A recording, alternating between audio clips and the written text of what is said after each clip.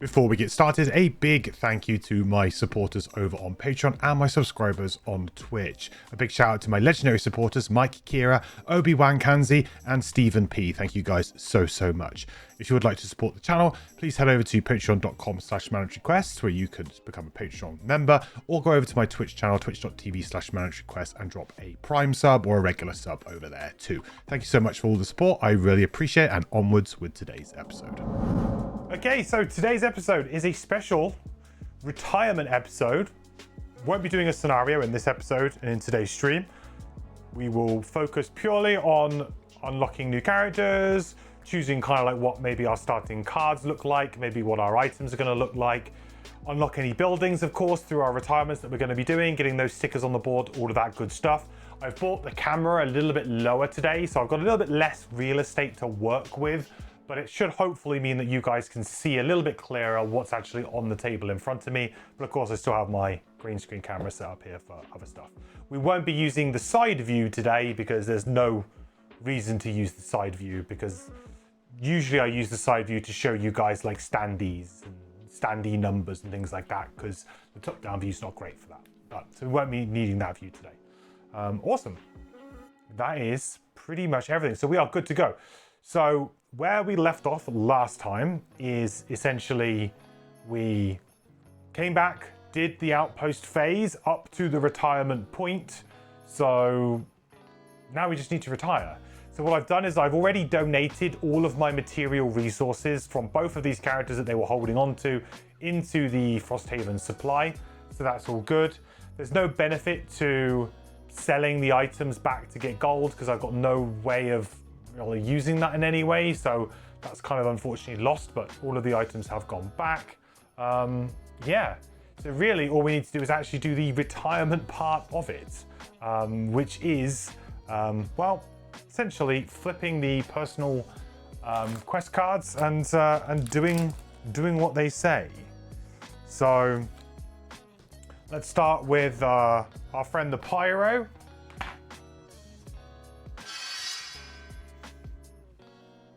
Hey Avalani, thank you so much for the resub, buddy. 31 months, I really appreciate the support. Thank you so much for using your Amazon Prime sub around here. Hope you're doing awesome. Welcome back, the quest continues, my friend. Thanks for joining us for this retirement stream. So, we have Aether Outpost was the chain, so we've done that. So we need to open 44. What we'll also do is I'll spend some inspiration points to complete another one from the deck as well. So as we do this, we're also going to be doing additional ones as well.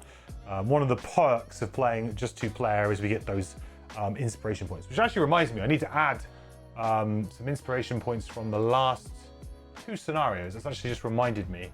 I think I have plenty because I came up just short last time, so I don't think it's going to be too much of a problem. I think we've got loads. I think we're up to 38 inspiration, so we should be good. Okay, so open 44, envelope number 44, so find that. There we go, envelope 44.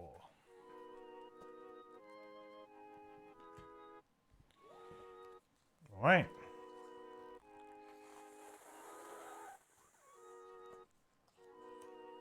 Where we go? I think, I have a feeling that this might be the, finally, the enhancements.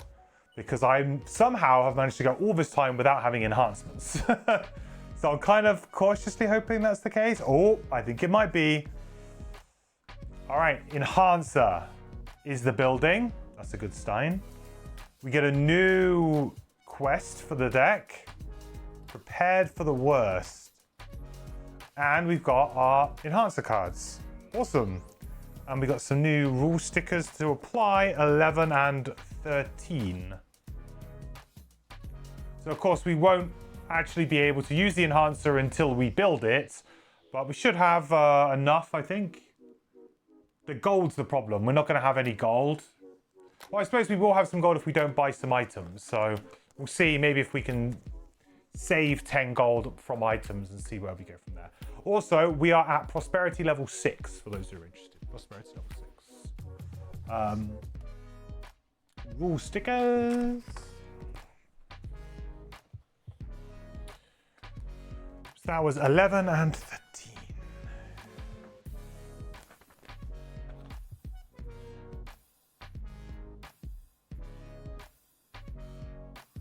Oh, I think that's maybe wrong. 12 and 14, I think. I think that must be a misprint. I think it's supposed to be 12 and 14.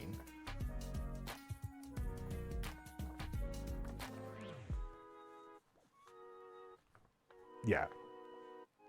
It's gotta be 12 and 14, I think. Going from the book.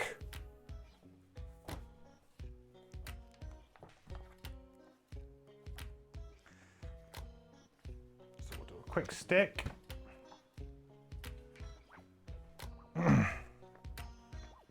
Yeah, there's a misprint about the rules. Cool, yeah. That's an easy one to rectify, though. It's very obvious that that was wrong. You just go to the sticker sheet and it's like, yeah, I've already stuck those ones. And they don't say the word enhancement on them, so that's definitely wrong. Right, page 62 for this one.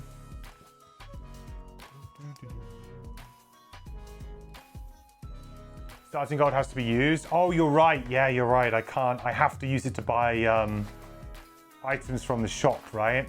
Can't pocket it. I remember now. That's a bit unfortunate then. I guess you could buy an item to sell it back to the shop, right? So there is some level of it. It might not be very efficient, but there is a way you could do it.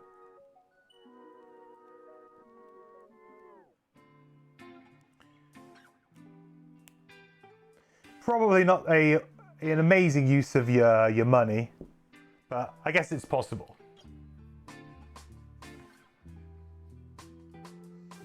Okay. So now this one is page 67, and we get them in. So we won't go through obviously the rules of enhancements today. The enhancements did change.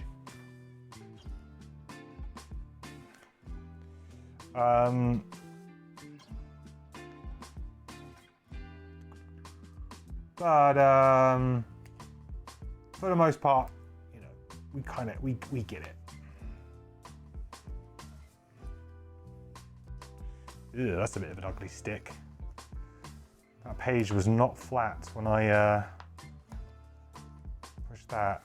Oh god, that's an ugly stick. That's a bad stick.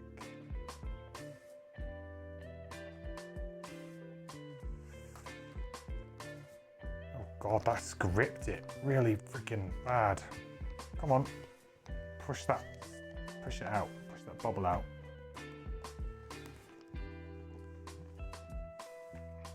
Okay, there you go, that's better. Okay, that's better. A bit of an ugly stick, but it's the other side is like creased. The other side of the page is like creased up. That's okay, that's fine. Right, good. So I want to do another one of these. This is going to go into our little area over here of buildings to build and our little stickers. So we'll move them over there for now. I guess we could apply the level 0 down if we wanted to. The level 0 stickers feel a little bit pointless to me, but sure, maybe we can do that.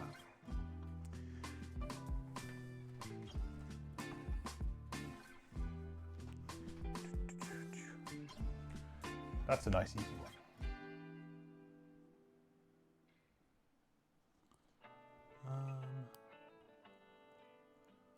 That's a bit of a weird one.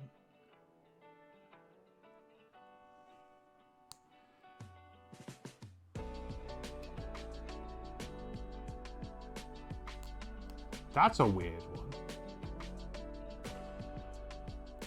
It's kind of like not centered like the others in many ways.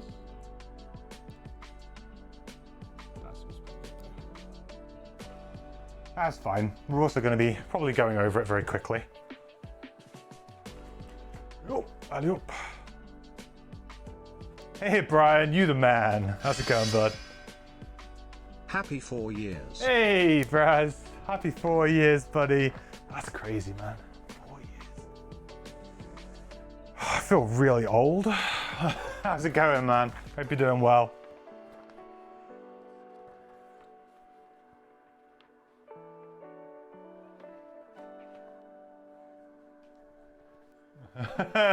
You're 26. I wasn't in my, was I in my 30s? I might have just hit 30. I don't know, I can't remember. We don't talk about age around here anymore.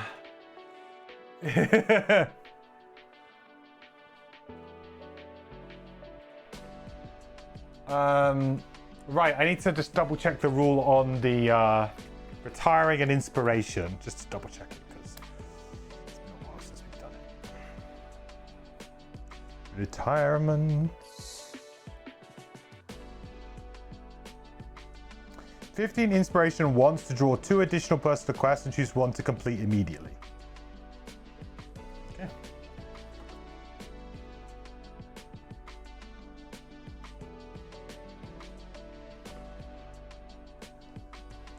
You also get 2 prosperity, don't forget that. Boop, boop.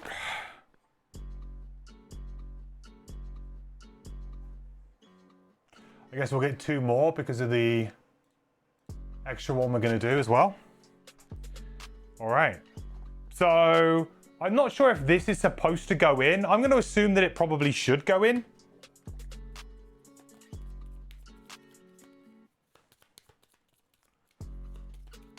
Feels a bit weird.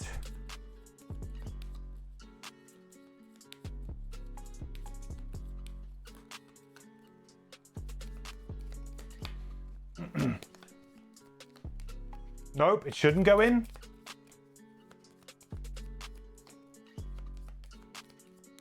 Thanks to me, you impress your friends and how good you are at Gloomhaven. Thanks for everything you learned from watching my deadly difficulty playthrough. Nice, friend. Like it. Awesome, dude. I'm glad you're having some good success and impressing your friends, buddy. So we're saying it shouldn't go in? I guess it would be kind of bad. Yeah, I mean, I guess it probably shouldn't go in because, I mean, the one that we're putting in says purchase 5 enhancements, and that would be quite a nice one to actually have on a character to do, right?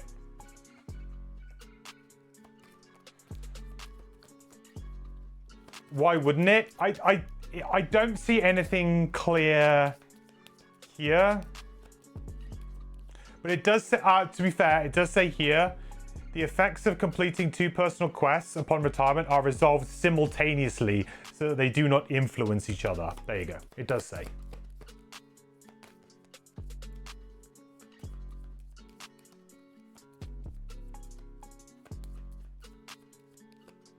New PQs definitely go in before drawing. For both the usual and inspirational. What? I'm confused, General. It does say here that the effects of completing 2 personal quests upon retirement are resolved simultaneously so they do not influence each other, which would then imply that this is not in. Right? And thematically that makes a lot of sense too, because, yeah, I wouldn't mind having this on my new character, I think. For this retirement. Yes, yeah. So I will put it in for when we do the double retire on Hive, right? Yes. Yeah, good point. Yeah, good point. Okay, so we're going to draw 2. So we get End of the Trickery and we get Team Building. Team Building. During 8 different outpost phases, read a person's name in an event or section. Oh, this... It's like an interesting idea, but I don't like it. So maybe we could just auto complete it. That would be 85.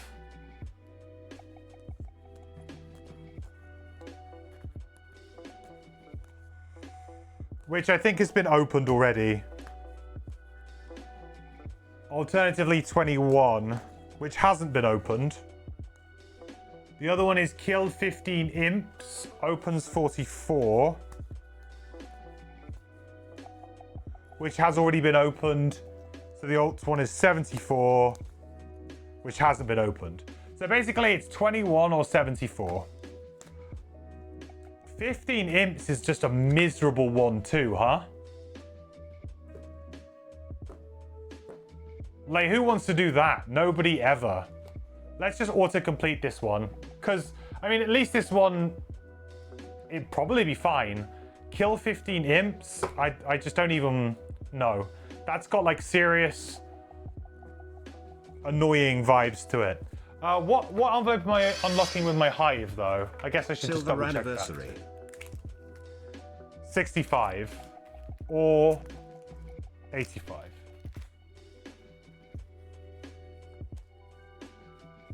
Yeah, 65 hasn't been open, so that's fine. Yeah, let's complete this one.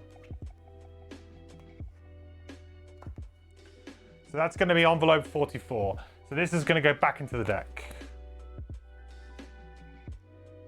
And realistically, this will also now go into the deck. And we open 74, isn't it? Yeah, double check. Kira! Happy silver anniversary to you too, buddy. Thanks for hanging out. I appreciate it. 25 months. It's awesome, dude. Hope you're doing well. Hope you're having a good week so far, buddy. Would highly recommend opening 74 ASAP. Well, looks like I made the right choice then. General, I didn't see a thing. The tavern. Let's go. Just the tavern. Okay. Well. The tavern is a lot of cards would just say no effect on them, but the tavern is maybe got some other purpose? I mean, I guess it always gives you events. So when you build them, you get events.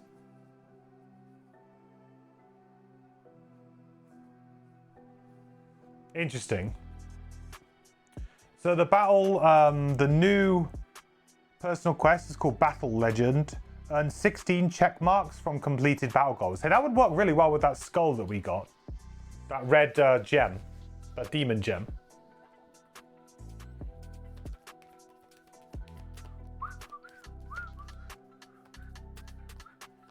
I've unlocked enhancements yet in this run. Literally just did, although I haven't built it yet. So we've just unlocked it. So I've put the level 0 sticker on. And because unfortunately we're not going to have, or it's unlikely that we'll have any gold, we're probably not going to be able to build it this outpost phase. Unless I buy an item with my starting gold and then sell it back to gain half the gold to basically be able to build it, and then we can enhance next time. But yeah, finally, definitely finally, Kira. It's been too long. Too long. All right. So Battle Legend, actually I should just put this in now, right? I should have shuffled this in. So Battle Legend goes in. All of the tavern cards get kind of kicked to the side for now. We can put the level 0 sticker on though.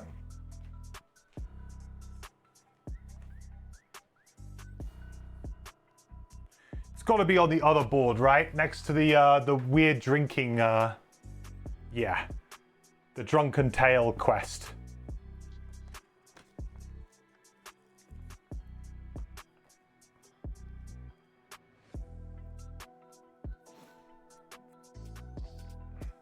Yeah, it's been very weird not playing with enhancements because I haven't really been able to have an opinion on them. It's been like, they're like, oh, what enhancement should we get? I'm like, I couldn't tell you. I have not used a single enhancement yet.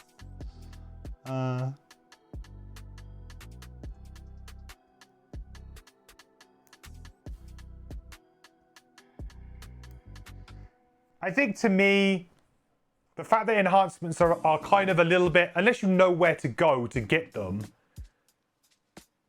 they are like the pace you unlock them is going to be wildly different from campaign to campaign.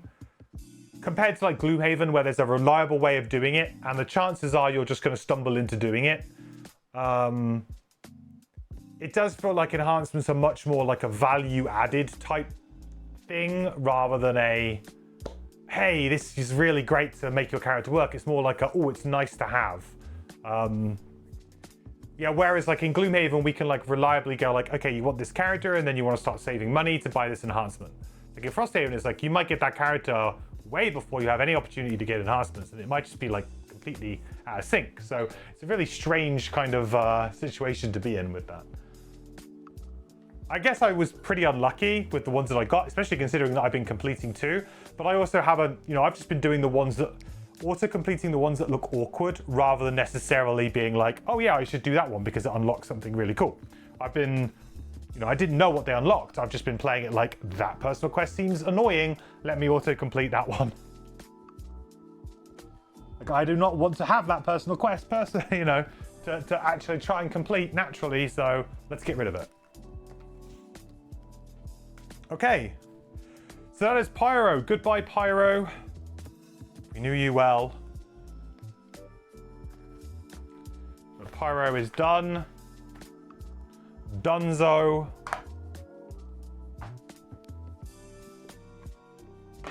Oh, tossing things around. Let's bring our friend in the hive.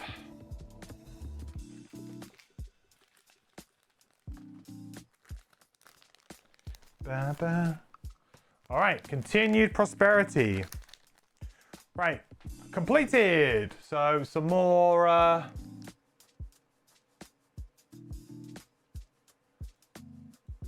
prosperity coming in hot.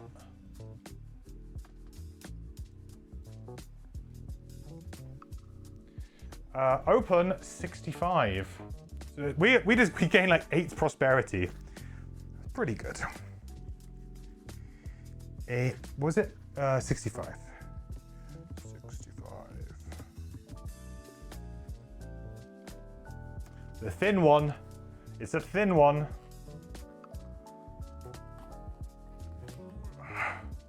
Metal depot.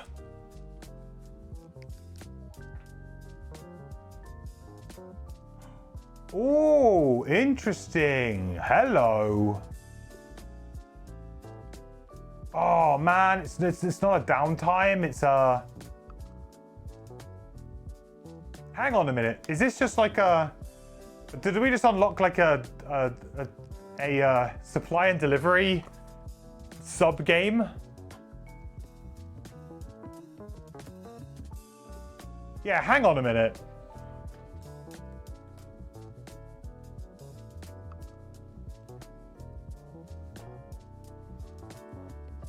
So the way this is that you resolve the earlier cards first, right?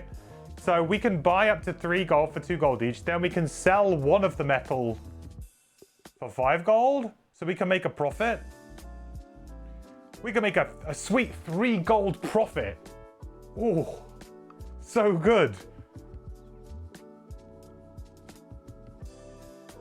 3 gold profit every single one.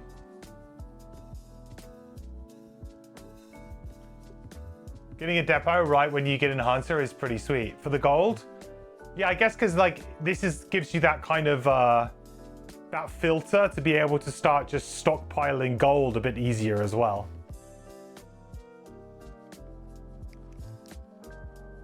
Interesting. Okay, I kind of like that. Well, I mean, I would assume then that we're gonna get probably 1 for each. I think you would think so. That would kind of logically make sense, right? I didn't accidentally put it in this, right? There's only 2 levels. So the second level just allows you to do 2. So it just doubles the benefit. I guess it would get pretty crazy if you could do more. All right, well, let's get the sticker for that then. Let's get it stuck. These can go in here.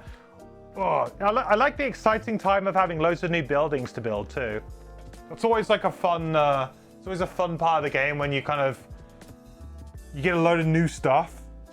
I'm now gonna have what, 4 buildings to build potentially? 65.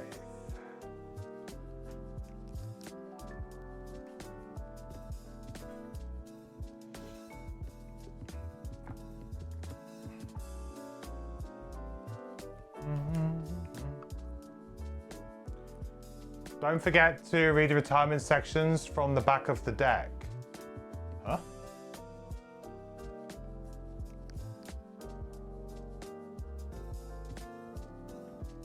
What do you mean?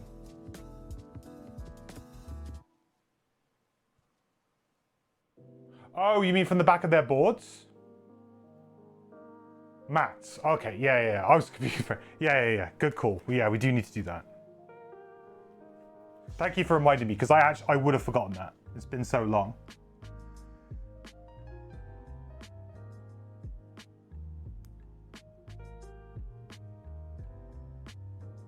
Yeah.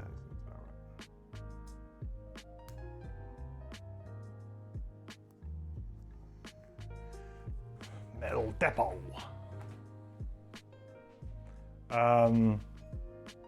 Nice. So yeah, give this another quick shuffle, and we are drawing another 2. Seeing where we are from that then.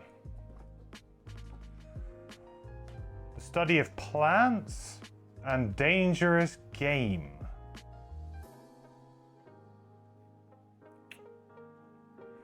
So we've got 44 or 24. Well, again, neither of those are available. 88, 42. We have 88. 88's the only one available because we've literally just done the others, right? So I guess we're going to do dangerous game.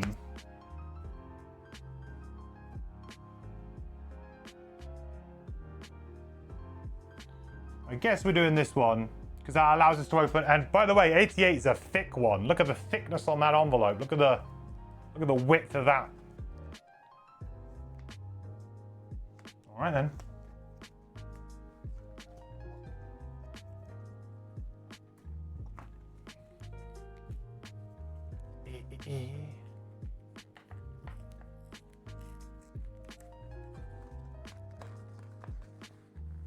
Ooh. Ooh, what is this? It's like a little items. Piranha pig. I don't know what that is, chat. That looks kind of interesting. All right, what have we got? We've got rule stickers, 3, 6, and 7. We got a new personal quest. The stables. No. Pets? Are you kidding me? Stables. Bring 1 pet into each scenario. Are these are the pets? What the heck?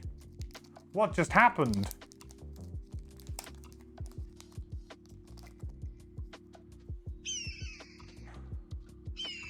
Oh my lord. Got a piranha pig? Sorry for the see-through. It's green on green. All characters immediately perform a loot 1. Hound. Little baby hound there. All characters add +1 to all their melee attacks targeting enemies adjacent to any of the character's allies this round. Little spitting drake, baby spitting drake. The artwork on these is really cool. All characters add poison to all their ranged attacks this round. Rending drake. All characters add wound to all their melee attacks this round. A black imp. Oof. That is really good art. These like baby art photos are really good. In initiative order, all characters immediately perform attack 2. Forest imp. In initiative order, all characters immediately perform heal 3 self. That's cool. Snow imp. In initiative order, all characters immediately perform move 2. An ooze. Create 1, 2, or 3 hex obstacle anywhere on the revealed map. Interesting. Ruin machine. All characters immediately perform shield 1. Lightning eel. Oh, he's in a little bottle. All characters suffer 2 damage to recover 1 of their level 1 or X discarded cards. Interesting. A little robot. Heroics.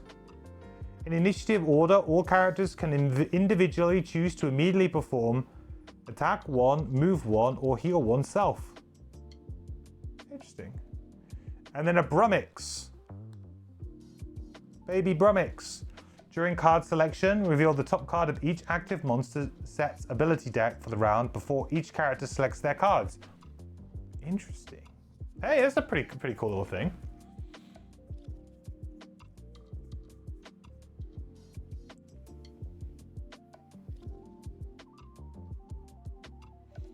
We use Snow Imp 90% of the time for the extra move.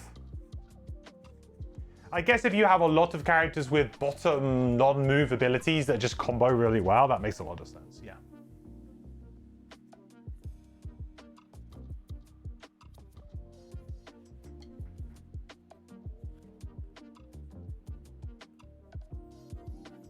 It's got little spaces for you to write their names on as well.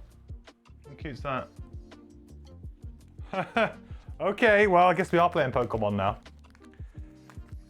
Right, we need to have a look at these rules then. 3, 6, and 7.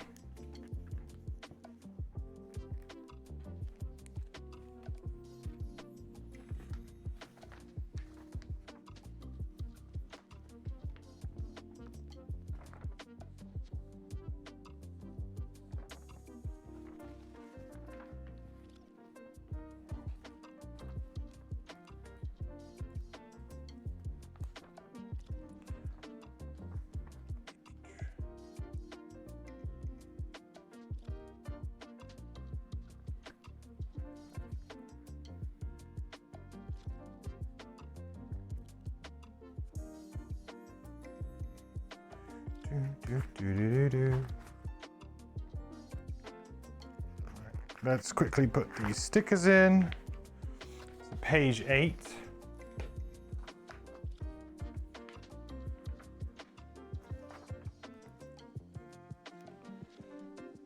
So during setup, the party collectively decides which pets to bring and applies any negative effects associated with those pets. The party can collectively bring a number of pets specified by the stables building card chosen from the available supply. Okay. Page 33. 6, capture. God. No, this is the Pokemon thing.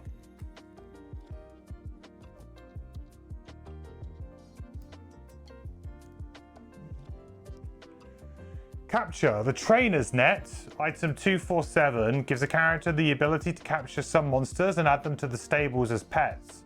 A monster can only be captured if the capture icon is depicted in the center of its stat card. When a monster is captured, it is removed from the map as if it were killed, but it does not drop a loot token.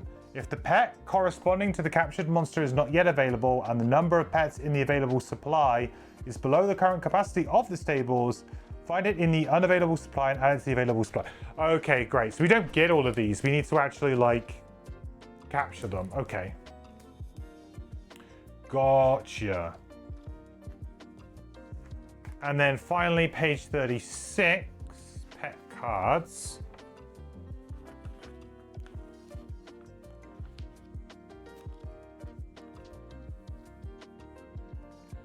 You just unlocked stables last night. I tell you what, I was not expecting that. That's a twist that I was not expecting this game to go. Really wasn't. So pet cards. Pet cards function just like item cards with 2 exceptions. Pets are owned collectively by the entire party. Any character can use a pet on their turn, but they must have unanimous consent from the party to do so. When a pet is used, the effect is applied to all characters immediately, and then the pet is lost for the scenario. Okay, well, I guess we don't have the Trainer's Net, right? And presumably,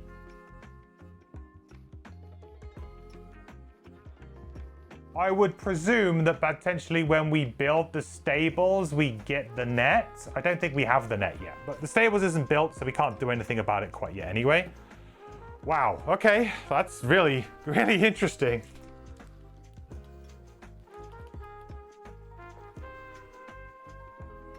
That's crazy, dude.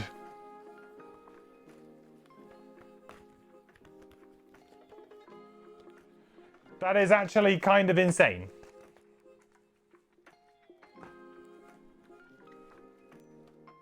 I was not expecting something like that.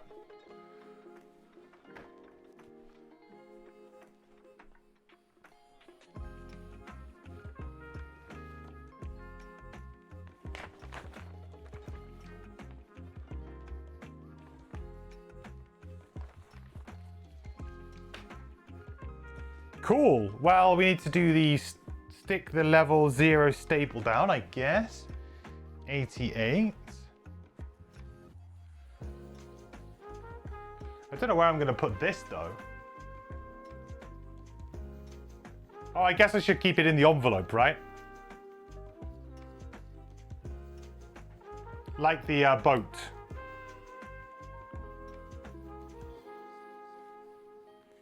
I feel like the boat was a bit of a wasted opportunity because I haven't actually used many boat events. Feels like the boat was like, yeah, it's cool, but it kind of, I think we used it a couple of times and then it's sort of just, I've completely forgotten about it. I hope I haven't been missing boat events, but I don't think so. I've been doing everything on Fortella. Presumably Fortella is aware of said boat events.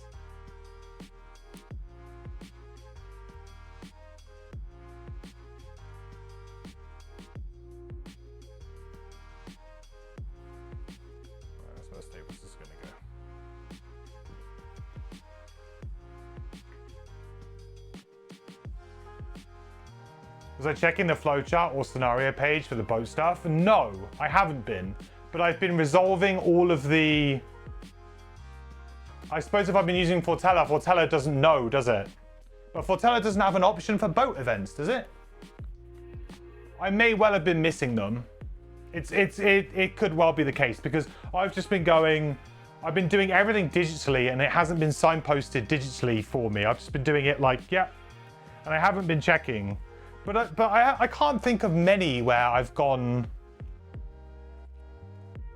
out to sea or close to sea or anything like that. It is quite possible that I've missed some.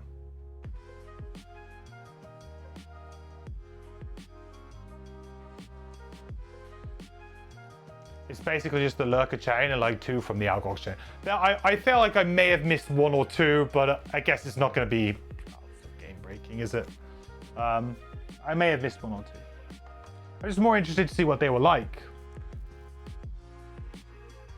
Okay, right. Shall we do the reverse of these then? So 148.2. I didn't think I was actually going to need Fortella today, so I didn't fire it up.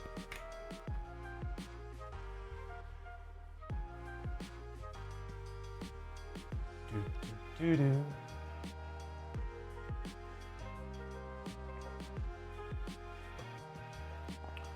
Do-do-do-do-do. They are aware they forgot. Fortella forgot to put it in.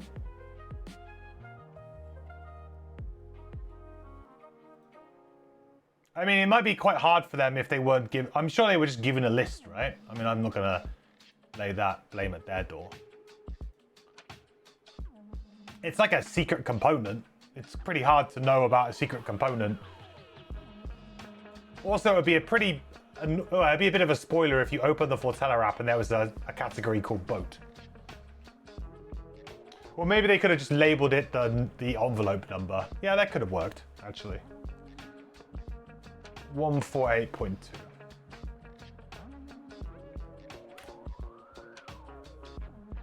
All right, let's have a listen in to our hive's retirement.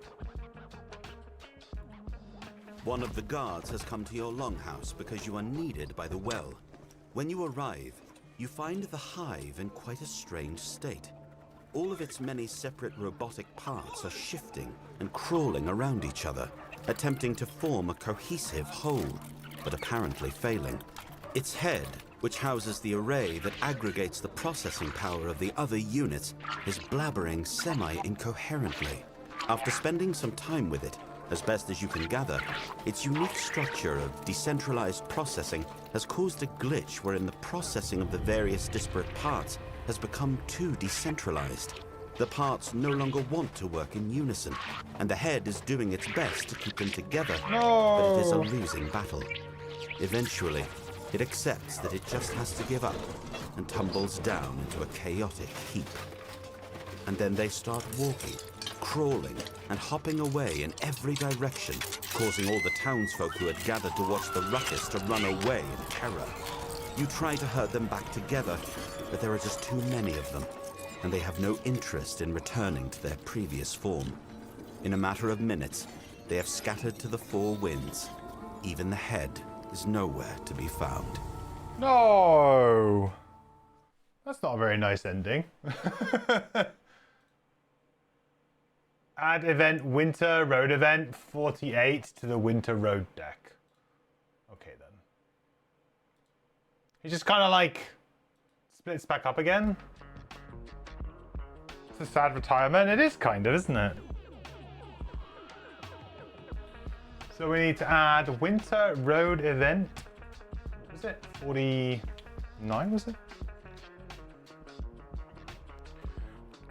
I'll double check the book just in case, because sometimes Fortello is wrong. Gotta be careful. No, that's right. Winter Road event 48.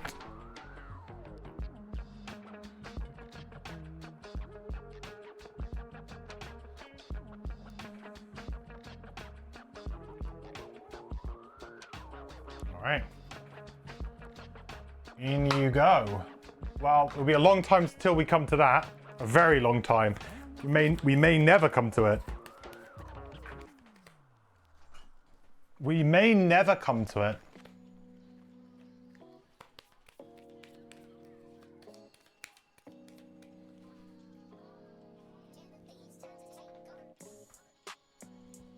Okay, Mr. Hive. So let's do the pyro, shall we then? 51.3. 51.3.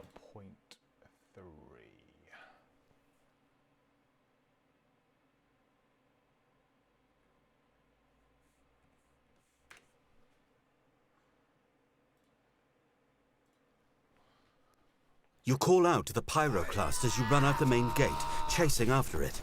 It was leaving without even saying goodbye. I have nothing left to prove to you. The pyroclast simply states, I have shown my absolute mastery over my chosen elements, consistently demonstrating that I am the strongest member of the group. I fear I may even be holding you back from your own potential by making our journeys too easy. I have decided to return to the Copperneck Mountains, to my people. Such will be the best for both of us. You can continue to improve without my interference, and I can take my rightful place in Sava's society. You stand there dumbfounded, staring silently at the pyroclast. So we are in agreement. It nods. Goodbye, then. Try not to get yourself killed. I mean, it's pretty accurate. I mean, it is very strong class, for sure. It's a very strong class. I have to think that that's a very tongue-in-cheek developer comment there as well about the strength of this class. The audacity, yeah.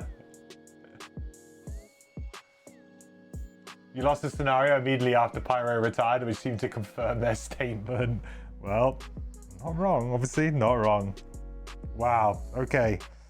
Add 174.2 to the calendar in the 5th week of next summer. What?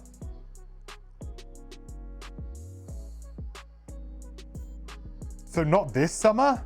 The following summer? I've just started summer, so what does that mean? I'm a bit confused by that. Add 174.2 to the calendar in the 5th week of next summer.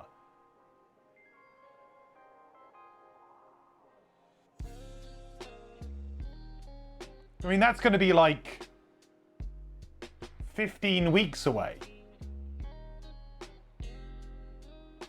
You say I go a full year and a half? Long time away? Yeah, I mean, that's a crazy amount of time away. It's about 15 weeks. Okay, well, maybe he comes back and is like, you need my help again? Like a whole character away, basically. I mean, it is, yeah. It's basically like maybe in time for the next retirement. Wow. So that'll be 1, 2, 3, 4, 5.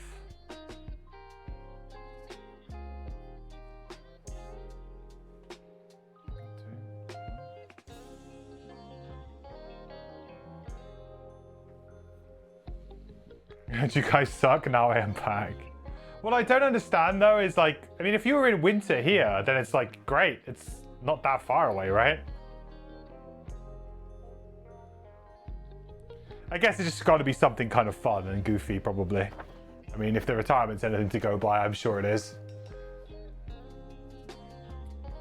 All right. Well, that is that then. You are done. So, on to the good stuff, chat. Oh, baby. Should we take a look at drill?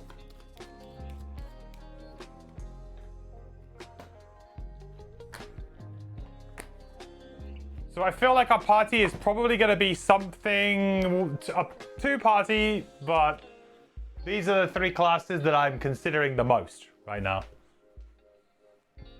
With Fist, actually with Fist is probably on there too, thinking about it. Let's not disregard Fist. I think Fist is also up in here. They look very cool too. But let's look at Drill first. Because Drill's the only one we haven't opened out of that lot.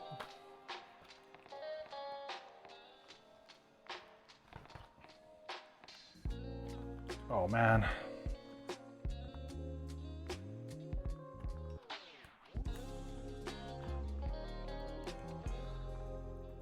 Yeep. Pry open. Without ripping the envelope.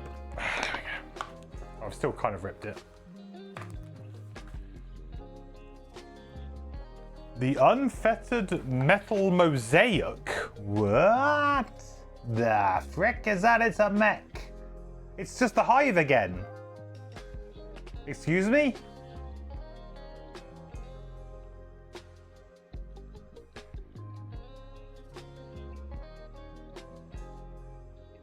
What? They like their robots, don't they, huh? Looks like kind of like a robot to me.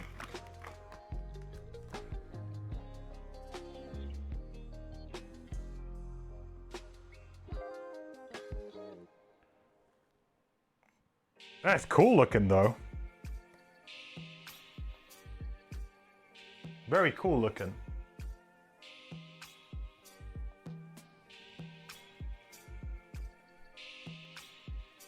See ya, people who have had to dip for spoiler reasons. Back to some point. Okay, so the unfettered metal mosaic. Living machines come from an era long past, built to serve a variety of functions, then cast into dormancy during a great cataclysm. The automatons once again are waking up and spreading their influence across the north.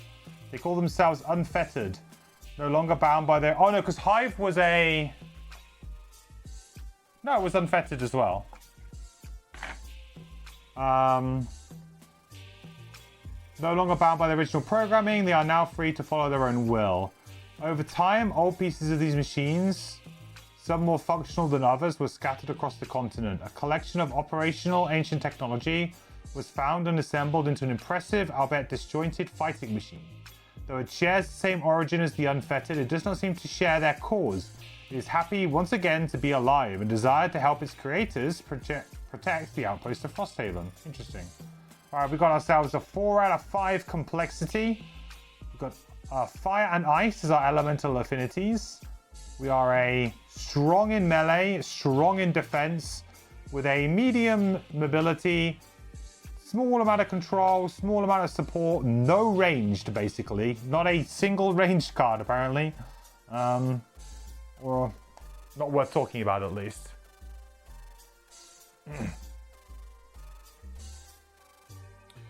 4 out of 5 complexity is a pretty big understatement. Interesting. Okay, so what are the what's the class notes here? So the class notes are most of your actions will cause you to gain something, pressure. Okay, yeah, it's pressure. So either gain red, which is like increased pressure, or lose pressure, which is the blue symbol. So, okay, so red is increase, blue is decrease. which will move your pressure gauge on the left up and down after the action is fully resolved. Pressure is tracked using the pressure token. You start each scenario with the regular pressure. Is the pressure on? Aha!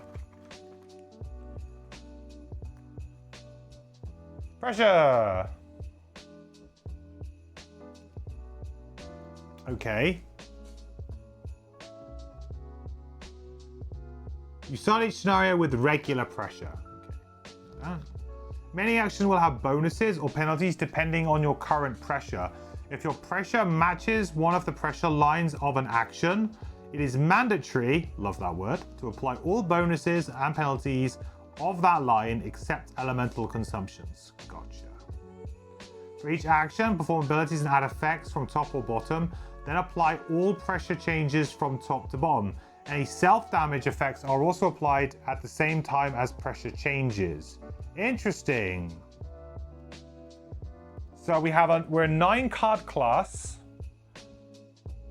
We have a lot of health. Level 1, 10 health. Our traits are armored, resourceful, and strong. Okay. Those are perks. I don't think we need to look at those quite yet. So let's have a look at some cards, shall we?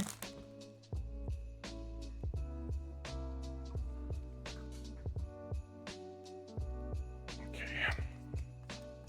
Let's get the level 1s out. And then we'll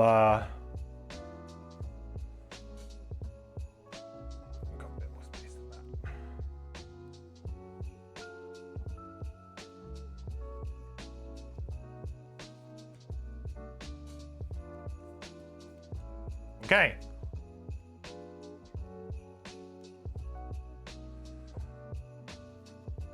So, Steam Armor is the first card we have here.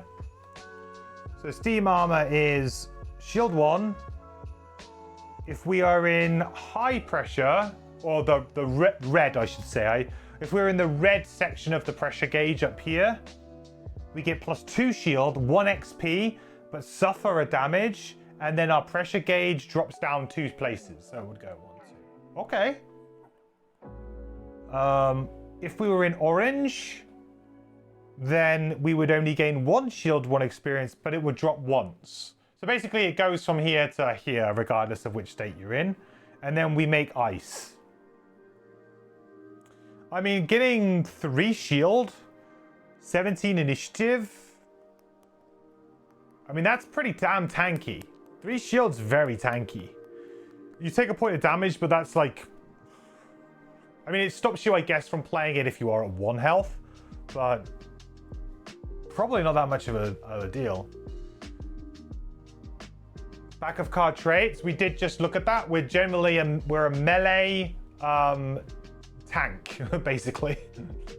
Melee tank with a little bit of more, with mobility being average and control being a little bit of control, but generally melee, armored melee. That's basically it. So create ice. It's a nice ice element generator too. The bottom is move 2. If we're in what they call regular pressure, it would increase our pressure gauge by 1. If we are in low pressure, then it would give us 1 XP and would increase by 1 and create fire. Interesting. So it's a nice juxtaposition between the 2 halves of the card, right? Because the top half of the card is about you want to play it when you're at high pressure, so you've built up, and then it helps you come back down very quickly. Gains you some XP and some benefit. Whereas the bottom is the other way around. It's helping you to increase the pressure. Bear in mind that you start on regular pressure. So, and you get rewarded for being in low pressure, which I presume being in low pressure is maybe a little bit hard. And create fire. I mean, generally speaking, a move to make a relevant element for your character is extremely playable. Like, just on the base of it, without knowing anything more about the mechanics of the character. Generally speaking, that would immediately tell me this is a good card. Or a very playable card. Ancient Drill, a good item, but a too powerful item, so now a card. Attack 3, PS1. We have, if we are in high pressure, red, we get +2 attack, +3 PS. So this would be an attack 5, PS4, 1 XP, suffer a damage and bring it down. If we're in medium or high, I guess they call it high pressure, they call it over. So it's regular high over. So over pressure is red. So that would be high pressure. So orange or yellow is high pressure. So that's +1, +2. So that will be an attack 4, PS3, 1 XP, and it brings it down. That's still pretty damn good. The extra PS is probably overkill in many instances, but there will be occasions when maybe that's good. It feels like maybe you want to be getting to maybe like yellow is just fine. But then saying that on Steam Armor, I think you probably do want to go up to the top, like to get that extra shield. Seems quite good. 90 initiative. The bottom is move 3. You may destroy 1 adjacent obstacle to increase pressure. Maybe a bit niche, but sometimes destroying an obstacle can be just good anyway. It can free up a route that maybe you couldn't take otherwise. So, yeah, seems okay. Rocket Boots. 90 initiative as well, by the way, is a pretty good late initiative. 17's a reasonably early one, so that's pretty playable as an early initiative. 90 is a great late initiative. Rocket Boots. Attack 3, push 2, create fire. Simple ability, but you know, a little bit of push to push something into a trap or hazardous terrain or something can sometimes do a lot of work. So always a good tool to have in your toolbox. 22 initiative, again, pretty nice, usable early-ish initiative. Move 3 with jump. If we are in over pressure, red, it's actually a move 6, 1 XP, take 1 damage and move pressure down. If we are in high pressure, yellow, it is just +1 move. That's crazy. So we could move 6 to just take a damage, basically.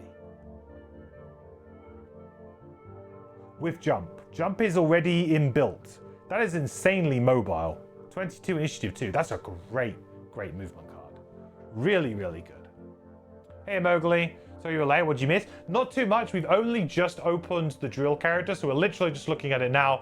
All we were doing earlier was unlocking the different buildings that we got through our retirements. So we have now unlocked the enhancer, or the ability to build, I should say. We've unlocked the ability to build, the enhancer, finally. The stables, which is a very interesting, weird one.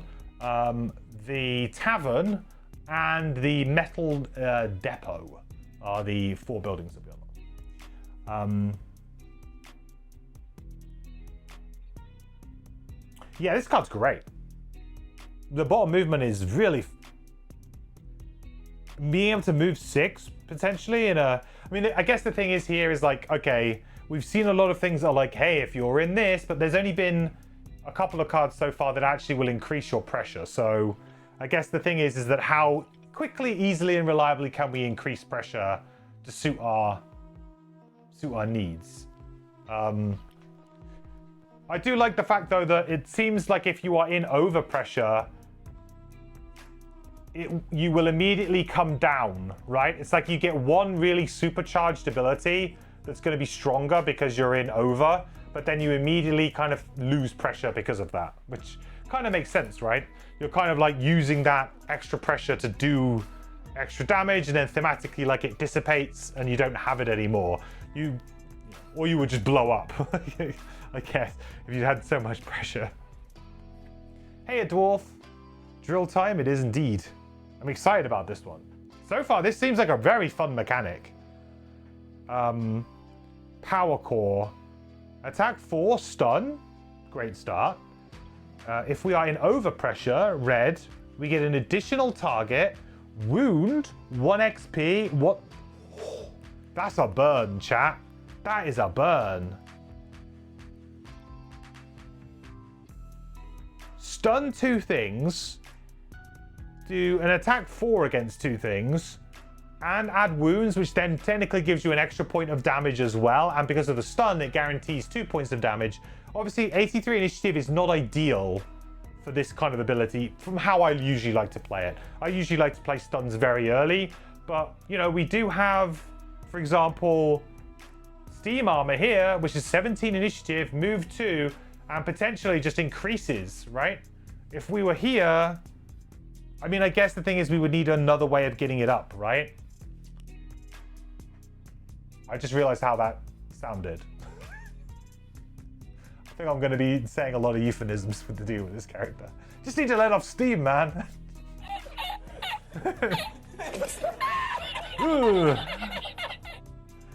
Okay, so it doesn't quite work because this would only take us into high from regular. So we would need to be either find a way to jump up twice or already be in medium or high. Sorry, I should call it high. So we're already in high. So I guess you could do it on 25 initiative with this next card when we get to it, possibly. But that is a super good ability. If we are in high pressure, we get +1 attack, wound. I mean, that's also not bad. If playing 2-player, I feel like this card's going to be very good value for me. Because there are going to be instances where, realistically, I probably will just use it for the high pressure and I won't feel that bad about it. Because I'll be like, I'm playing 2-player, it's fine. We're only fighting 3 enemies, it's fine. I take the big baddie out, stun it, give it wound. That's great. 1 XP normally. So this is going to give you 2 XP for sure. This is great. This is a really, really good stun ability. Really, really good. The only difficult thing is the initiative because we need to pair it with something. Thoughts on the naming pattern for these first 4 cards? Oh, they're all Gloomhaven items. I mean, I clocked it with Ancient Drill, which I said. For some reason, I skirted over Rocket Boots. They're all Gloomhaven items. Interesting. That's a cool idea. I like that. And then, like, they're kind of like thematically... They kind of thematically do what those items did, right? Ancient Drill did a massive pierce. It beefed up your attack, did a big pierce, and that's what that does. Steam Armor was just... Steam Armor, if I'm right, was the... It was charge-based, but didn't have a refresh. So it was like... I want to say 4 charges, maybe 5 charges, but it didn't refresh, so it was lost when all the charges were gone. And also it didn't have any negative item effects on it from memory. So other characters could wear it, right? And then of course Power Core. I actually don't remember Power Core very much, because I don't think it was a very played item. Was it a stun? Just added stun to something? It was just an attack with a stun on it? I actually can't remember what Power Core does. Not an item that I've used very much. Oh, it was a summon. You're right. It was a summon. Now I remember. Yeah, it's the little floaty orb thing. Yeah. They're all the items you get when getting the ancient technology achievements. Oh, nice. Okay, yeah. Love it.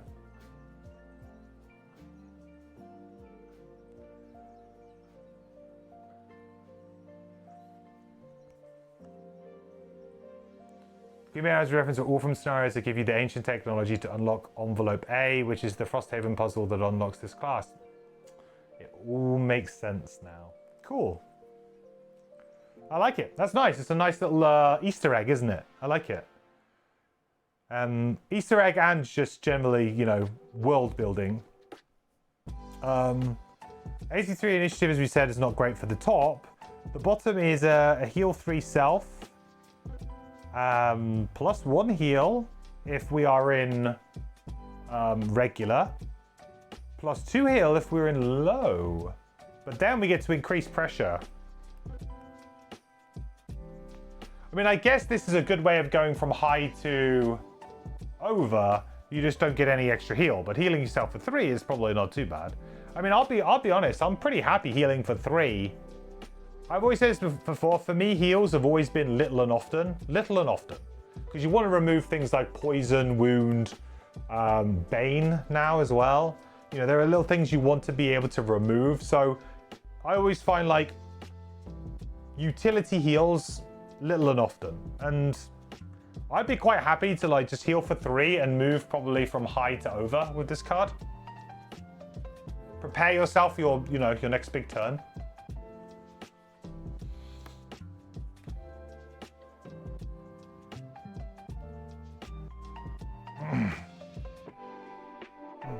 You feel quite satisfied whenever someone talks up Power Core's loss, given it was buffed by your recommendation. It's a great loss ability for sure. Especially for me playing at 2 mercenaries. You know, it's basically stunning 2 things is basically stunning 50% of the monsters for me. Pretty much. 50% to maybe even more than that, depending on the scenario. All right, super heat transfer. We got ourselves an attack 1, consume fire to have wound. If we are in regular pressure, I'm going to keep getting this naming convention. I'm going to have to keep just pounding it into my head. Regular, we get to move up pressure. If we are in low, we get 1 XP and get to move up pressure as well. And we move up pressure again. So this is a really good way of moving straight up as well. It's like a quick build around me. And with the fire, did we have a nice way of doing it here? Yeah, we did, right? That makes fire too. I mean, having fire shouldn't be too bad, right? I feel like this is probably going to be the way to make fire. Move to...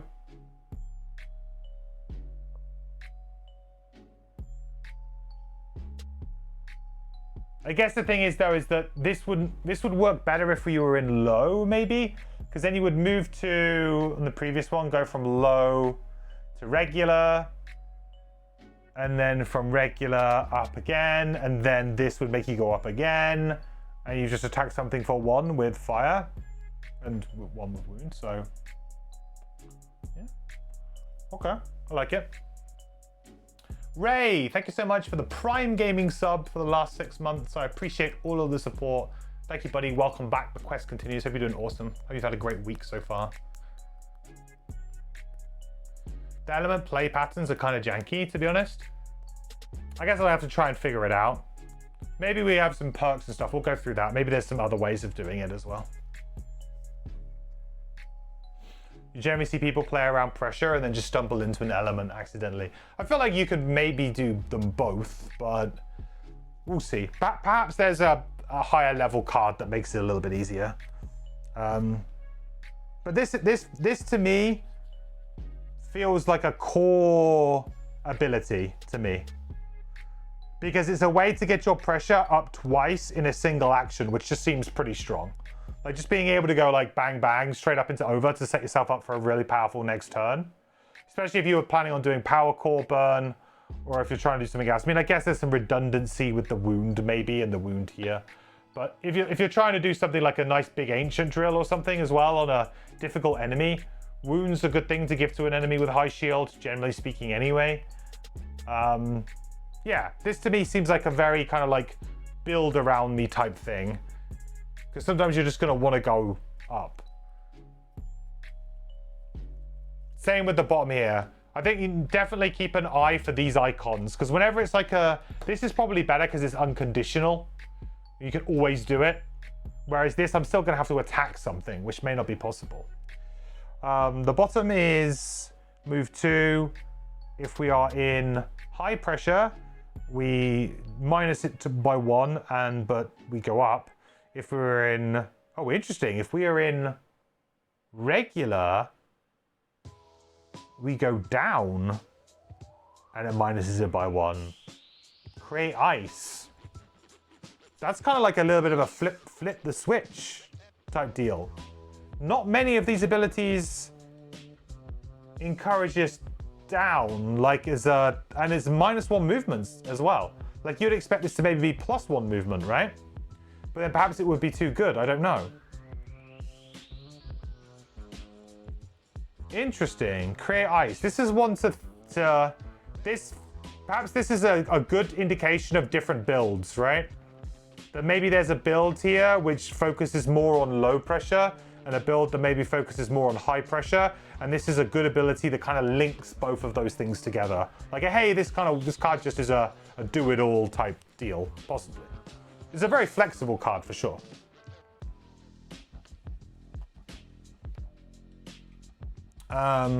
Steel Piston. Attack 3. Whenever you perform an attack ability, you may lower pressure and discard this card to add +2 to one attack and gain 1 XP. Oh, interesting. Okay, so you do an attack 3, then this goes into your active area. So after you've resolved the attack, you would then put this in your active area, and then you have the option to potentially lower and discard this card to add +2 to attack. I mean, that's really good. That's another way of maybe working on the low end of the scale. Like, just focus on just doing, like, low.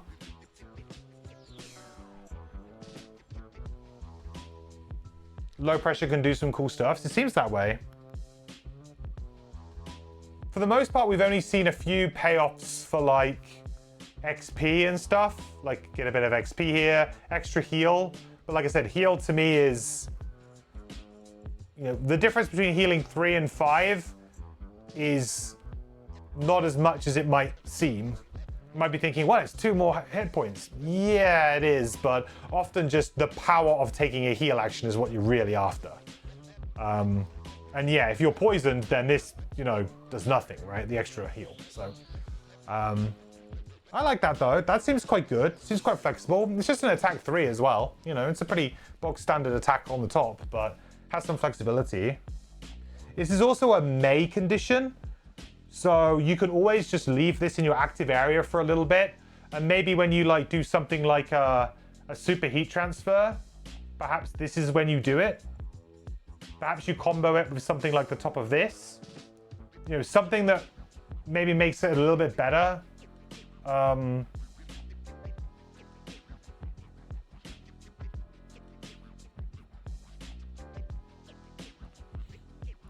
Presumably this happens afterwards, right?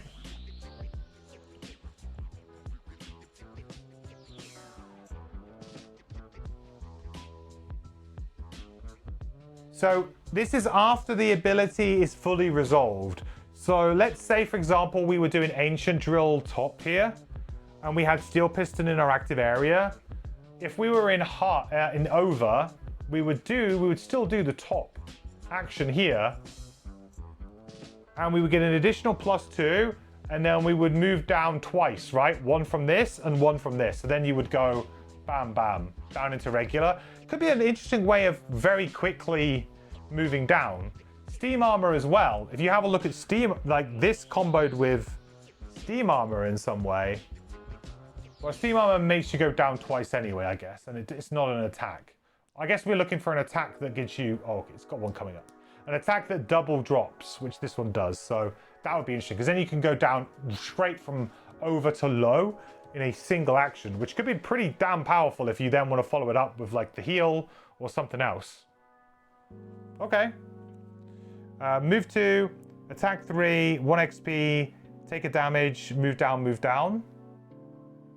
Pretty good. Attack 2, 1 XP, move down. I mean, this is a bottom attack, guys. Move 2 and then doing a bottom attack. I mean, that's always spicy. Always spicy.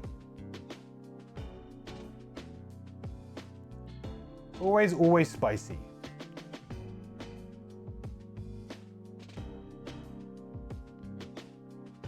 Yeah, I mean, maybe there's some better things to do, but it's the double drop, isn't it? Yeah, boy. A little bit spicy. It's a little bit spicy.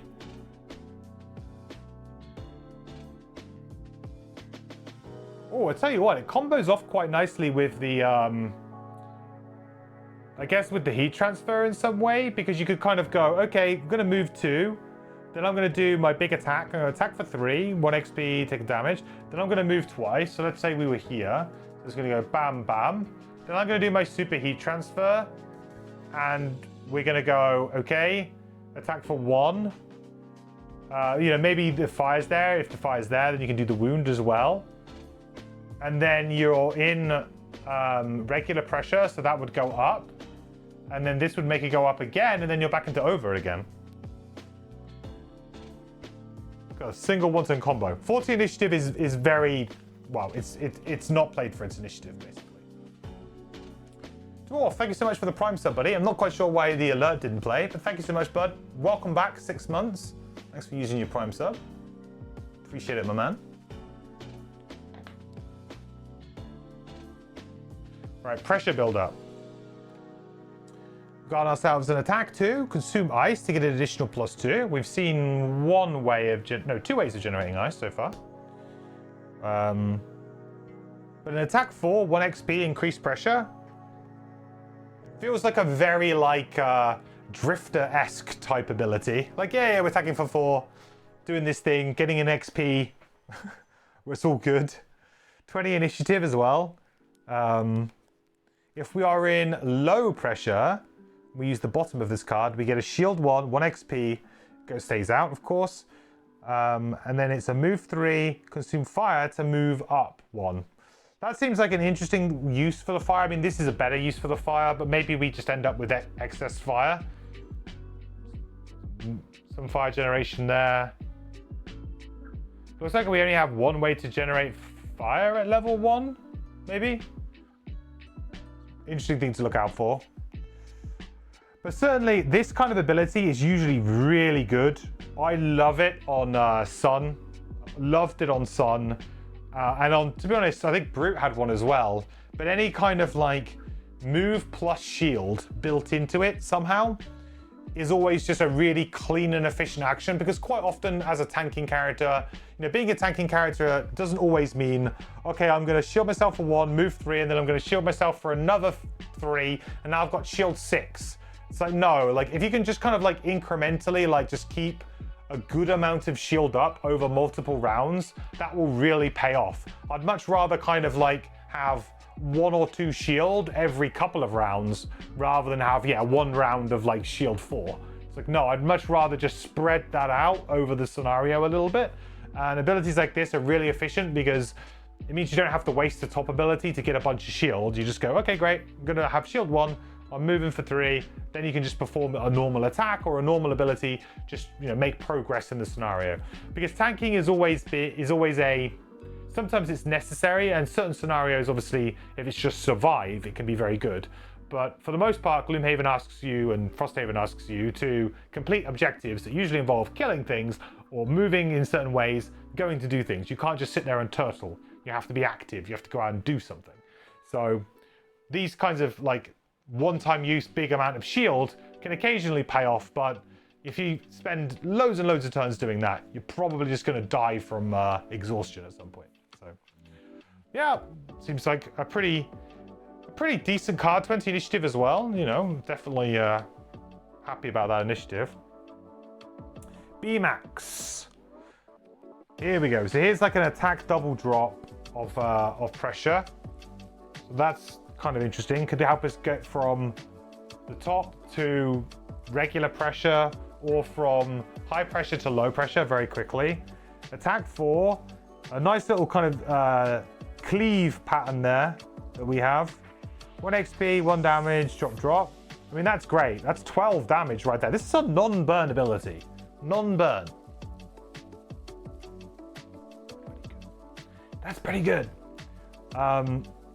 Yes, you have to take a damage for it. I guess this character would pair quite well with someone who could give it some heals. This character would pair really well with Hive and the repair drone, right? Just chuck the repair drone out and just let it follow follow the drill around. Yeah, high is basically just 1 less target, which might be fine, depending on, for me, I'm playing 2-player. I'm probably going to struggle to get all 3 targets here. To be honest, you probably end up using this for this ability much more than you do this one. So I would evaluate it more on this than I would on this necessarily. So, I mean, you're looking at 8 damage still. Very, very good. Really strong attack. Really, really strong. Probably our strongest attack so far. I would say so because it's our best AoE. For sure. It's our best AoE that we've seen so far. Yeah. Auto include, I think. Just for the the damage across 2 figures it can do. 29 initiative is not great. You're probably not playing it for its initiative. It's possible. Certain monsters maybe, but it's a bit risky, that one. Move 4. All adjacent enemies suffer 1 damage. If we are in overpressure, we get 1 XP and we drop down. That's just good. That's just solid. Rumbling Advance is a very good ability. And this has got more movement tacked on, and you could got the opportunity to make XP. So I guess the only problem with this, I would say, is that in general, the over, whenever you perform an over ability, a red ability, it always brings you down, right? It's like you get 1 shot at it. And I would say that it's probably not the best use of the of that one time you can do it. Now, of course, if you have a way to bring it back up again quite quickly, you don't need it necessarily for that turn. Could be a good deal. If we are in low pressure, so the reverse here, we get to heal 1 all allies at range 1 XP and increase. Now that's pretty good too. That's really good actually. It's like Rumbling Advance and Restorative Mist had a love child called B-Max. Really, really good flexibility. 4 movement is just excellent anyway, to be honest. So you can almost ignore the bottom of this and just say 4 movement, 29 initiative. Probably going to make the cut. It's got a great attack on the top of it as well. I guess that's the thing with this card. It's both halves are very good for different reasons. So the pressure changes on the bottom are intended to feel slightly more like punishments for trying to move too fast. Gotcha.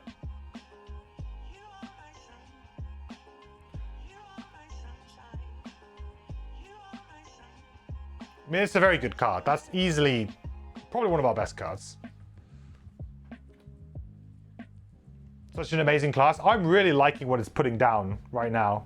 The only thing I'm thinking is like, how do I come up with like...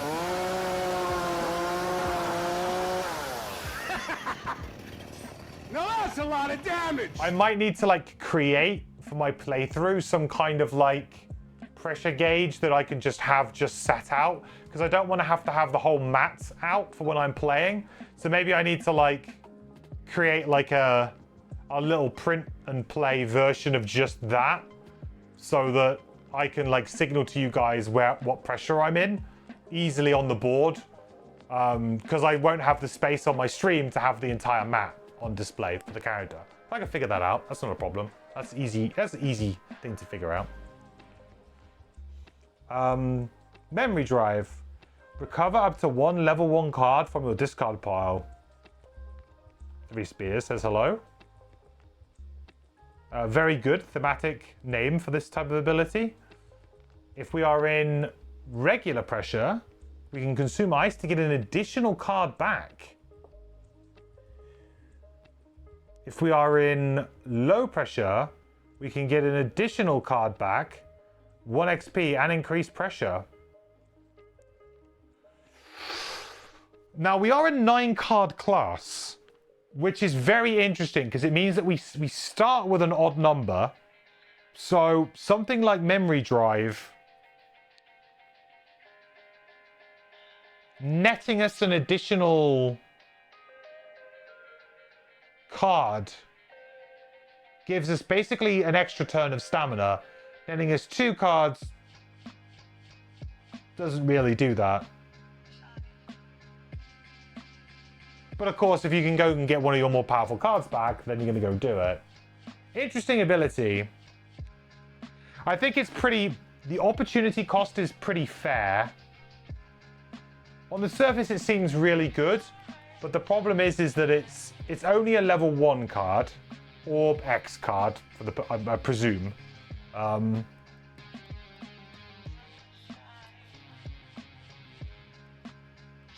But it could be a nice way of just extending your stamina a little bit. 9 cards is quite low, to be honest.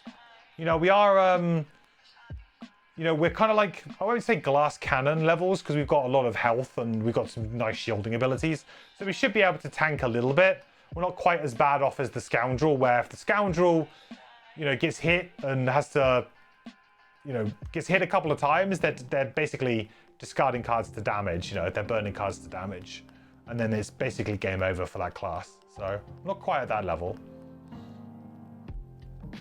It's a difficult card to evaluate, really. I think it's decent because it just fills out. But the problem is that, well, having said that, most opening rooms are done before you're ready to long rest. A lot of the time. Depending on the scenario, of course, but this could end up being a sideboard card depending on the type of scenario that you are in. But being a 9-card hand class, I can see this being useful. Just giving you one extra turn on that first cycle. And then perhaps after that first cycle, you actually just get rid of Memory Drive on your long rest and you just don't look back. It's possible.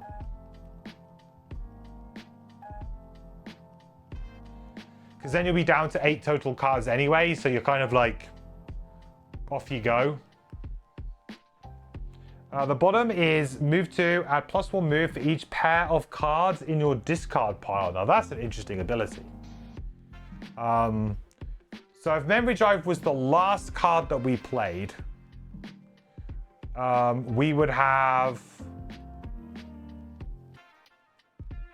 7 cards in our discard pile. So that would be 6. So that would be 3 extra movement.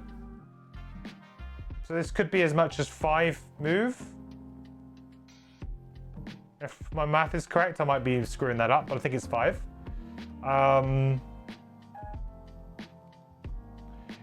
Let's say that it's quite often it's not 5. Let's say quite often it's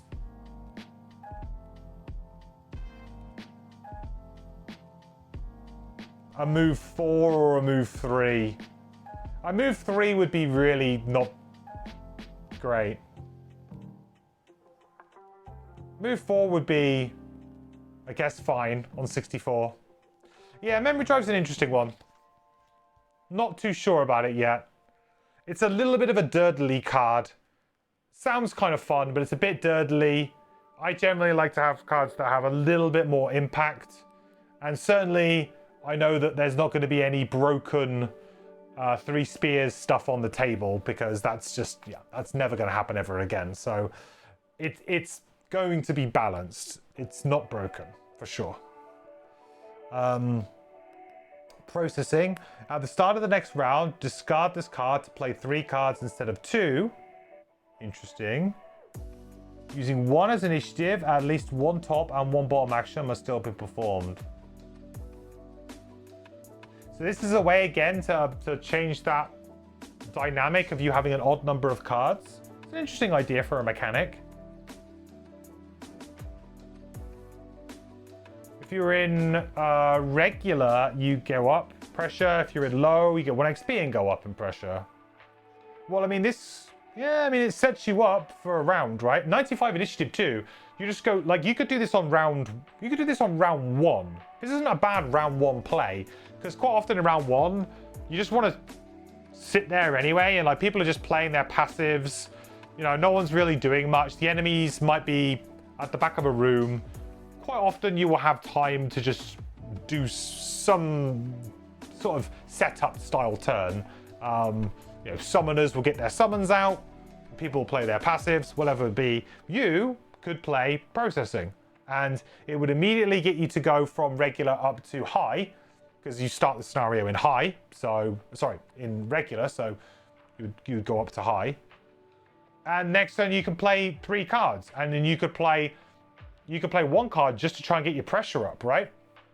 So then you're immediately into overpressure, and then you've got 2 turns. Well, you'll have 2 cards with you being in overpressure, but you know, whenever you use one ability, it's going to bring it back down. But essentially, you could go do this, moves you up to high. Then you've got 3 cards you're playing next turn. One of the cards, let's say,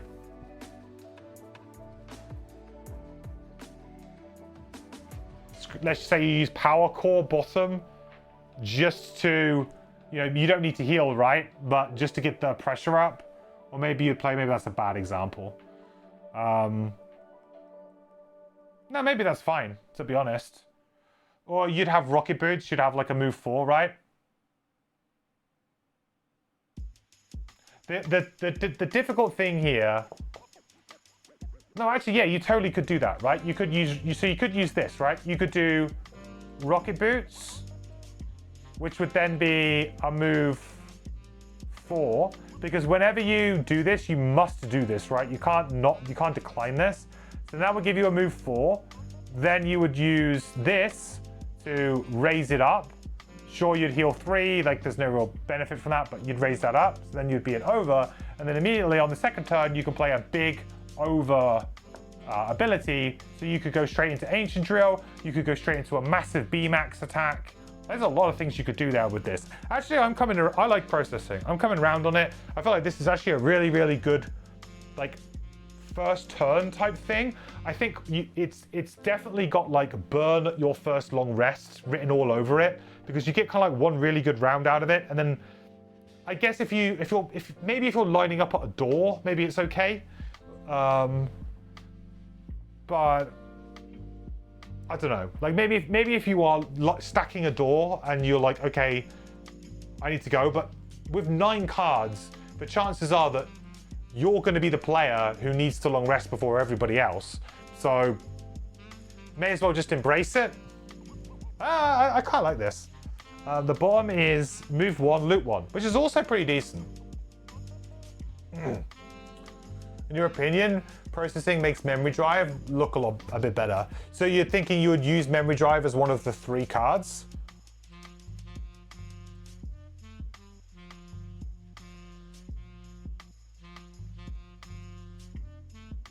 Or are you thinking that the bottom of memory card is better, General?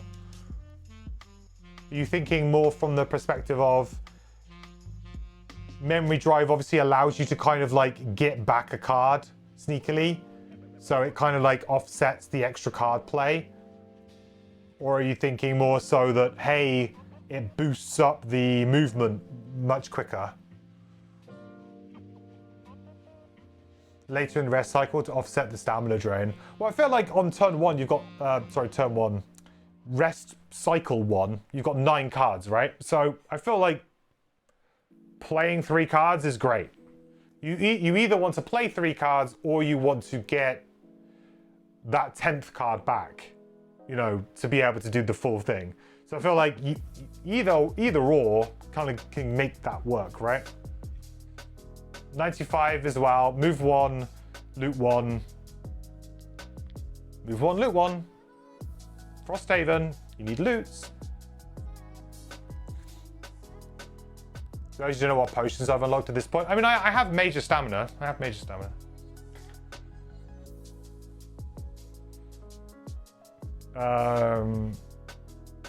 Recursion.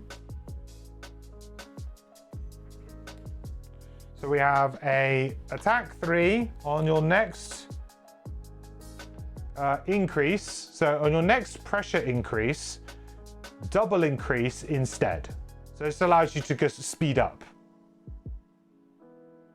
I mean, that seems pretty good, right?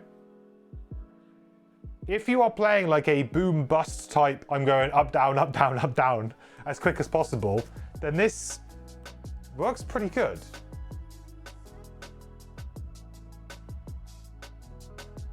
The bottom is move 3 on your next down. Yeah, so it's basically just, yeah, they're basically reverse of each other, move or attack. This could be a very interesting piece. A very interesting piece.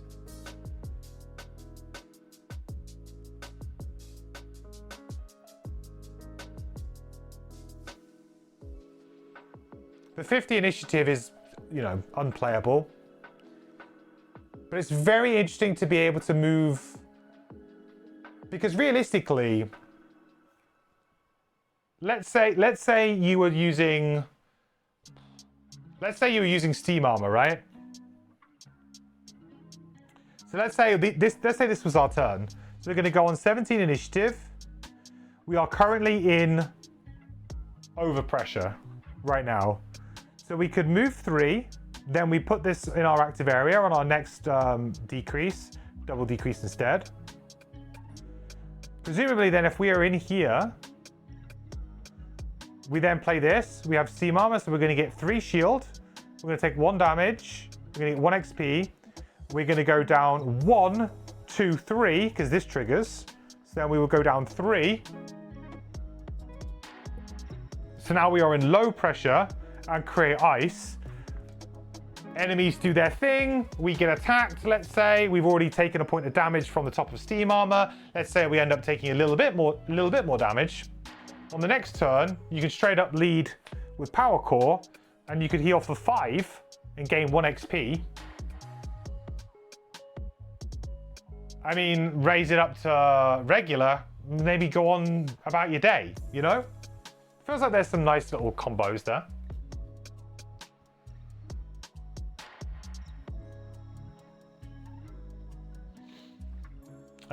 Curious Gear.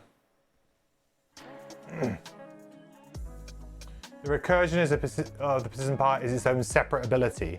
Ah, you're right. Yes, that's a good point. You do not need to make the attack to be able to play this because it is a different ability separated by a line. So that, yeah. I mean, obviously for the movement ability, it's like, yeah, whatever. Well, I guess you could be immobilized. Curious Gear.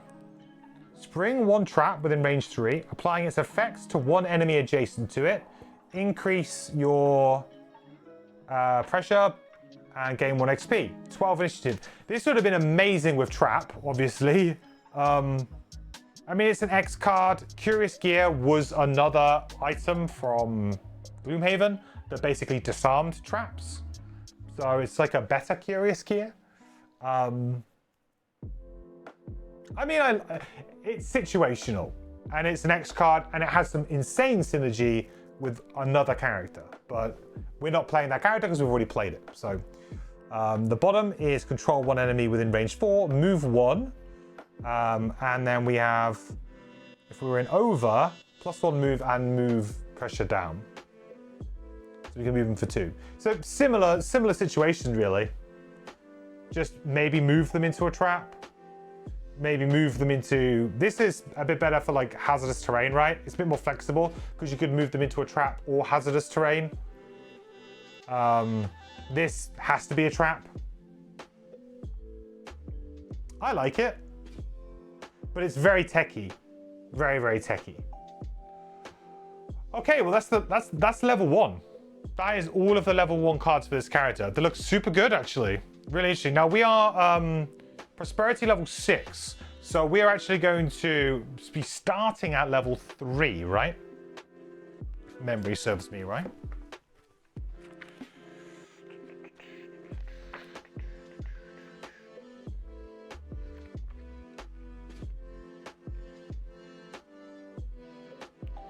Bam, bam, ba, bam, ba, ba, ba, ba, ba.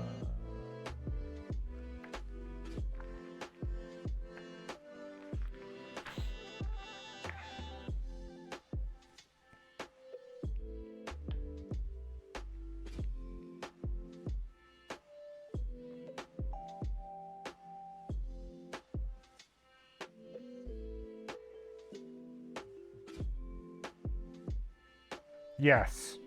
So we started level 1, we made the level up without meeting the experience requirement, even multiple times as long as the level does not exceed half the current prosperity level.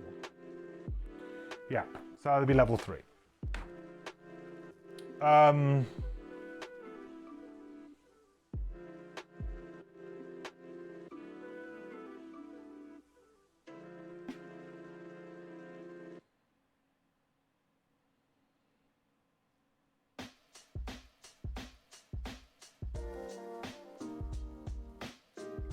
Oh look, there's a little,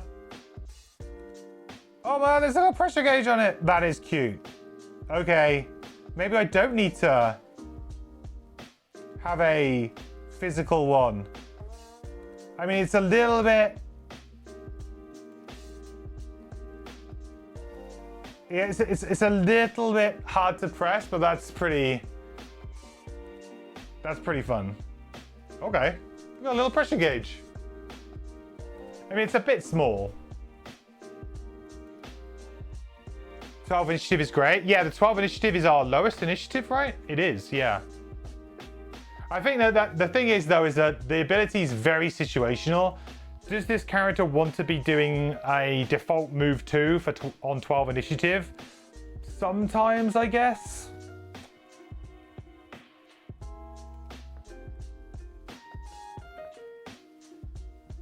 Sometimes, maybe.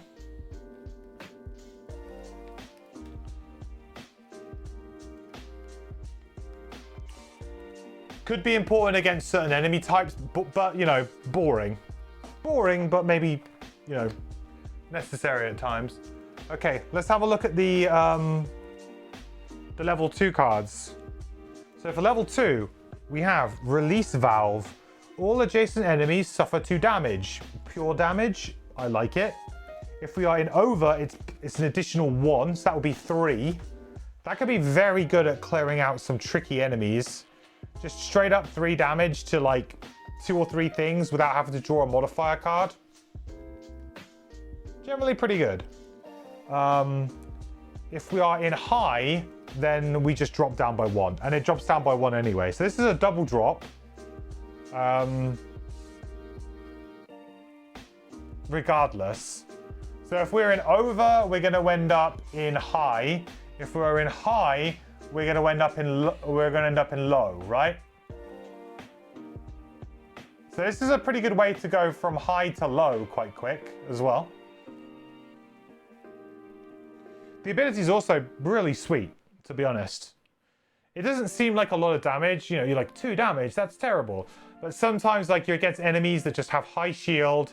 It's pure damage. Perhaps you've taken some curses, perhaps you're muddled. Sometimes you want to do damage without physically drawing a card. And at, you know, level 2, and I'll be at level 3, I will have a decent amount of perks because of the retired characters that I have. So I won't be starting from, you know, base. But that could be interesting. Maybe I should have a little look at the perks as well, briefly.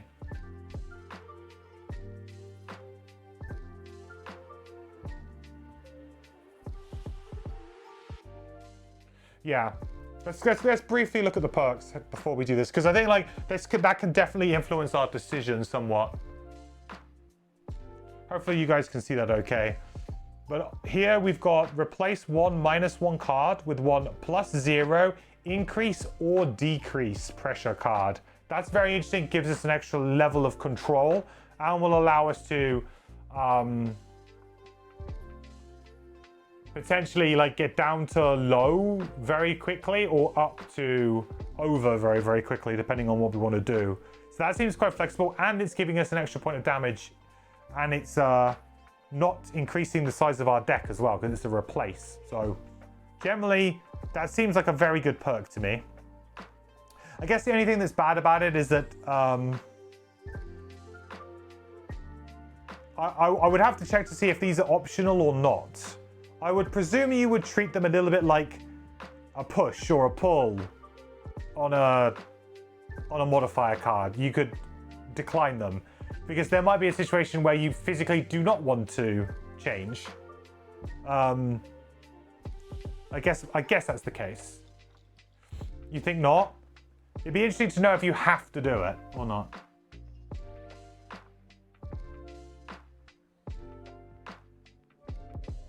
Optional at the end of the action card half. So if it's optional, then there's literally no downside, so that makes it a very good perk for sure.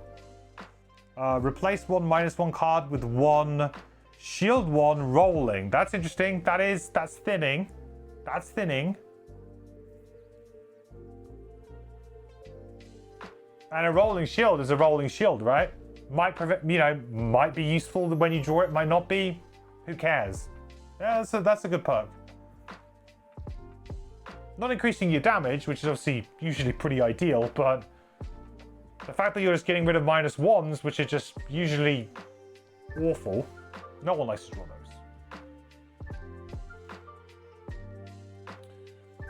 Optional, definitely, all attack modifiers, unless there's a mandatory box. I guess the mandatory box is the, oh, here you go, they're on the top.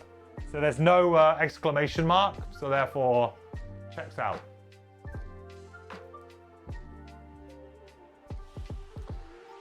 Replace 1+0 card with 1+0. The target and all enemies adjacent to it suffer 1 damage. This is an interesting, quite a good one. I think, didn't Demolitionist have a card like this? I always found it to be a bit weird on the demo because ultimately you would occasionally draw it at a good time, but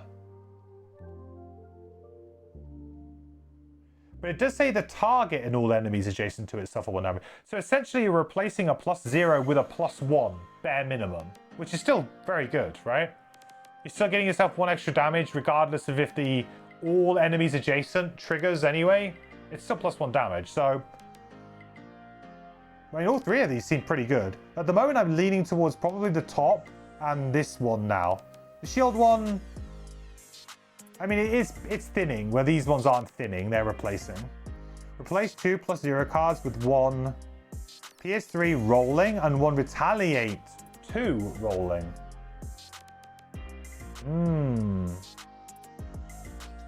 The thing with Pierce, though, is that I always find that if you're fighting an enemy and you need Pierce, you just play it, right? So you have Ancient Drill already, you just play it.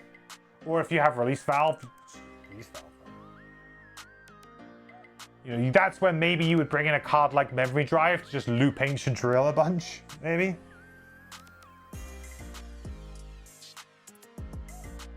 It's not bad. It can sneak you some extra damage occasionally, and the Retaliate is less good. You know, I don't like Retaliate unless you have more control over it, because rolling Retaliate is like what? If you went, you know, our best shield card isn't an attack. So therefore, if we're playing that shield card, that Retaliate will not come into play in that round. So you're going to use the Retaliate on a round where you are, maybe don't have shield up and you're actually just attacking. Which means you're going to be taking damage to give damage back. On your initiative, you might have decided to go really late and you flip it and it doesn't do anything, right? I mean, it's still, you know, it's getting rid of +0 cards, which are, you know, when we're looking at towards the end game, higher levels, you definitely want to get rid of them. So, but it's gonna be an inconsistent perk for sure. Add 1+1, heal 2 self card. Adding a card. The heal 2 is pretty nice though, because we just take so much little chip damage through our abilities that perhaps just having like a little bit of heal like that, like I said, practice what I preach. Little and often, right? Little and often is pretty good. Yeah, I like that one. Add 1+3 card. I probably wouldn't bother with that. For the most part, it's almost a ×2, I guess, for a lot of abilities. Not quite. But for a lot of abilities, it's going to be the same as drawing a ×2. So it's kind of like almost adding another crit, but not quite adding another crit. I guess it's fine, but it's building your deck out. It's a whole perk. Perhaps you can do better. Okay. Moving on to the bottom bunch. We have ignore item negative effects and add 2+1 cards. I mean, it strikes me that we are going to be an armor user, so yeah, seems good. We're a melee character. We're going to be in the front line. Even if I don't go for a tanking build, I'm going to want probably some items that give me some level of tank and safety, because I'm a melee character. I'm going to be in the trenches, so seems like probably a pretty necessary one. Whenever you long rest, you may increase or decrease pressure. Now that seems really good, because you're going to have the ability to then decide, you know, if maybe you're going into a new room, maybe that will give you a free way of doing it, giving yourself to a better pressure to be able to have an impact in the next room. I like that. It's probably like, it's hard for me to tell right now because I don't know what the economy of how fast we can go up and how quick we can go down. You know, there's definitely an economy there, and you know, after multiple sessions, if you find yourself, you know, not quite like this kind of thing, will just make your life a little bit easier. So it's hard for me to tell if that's like one of our best perks, or actually, do you know what? If you're really good at playing this game, you don't necessarily need a perk like that. It is only 1 tick, so it's a fairly cheap one. We're coming up to a 3 ticker down here. Whenever you would gain poison, you may suffer 1 damage to prevent the condition. Ooh.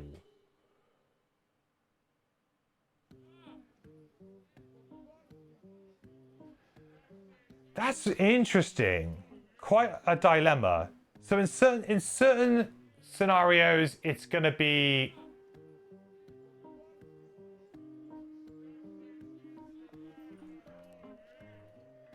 I mean, I guess it means that your power core bottom becomes really reliable. Really, really reliable. Like, you should be able to heal for 5. I mean, if you're planning on playing the bottom of power core, I think you absolutely use that perk. Because this is pretty much the only thing holding... Poison is the only thing, I think, holding power core bottom back from being, you know, a really strong ability. The fact that you don't have any ranged attacks, though, just mean that you kind of have to sit there with power core bottom. But perhaps if you go late, move in, and then use power core or something. Or perhaps you're just surrounded, so you just use it anyway. That's really interesting, because let's say you were surrounded by snakes and there were 4 snakes attacking you. The first snake's going to attack you. Let's say they're all attacking for 3. No attack modifiers involved. Let's just say they're all attacking for 3, but they all apply poison. So the first one's going to attack you for 3, which would then apply poison. So you're going to take 3 damage from that. Then you're going to take basically 4 damage from each other one, right? 4, 8, 12, 13, 14, 15. So that's 15 points of damage. If you were to have this perk, you get attacked for 3. But you decide, no, I'm not going to take the poison, I'm going to take the extra damage. So basically you get that 1 extra point of damage, right? On each individual one, you're going to take that +1. So it's basically 1 additional point of damage that you take at that point. So you're then going to be taking 16 points of damage rather than 15. 1 extra point of damage at that point. But the best thing is that you can then heal up for 5 and negate a good amount of that damage that you just took. Whereas if you were still poisoned, yeah, you've only taken 15 instead of 16, but you're unable to recover health, really. I think that's a pretty good perk, actually, if you look at it that way. Because basically, like, the only thing that's really changing is it sounds scary because you're like, oh no, I'm going to be taking, like, oh, think about how many enemies have poison. Well, the thing is that the enemies that have poison, you know, every subsequent enemy of that type is going to be attacking you with poison anyway and will benefit from that poison. So realistically, it's like 1 extra point of damage around. Like, that's it. And then you get the benefit of not blocking heals, which seems pretty good to me. So actually, I feel like that's a pretty strong perk. Once each scenario, when you would become exhausted, instead gain stun and invisibility, lose all your cards. What? Recover 4 lost cards and then discard the recovered cards. What? Hang on.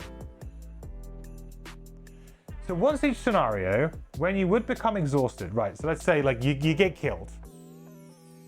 Let's just say you get killed, right? You have to burn cards of damage, you get killed. Instead of dying at that point, you would gain stun and invisible. Lose all your cards. All of your cards go into your burn. Then you're going to recover 4 cards from that burn pile. Because I guess in a theory, there's a way here where you choose to exhaust when you have cards in hand, which is why you need to get rid of the cards from your hand into there. So then you get to recover 4 cards, but then you discard them and put them into your discard pile. So then basically on the next turn,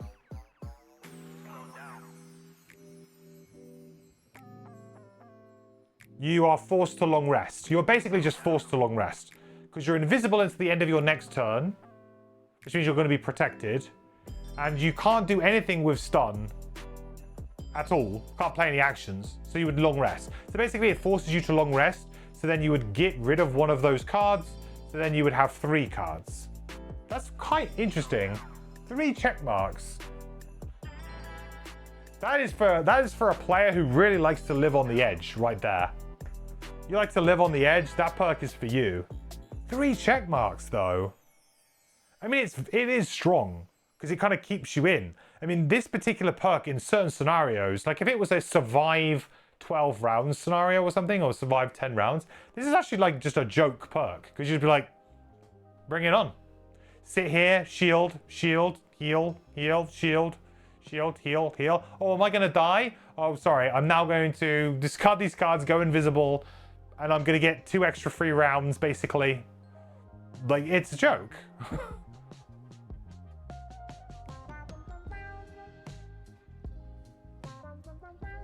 In your group, one of your players took this perk but didn't really understand it, so you had to make a fully illustrated flowchart.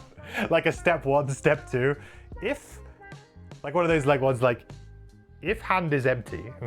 Because I presume that there's like, yeah, it's worded in a very interesting way where it makes you feel like, oh, am I incentivized here? Which possibly you could be at a certain point.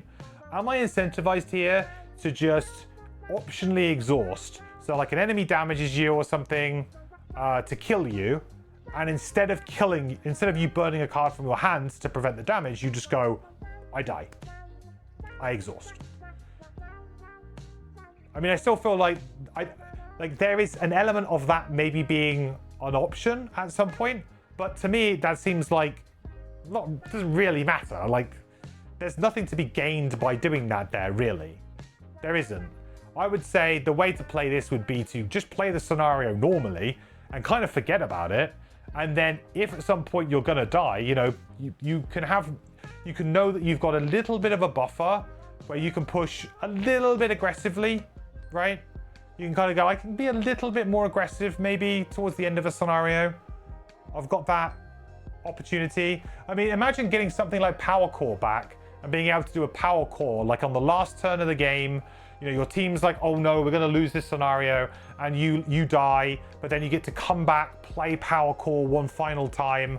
It stuns 2 things. It buys you the time you need or something. Like, there's probably some kind of real like Hollywood moment play available here with this. But probably for the most part, I would recommend just playing the scenario normally. And if you happen to die, this kicks in. Like, okay, I've burned all my cards in my hand.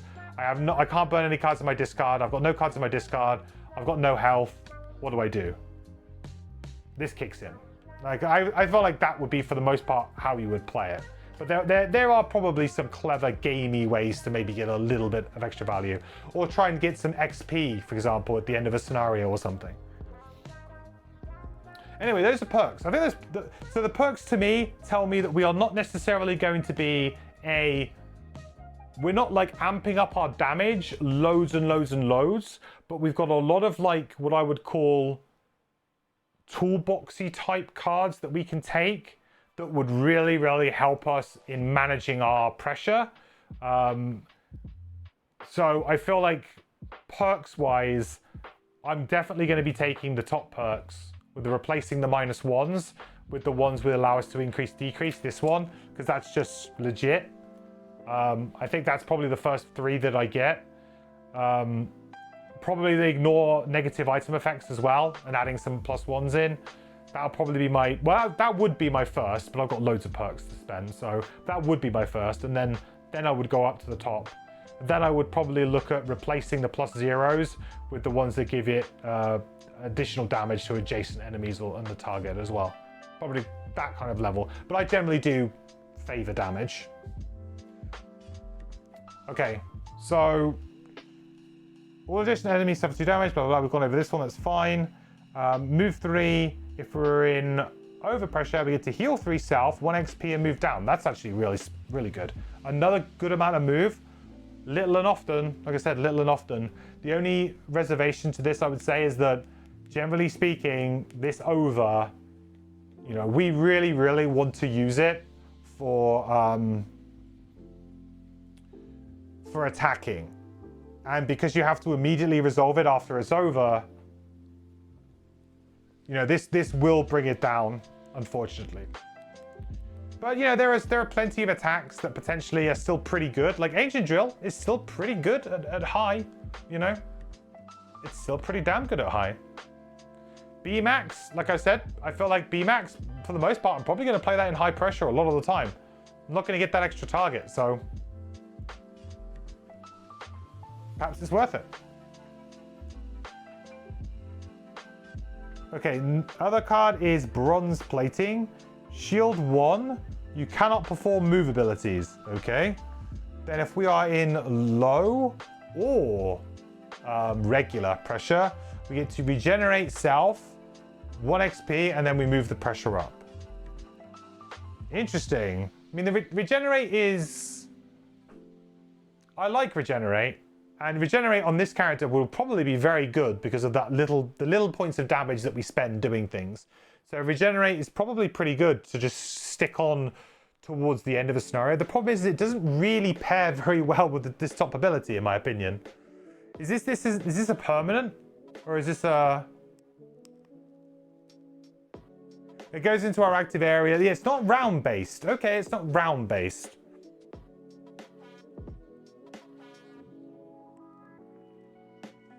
Okay, I get it. So what you could do is... So let's... Some hypothetical situations. It's not round-based, so it's there until you decide it's not going to be there. So I guess what you would do is that you would go...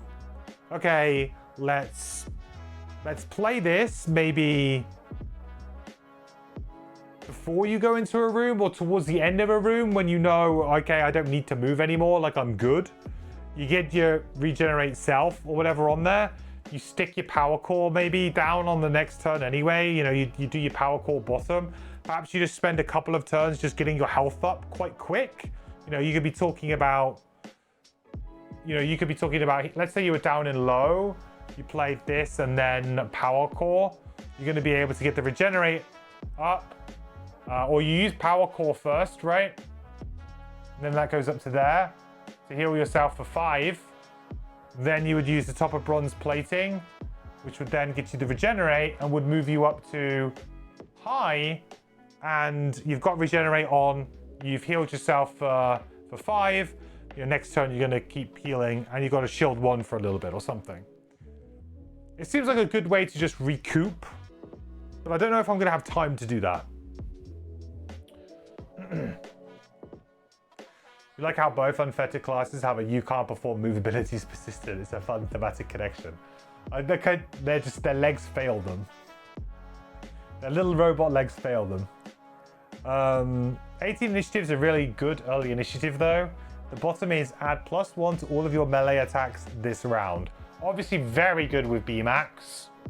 Very, very good with B-Max. Good with Power Core too. Pretty good combo with Power Core. If you went late the previous round, you know, got yourself up to high, move in, and then you can go on next turn. 18 initiative, +1 to my attacks, Power Core, target 2 things. You know, ideally you might want to go a little bit earlier than 18 against certain enemy types, but 18's pretty early, and you'd probably have a good chance against a lot of enemy types to be able to land that. So then you'd be able to do an attack 5, target 2 with wound, or again like with B-Max potentially, if you line that up. So this kind of screams like a go late the previous round, then go early and try and capitalize on the bottom of that. So at level 2, I think that's a pretty interesting choice there. I wouldn't say you've got just a straight up choice of, okay, this is, you know, the tanking card and this is like the damage card or whatever. I think they're both good for different reasons. The 18 initiative is kind of tempting because I'm probably not playing that. I feel like my initiative is probably going to be 17 is probably my earliest initiative that I'll be having in my regular hand, I would think. I guess the thing with Release Valve is that it doesn't add to the combo in any way, but does that really matter?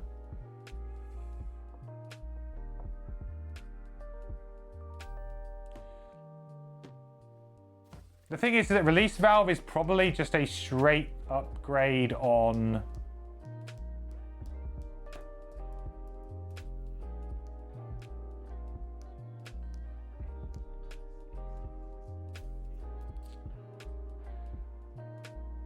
difficult, actually. What is it a straight upgrade of? I don't think it is. They're all kind of pretty unique. Like, Release Valve is a card I would much rather have in my sideboard than Bronze Plating, to be honest.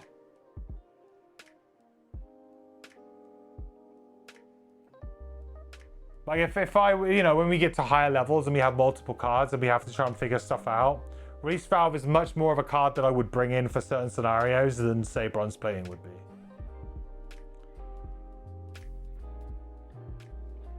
I think I'm leaning towards Release Valve. The problem is that it's kind of like it's kind of like a B-Max replacement, I guess you would say. A B-Max so good.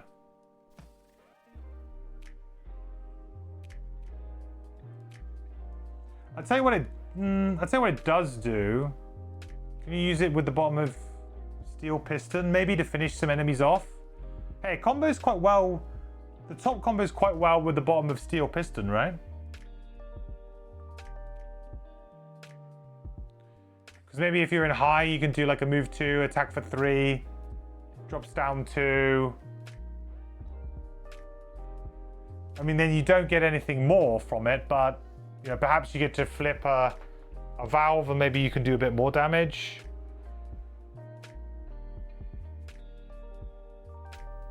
But then you get to do an extra 2 damage for free.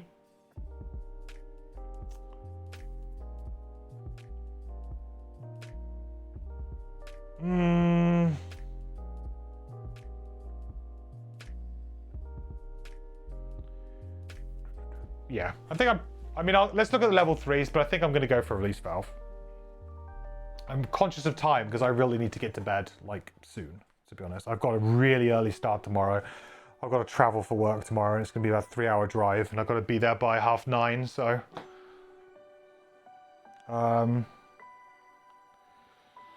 Okay, so we've got Stress Vents. Whenever you're attacked by an enemy within range 2, you may... reduce pressure to cause the attacker to suffer 3 damage immediately after the attack. Okay, it's like a little retaliate flavor. Discard this card when you have low pressure. Increase your pressure. It's an interesting way of just stacking a little bit of damage, like preemptively putting a bit of damage out there, because you just play it in your active area and just wait for the opportunity. You know, it could come out though that you just end up doing this through some other means and you just lose it. It wouldn't be a bad card to play before you open a door or something. The bottom is move 2, retaliate 1. High pressure, retaliate, overpressure, sorry, +2 retaliate, 1 XP, 1 damage, move down. Orange is +1 retaliate, move down. Electrical Discharge is the next card. 50 initiative though, that's good. Electrical Discharge is attack 2, stun, okay. Now you're talking my language.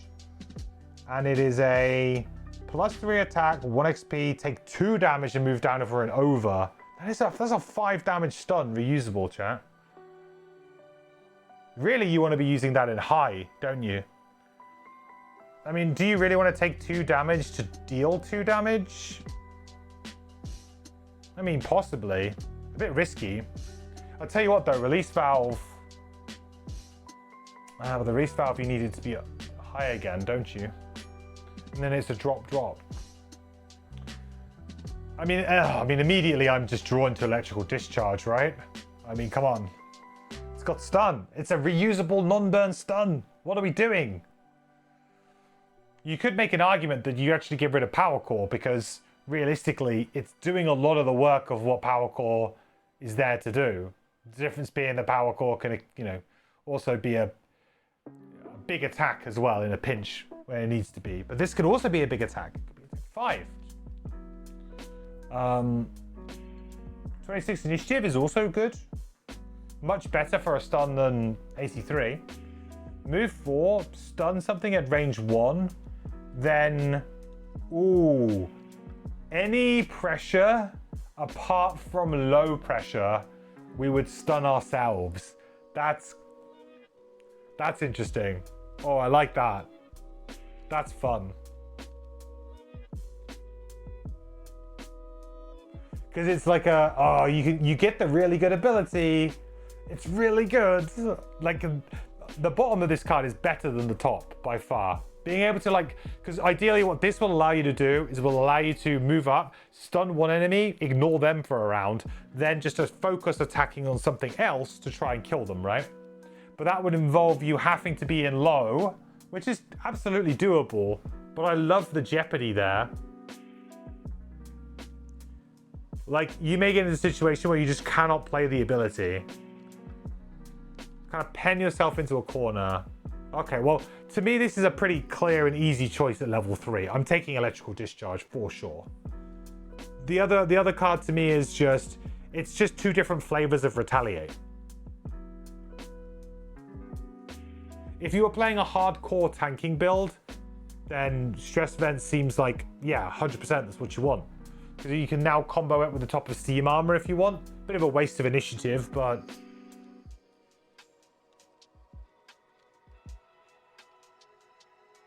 that's 100% what you would do. Whereas Electrical Discharge, I'm running around, I'm stunning things, I'm messing around with my pressure gauges. Yeah, I'm taking that. Which then I think means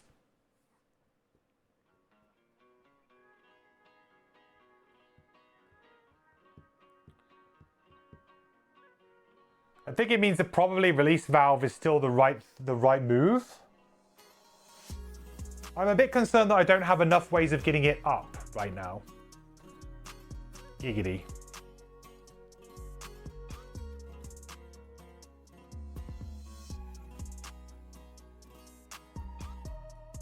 That's gonna go up.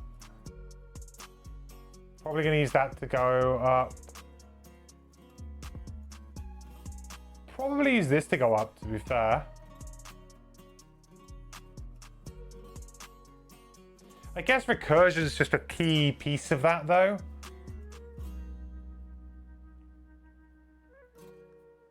But recursion works so well with Electrical Discharge, man.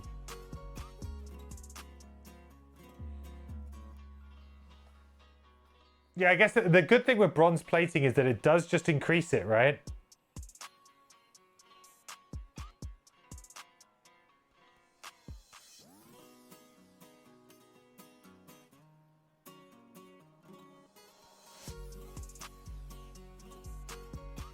I mean, even if, let's say I was on this, I mean, bronze plating...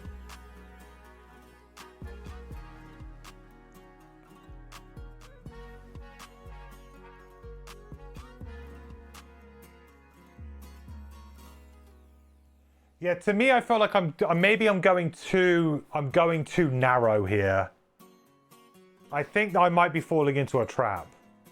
Because I'm taking all of the cool cards that are like, way, when your pressure's like really high, and I'm taking a lot of cards with this blue down symbol on, and I'm not taking a lot of cards, and even the cards that I'm looking at from this tableau, I'm looking at all of the ones that are going down, not up. So I'm thinking possibly we don't take Release Valve. And we actually take bronze plating. Because bronze plating is just like, it's 18 initiative. It gives us that +1 to all of our melee attacks, and we get to amp up. So as long as we initiative dance correctly, the bottom of bronze plating will make up for that. And that can be the difference between, you know, like, because if I'm playing and I'm trying to get from, let's say I'm playing and I'm just really struggling to get up to to over. I'm just constantly like here, and here. Like I can't, you know, and there'll be a point where I end up down here and I'll be like, well, how do I go up? Well, the only way to go up is probably recursion in a decent way. And I feel like the problem is that with this, I'm going to probably, it may end up just being an initiative 30, move 3 a lot of the time. And let's face it, I'd much rather have an 18 initiative, move 2 than a 30 initiative, move 3, to be honest. Yes, this has got a heal on it, which is pretty beneficial for if I'm trying to go over a lot of the time. But I think I just need to use Power Core more. Just Power core, power core, power core. As long as I use power core like once, maybe twice. No, sorry. If I use it once as a heal 4, that will, for the most part. 1, 2,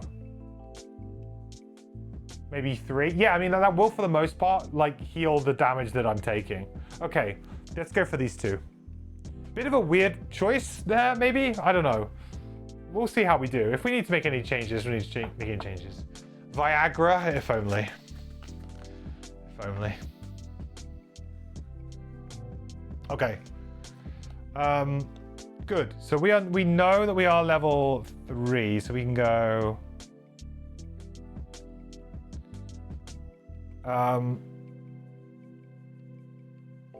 So what are our masteries here? Never attack for 4. What? Just never attack. Just do a scenario where I don't attack. Well, that seems dumb. I guess a certain scenario might come up and that's possible, but it seems kind of dumb, but okay. Sure. Right, how many perks do I get? I think I've had 3 retirements, right? So we had Drifter, Trap, Pyro. Yeah, so 3 retirements.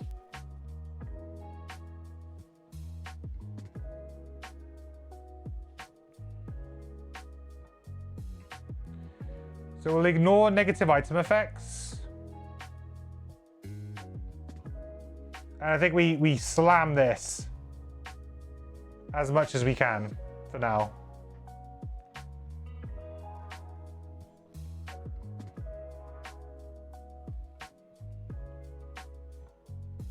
Sheer retaliate direct damage, easier in a bigger party for sure.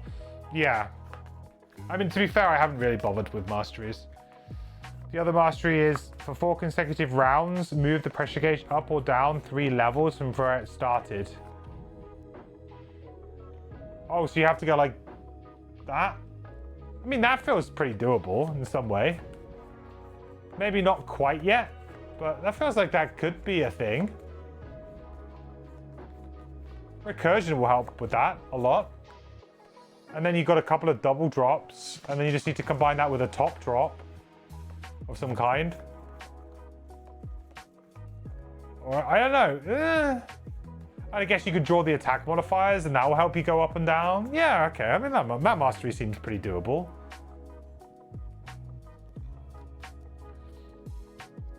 Okay. Right, we're going to have to move on because, as I said, I actually really need to get to bed.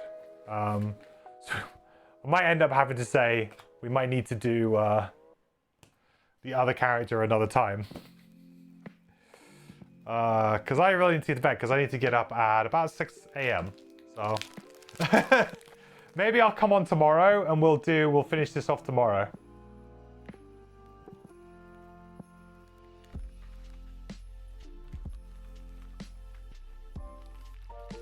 What's my next? I guess with Fist or Astral? I don't know. It feels like if I go Fist, I'm very all in. You know, I'll be playing with 2 characters with pretty low stamina. Fist is a complete blast. Oh, we didn't look at the mini. Let's look at the mini for sure. Oh, wow, dude. That mini is amazing. Okay, best mini easily so far. Look at this bad boy.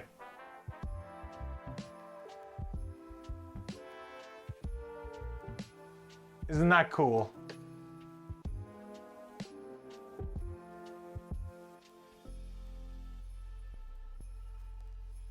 Oh, I love that.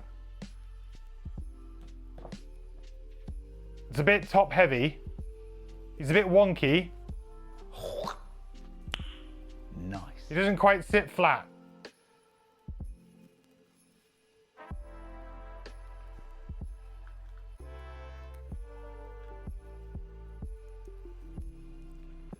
he fit in the base? Oh, he's too big. No, he's too small. He's too small even.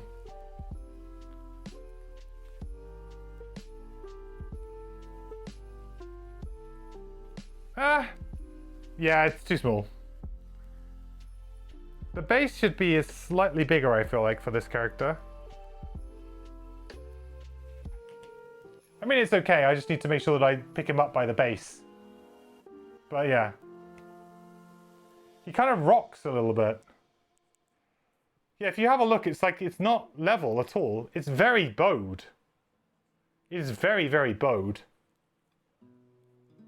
That's a shame. Maybe if I heat it up a little bit, maybe we can flatten it down. I don't know if it's soft enough plastic, though.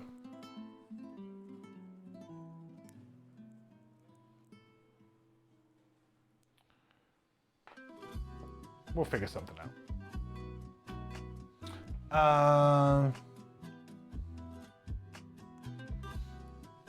Fist is melee too. Snowflake could work well with a drill. Yeah, Snowflake could work okay with drill, right? Snowflake's got like a decent amount of heal and stuff, right? Astral's kind of like a bit of an enigma here. Kind of like just a bit of craziness going on.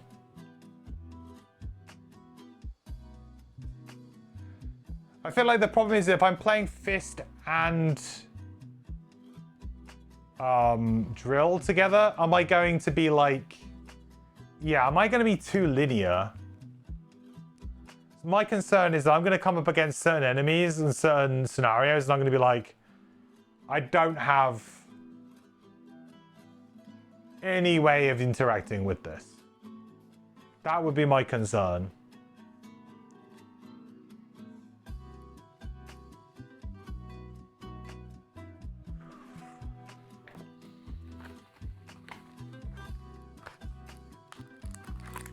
Gotta remind myself about Snowflake a little bit. It's just a lot of push and stuff, right? Slippery terrain and...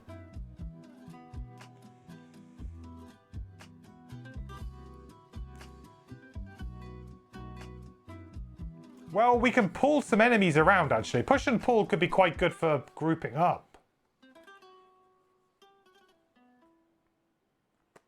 Also creates ice, which is a shared element. Does Fist even have an element?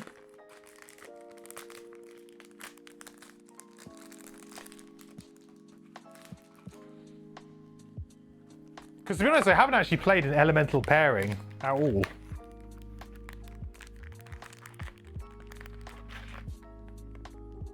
Ice.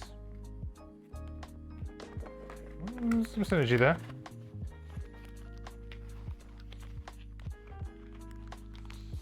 He really needs them.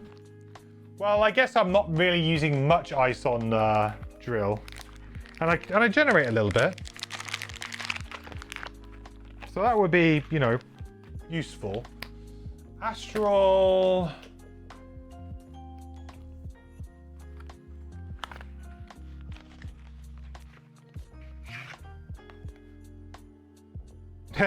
None of them. Yeah. Wind, earth, and dark. And there's also supposedly primarily a melee character. I presume that's because of the summons or the infusions. Whatever. We'll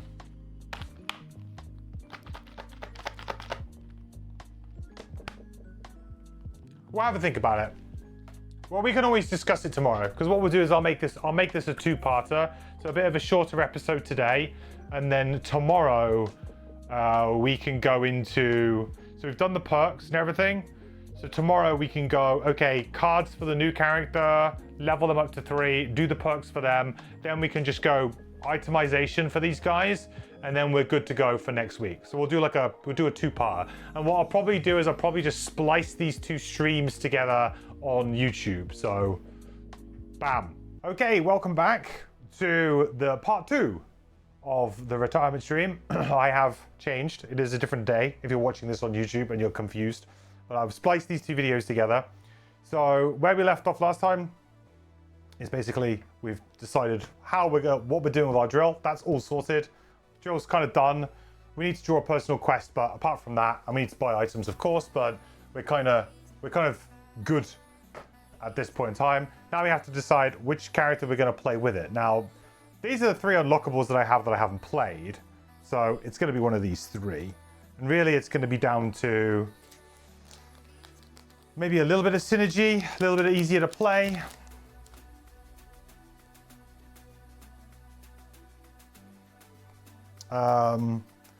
So I feel like the Astral is the odd one out here, just because it doesn't really share any elements with the drill, which, you know, isn't necessarily a bad thing, right? You can kind of make your own elements, so it's not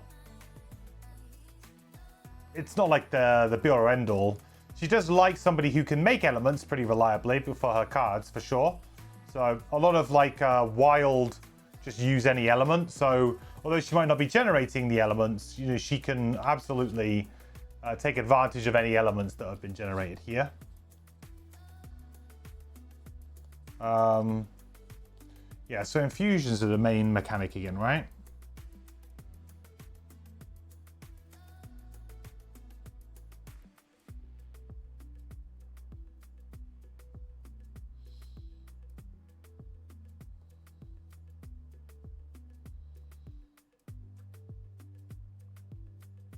Yeah.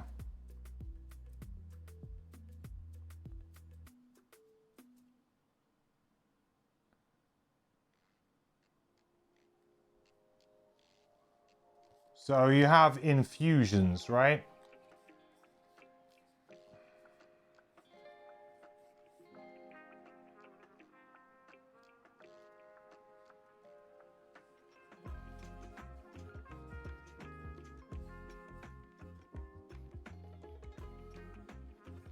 Which is like, basically, you can kind of just stack a load of stuff. And then we also have our imbued claymore.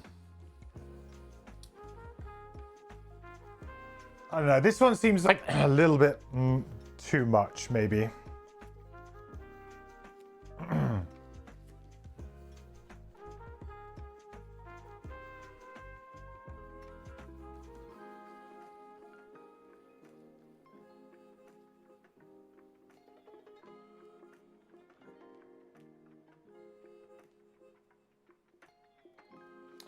I think the problem with the main problem that I have with Snow Dancer is that I'm a little bit worried that it's a less impactful class, and when you're playing 2-player, sometimes I just need to have big turns, right? And I'm gonna have a character who's reasonable, but isn't probably gonna blow your socks off very often. And to be fair, Trap was kind of similar at times, where you would kind of sometimes just have a string of durdling around, not doing too much, doing a little bit of damage here, a little bit of damage there, and then occasionally you would have incredible turns, but you were also, you know, influencing the scenario a lot.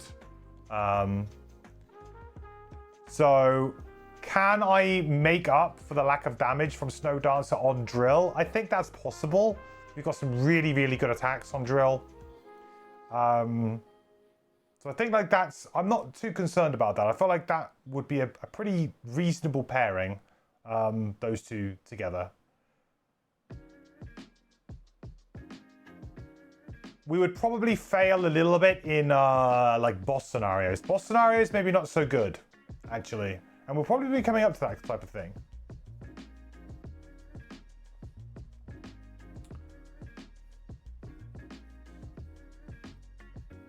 And then, of course, Frozen Fist is very interesting.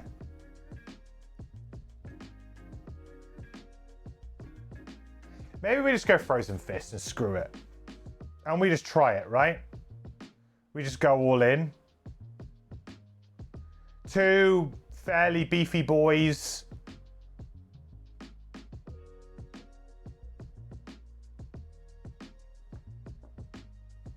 Okay, I'm going to discount the infuser. I'm discounting the infuser. I'm going to put a poll up. You guys get to choose between these two. Because I just feel like the infuser's the odd one out. And I feel like I can find a better time to play the infuser. Just feels like the odd one out.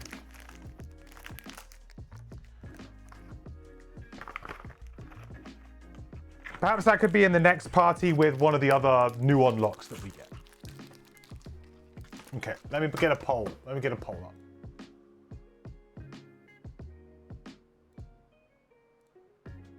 Okay. Which class? Snowflake.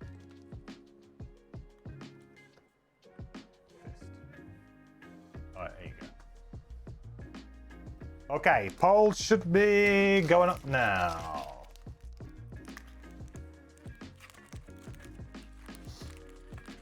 Fist and Ash are a good team. Well, you know, we may end up retiring one sooner than the other. You know, you don't know, right? You really don't know. So there's always the potential that there may be some overlap. I know I've always tried to just do one big retirement because it's just been more convenient for me for, you know, organizing the stream and the playthrough to be like, oh, now here's one big bumper episode where we just talk characters and now we're back to playing scenarios again. It just works quite well for that. But got nothing against that. The chat is very decided on this. Oh dear. Is it? Wow, Fist has got 100% of the votes. Okay then.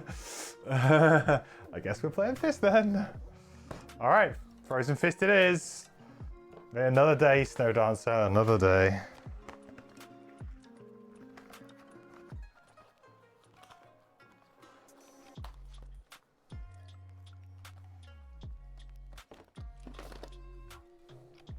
I feel sorry for the wow. I kind of feel sorry for Snowflake because every single time that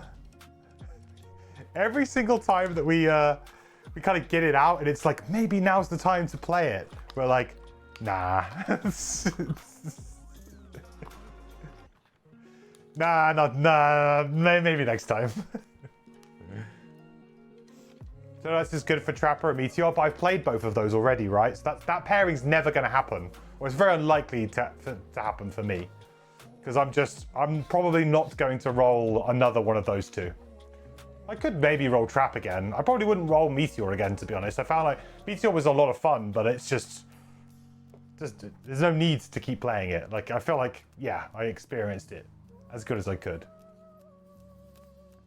Okay, then. So, I mean, in terms of cards, we've gone through the cards for this character before in a previous episode, so I'm not going to go through it massively.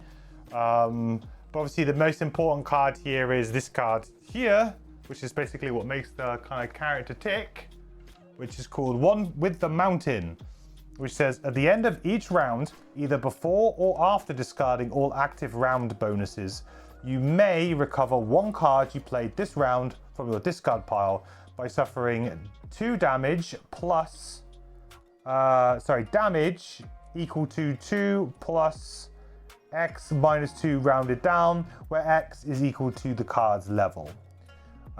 So it would be, so for example, if it was a level 1 card, we're looking at 2 damage. Because it would be rounded down. It would be 1 divided by 2, which is rounded down, so it would be 2 damage. And then it says whenever you do not have regenerate, gain regenerate. So basically we just permanently have regenerate. Whenever we would lose regenerate, somehow we would just immediately gain regenerate. Level X counts as level 1, yes. Usually does for the purposes of these things. Just look at the character map, it tells you the damage. Oh yeah, it does. Level 1, 2. Yeah, so it's a pretty... There's some pretty nice scaling here. So it's 2, 3, 3, 4, 4, 5, 5, 6, 6. So we'll be going up to level 3 because we're Prosperity 6. So the most amount of damage will take us 3. So this class is immune to poison and wound and brittle. No. Not technically true. It is immune to bane and wound, but not immune to poison and brittle, because those could, in theory, be applied to you before you get a chance to trigger the regenerate, right? Because regenerate triggers at the beginning of your turn, you heal 1. So if, say, an enemy was to poison you and then, like, attack you before you take your turn in a round, the regenerate wouldn't have the opportunity to remove the poison. So it allows you to get rid of the poison cleanly, but it does not make you immune to it.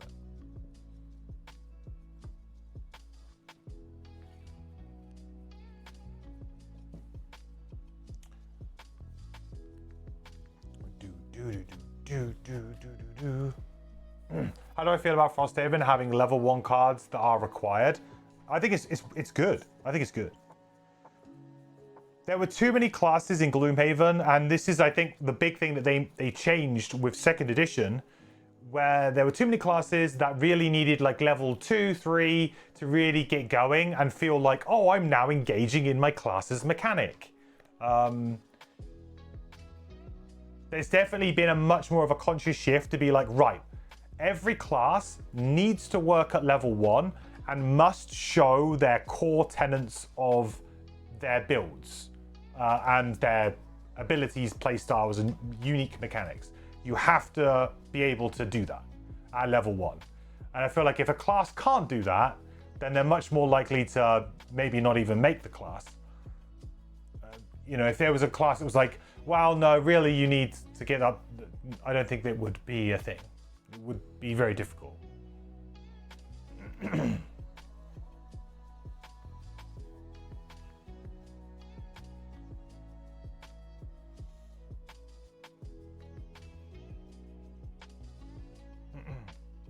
If I don't know how your class works, too bad, it retires now. Yeah, exactly. There was, and also it just gives a bit of a feel bad experience, right? You've just unlocked a brand new character. Maybe you want to try playing it at level 1 and then, oh, I don't know what I'm doing. I just feel like I've made, you know, bad choices. The class feels weird. I don't get it. I can't do stuff. You know, the classic one for this is Elementalist, which just feels really weird at level 1, because unless you play a very specific rotation of cards, which I mentioned in my guide, if you play a very specific rotation of cards, you can get XP and kind of be, you know, pretty efficient with your elements, consumptions, and usage, but it's a very regimented way of playing. And let's face it, most people don't want to play that way. Most people want to play a little bit more opportunistic, a little bit more free. So having a class where it's like, yeah, the only way to play this is to play these cards in this sequence every single scenario. Otherwise, you'll earn no XP and probably have a bad time, or less XP at least. It's not good. So, all right, let's do some level up, shall we? So we've got level 2 cards. So we've got Crushing Crystals. An attack 2, little cleave pattern there, and if we consume ice, we can add disarm for 1 XP. This is a non-burned potential disarm card, and on a class that has the potential to get it back.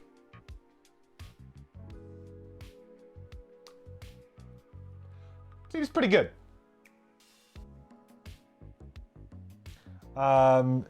67 initiative is late for this particular, you know, type of ability, but I'm sure we can find something to pair it with.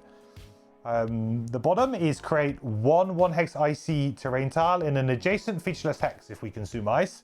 Otherwise, it's just move 2, heal 2 self, which is probably a very core thing to do on this character anyway, right? A very, very core thing to do on this character. You're going to be wanting to heal, because we're going to be taking a lot of damage through recurring our cards for sure. But so far, the top of Crushing Crystals to me, I mean, this is S tier control, right? This would be S tier in Gloomhaven, let alone Frosthaven, which is like, this is like on another planet. It's like, it's in another whole list. Okay, we've got Draw of the Bedrock is the other card. So it's attack 2, consume earth to add brittle. That's nice. Brittle's something that we certainly haven't had the opportunity to play much with. We've had it done against us a lot, but I can't remember us actually applying Brittle. No, I don't think we've actually been able to apply Brittle at all. Maybe something to do with trap, but I can't remember. But yeah, certainly we've not really been able to apply Brittle, but we've had Brittle applied to us many a time. Shield 1, if we consume ice, we get an additional shield. That's pretty good. I mean, if you could do all of the top of this, attack something for 2, add Brittle, 10 initiative as well. So, hey, you know, Drill's waiting in the wings to follow up with a massive big swing, right? We got some big swings as well on Drill. Some huge swings, actually. So you got, yeah, an attack 2 with Brill, shield 2, if you manage to do both elements. I'm guessing both elements will be quite tricky, though. At least just as this character alone. Let me add them in.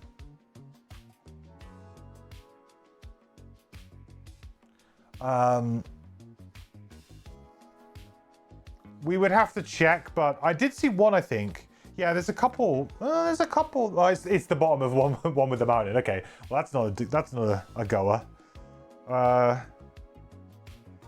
You know, I guess it's possible to play something like this bottom, and then maybe this top to try and set up the dual elements. I mean, I think the Brittle is way more impactful than the shield, and it gives you the XP, which is probably where you want to be, really. The bottom is pull 3, range 4. So pull something, range 4, consume earth to then immobilize, range 1 target, 1 XP, and to retaliate. So basically it's like a guaranteed retaliate. Pull something in, and whether or not you need the immobilize, obviously if it's a ranged enemy you would need the immobilize, but if it's a melee enemy you actually don't really, you potentially don't even care about this immobilize. It might not even matter. But that's kind of interesting. Pull something in, guaranteed retaliate. I think you would need to have like a high shield top. I guess freezing shell? Yeah, you'd probably want to have like some, you know, kind of ongoing shield at that point. I don't really like playing retaliate on its own without some form of shield up, or like give the enemy disadvantage or something, right? Which I guess this would do if they were ranged. Kind of bit of disadvantage, maybe if there's some curses in there or something, then it's not so bad. But otherwise, you know, this is a character who's spending their life as a resource, so I don't know. Without playing, to me, it seems like it's maybe a bit niche, but the top is excellent, so.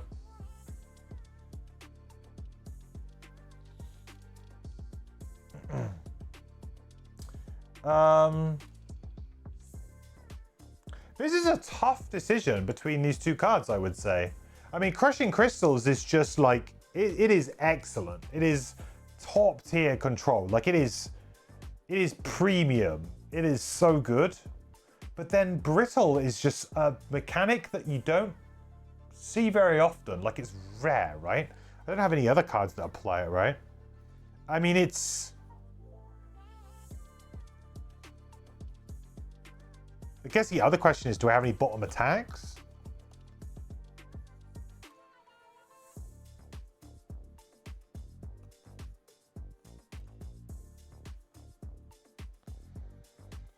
Not at level 1, it seems. So no way for me to immediately get the benefit of it myself. But of course I could use some items. So we do have, is it the Assault Potion? Which is like an attack 4 or something. Like I have some items that I've unlocked that could combo quite nicely. It's just our 2, you know, suddenly we can go to do this and then use the, if we brew it.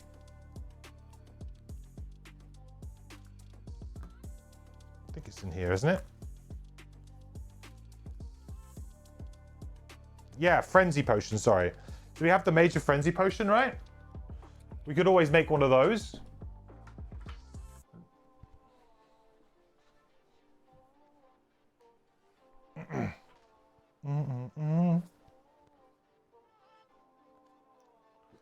Could be an option.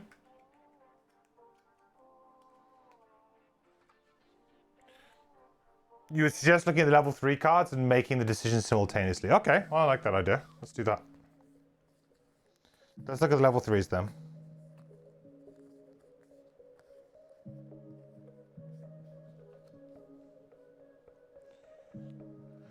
So we've got Frozen Over. Sorry, I just realised this camera's not particularly well positioned today. There you go. These cards are very blue. Let's see if I can do something with the... Can you guys see them okay, or is the color a little bit weird? It looks like the color's a bit weird for me. Let's see if I can do something about the color. Is that better? A little bit less vivid? If I just like increase the white... If I decrease the white balance a little bit, kind of grey them out a little bit more. They're not quite as blue. I think that looks a little bit better.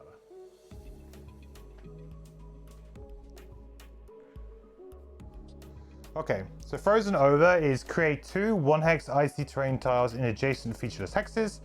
Consume ice. Enemies in those hexes gain brittle. Okay, so that could be a double apply of brittle.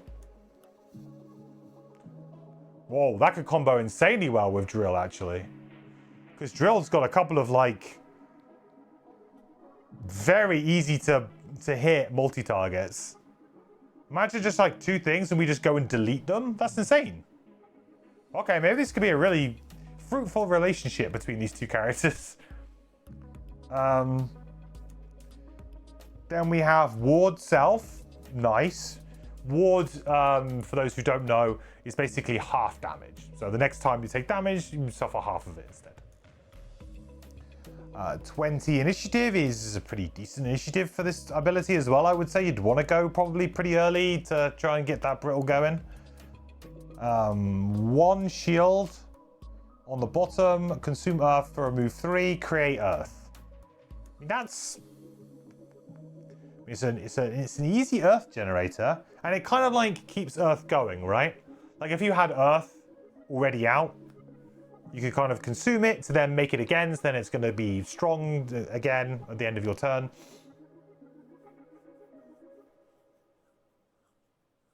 Seems like a pretty decent card. And I said before, I said it with Drill, I really like shield and movement paired together because it just means that you don't have to waste your turn or dedicate your entire turn to shielding maybe, like with a bottom or something. This, or with the top. This will allow you to just go, cool, maybe I've got 1 shield. You know, maybe I consume the earth, we do a shield 1, we move for 3. I'm just going to take 1 less damage this round from enemy attacks. You know, it's just decent.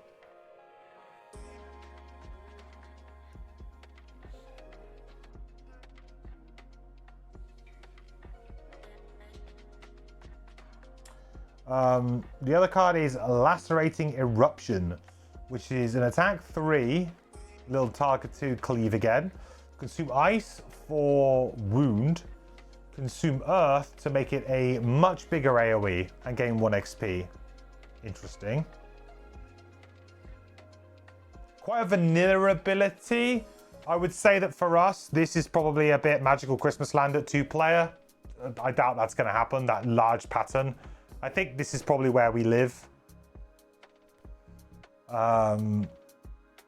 Move 3, create ice. That's really strong to make ice.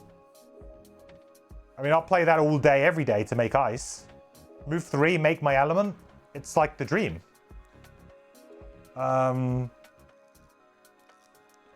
I guess, but then I would guess this would probably combo better with this because we're moving 3.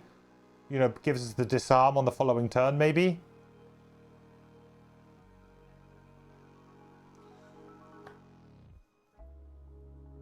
Whereas this absolutely combos better with this because it creates the earth for it.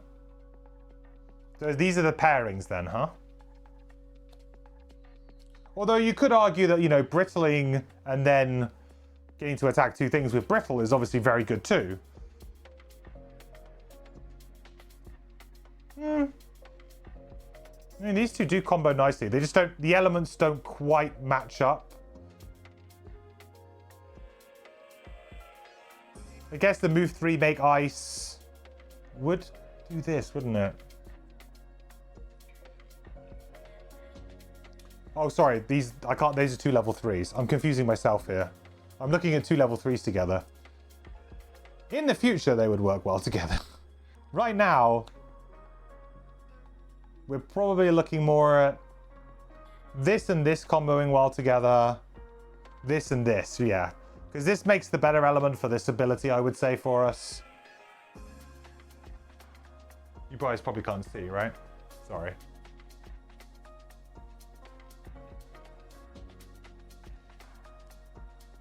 It's kind of like how I pair them. So you'd have Drawer of the Bedrock and Frozen Over together. And you would have Lacerating Eruption and Crushing Crystals together.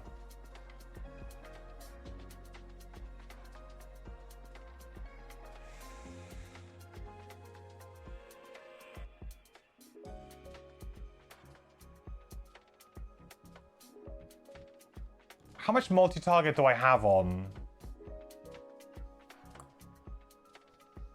our good friend Drill?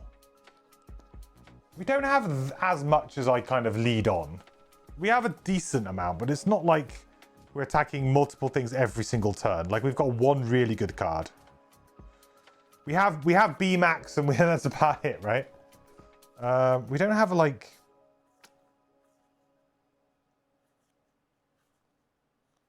Yeah.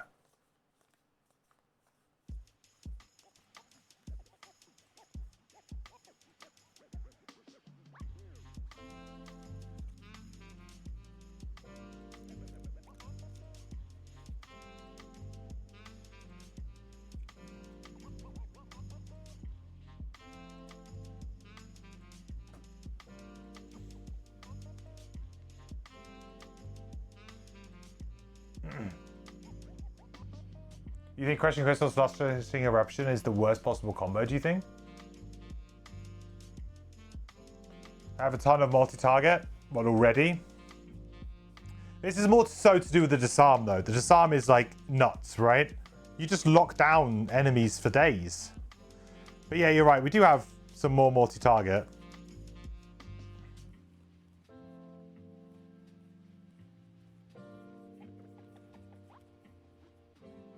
I feel like the Brittle build's probably more fun too. Like, Brittle's just a fun mechanic, right? It could just make scenarios hilarious.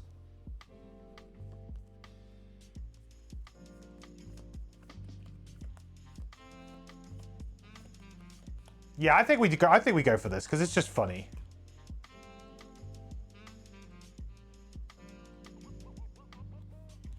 I'm gonna go for this, I think. I'm gonna go for these two, see how we do.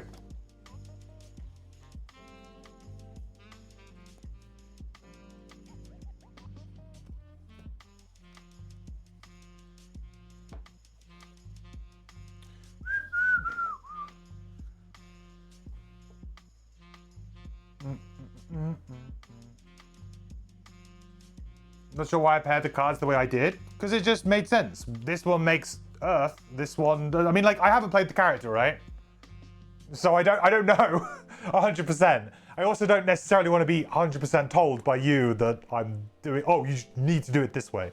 So, but it seems like this would work to me. I've got a card that makes the element, I've got a card that uses the element. And vice versa, this one uses ice, you know. This card doesn't really care about ice, so seems fine. I'm not going to be pairing them as in like a 2-turn pairing, right? I'm not playing them on the same turn.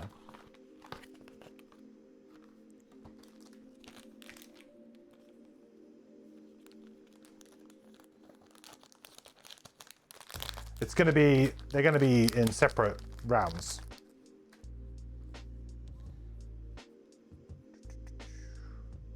Also, I guess there's some level of actually you want to just get back your level 1 cards for the most part, rather than like your level 2s and 3s, because the damage really starts to just sneak up on you. So maybe like having really, really powerful cards that have a great effect, and you're like, yeah, I can recur them, is like actually not such a good thing, because actually you end up taking a bunch of damage to recur them, and really you could maybe achieve, you know, similar levels of success by just using your level 1s more with your mountain. You cooler the mountain. Right. Okay, good. Well, I think we've made our decisions. That's good. I'm happy with that. We'll need to work out what like our actual, you know, starting hands are going to be, but we'll worry about that maybe when we get to the first scenario. Maybe towards the end of this. Right.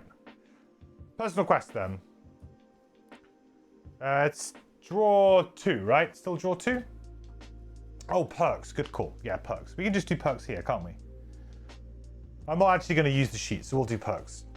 So I think we probably want armor. So does he have the negative? He probably doesn't actually, does he?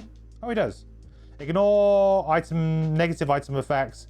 And whenever you enter icy terrain with a move ability, you may ignore the effect to add +1. Yeah, I mean, like, that's perfect, right?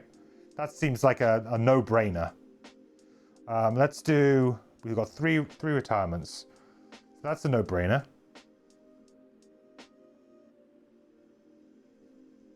Is the app gonna play ball today? Yay! Okay. So what are the other ones we got? Replace 1 -1 with 1 +0 disarm. That's great. That's really good. Straight up replace 2. Replace 1 -1 card with 1 +1. That's a 2 damage swing. That's also pretty strong. Replace 1 -2 with 1 +0. Now level 1, that's quite interesting.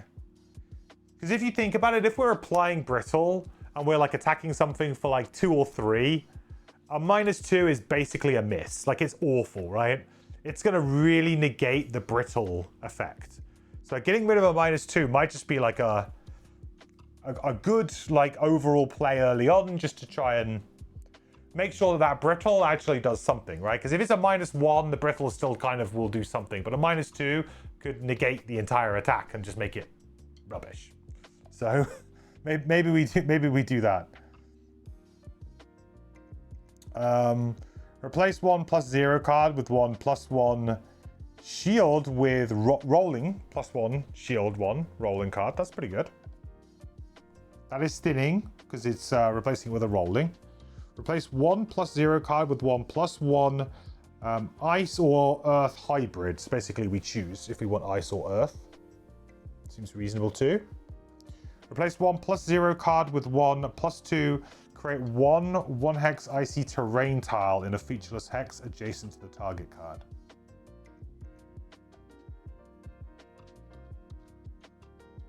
Well, I mean, it's +2 anyway.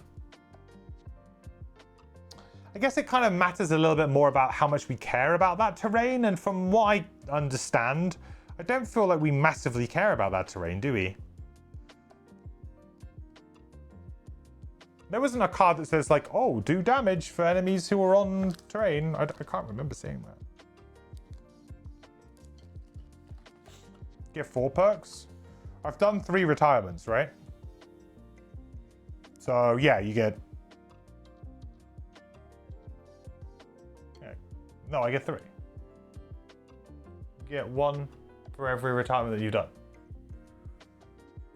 Oh, and level 3. Oh, good call, yeah. Actually, that might mean that I have some more perks to do on the drill. We'll check that out. Because I might have not done that before I did this. Oop, we don't want that. Add 1 +3 card. Meh. I mean, it's good, but just... yeah, it's like a late game perk. Okay, what's this down here? Whenever you heal from a long rest, you may consume ice or earth to add +2 heal. That seems pretty good. Let's say we have the opportunity to do that maybe twice per scenario. Like 4 health per scenario. On a character who kind of needs to heal quite a lot. Seems pretty reasonable to me. Once each scenario, when you would suffer damage, you may negate the damage. So it's like a free... It's a free get out of jail card. Why is that good?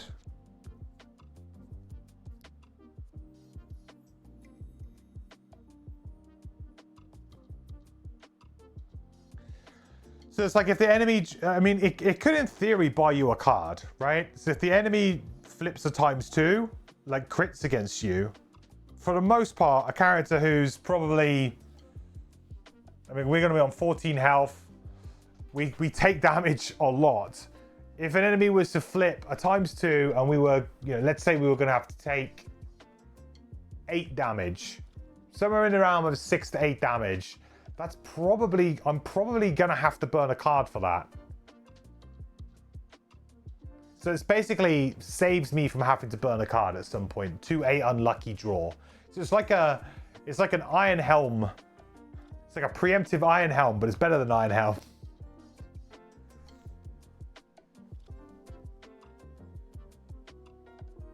The icy terrain triggers are at a higher level. I see. Okay, so that would maybe be a perk to aspire to, not necessarily a good one to get now. Burning a card for damage is a disaster on an 8-card class. Yeah, that's very true. That is very true. Getting like Scoundrel flashbacks of burning a card on Scoundrel and just in the first room or something. Maybe that's a good one to get. Yeah, maybe we should just get that. Because it feels like, sure, it's not increasing our damage or anything like that, but it's building in a layer of security. And I do struggle to use this on my phone, unfortunately.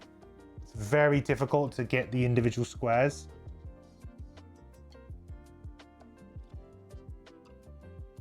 Ha! I mean, 2 check marks as well. It's not too bad, right?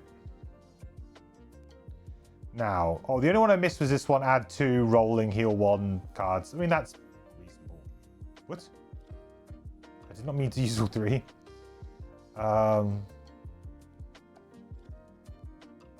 So I want to get rid of this -2. I hate the -2, dude. There's nothing worse in this game than drawing a -2. Get out of my face.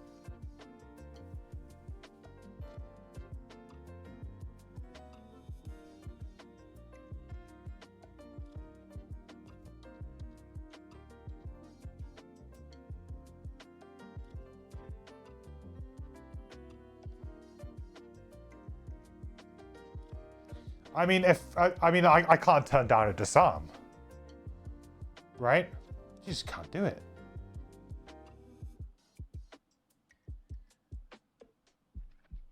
I wish there was like a lock button that you could press on this app.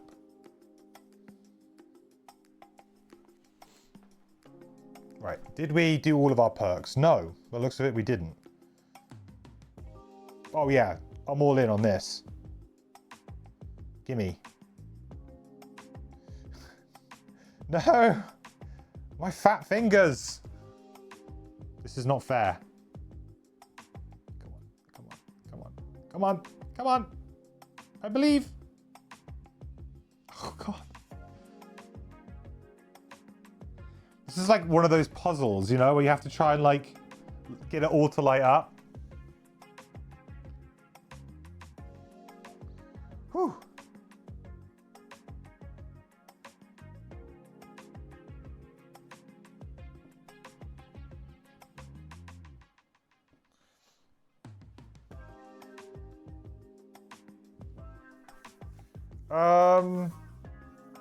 Didn't we say that this was pretty good in the end?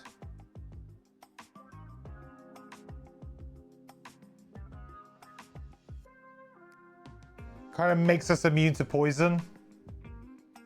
Or maybe we just take the long rest one. I think maybe the long rest one's fine, because this buys us a little bit of security, right? So now we know that we're not, if we mess up real bad,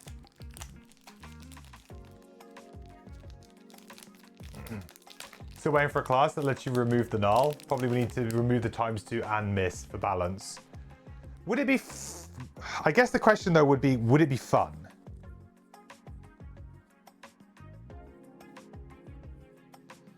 You know, I feel like there's one thing that you don't really want to mess with, and that's the kind of, you know, the fun of,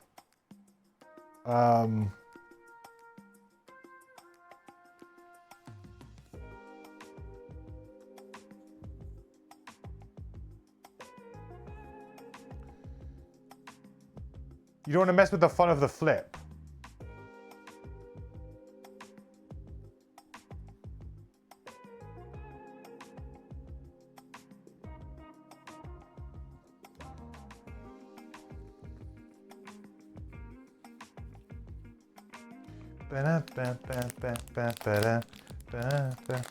Cool, so now we got the fist. All ready to go. I need to pack away I haven't even packed away the Meteor and the Prism properly yet. We're all just kind of hanging out over here. Got a big old mess off camera to the side here.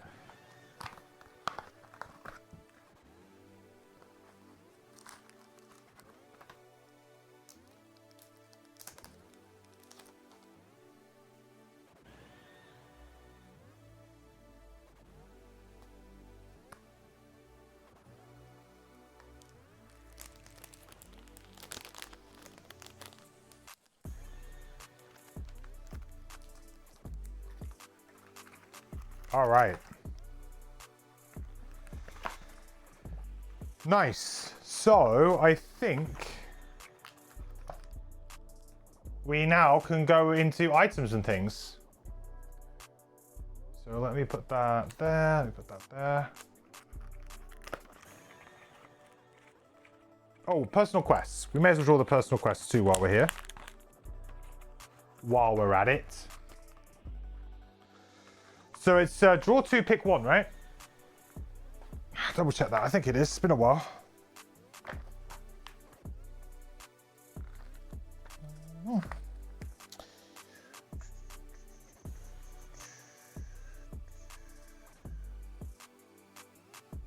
Yeah.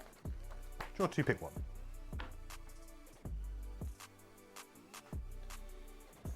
Give it a shuffle.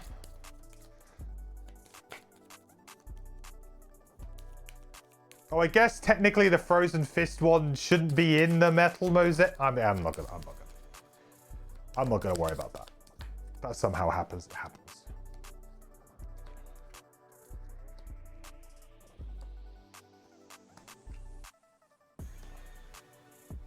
Okay. Ooh, okay. So we've got the greatest challenge in team building. On Drill, and on Frozen Fist we've got Let Them Be and Battle Legend. Now I would say that I really dislike team building because I'm not gonna keep track of it. The greatest challenge is interesting. It says complete 12 challenges. Now we have already completed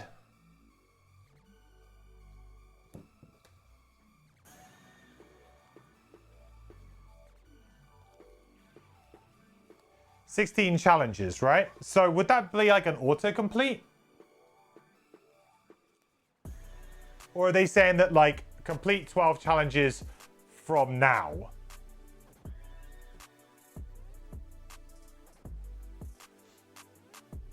What's team building about? So team building says during 8 different outpost phases, read a person's name in an event or section.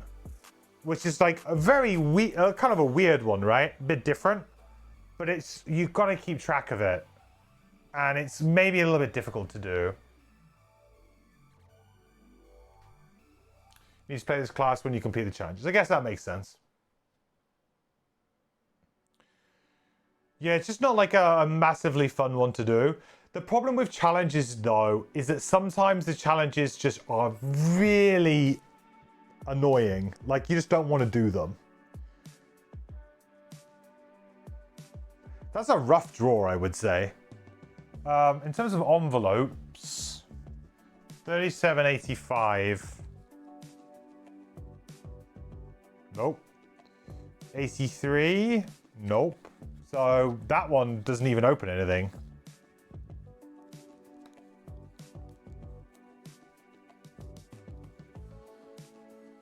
That one doesn't even open anything.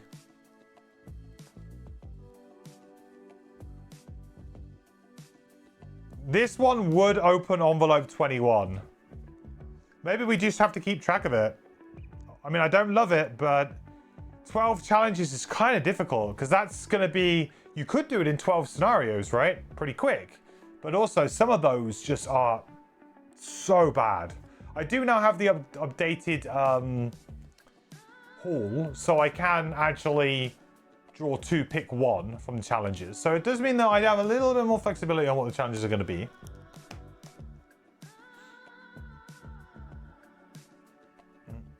Is this going to be my final party? In terms of the main campaign, possibly. I'm going to be just trying to finish the game now. If I manage to retire before that, I manage to retire before that. But I will probably still be playing, you know, side scenarios and things like that. And probably just roll characters for fun. Just play around. Team building is usually pretty fast. You're done in 9 scenarios. Well, they're all supposed to average out at 15, right? So there's not supposed to be a gamey choice here.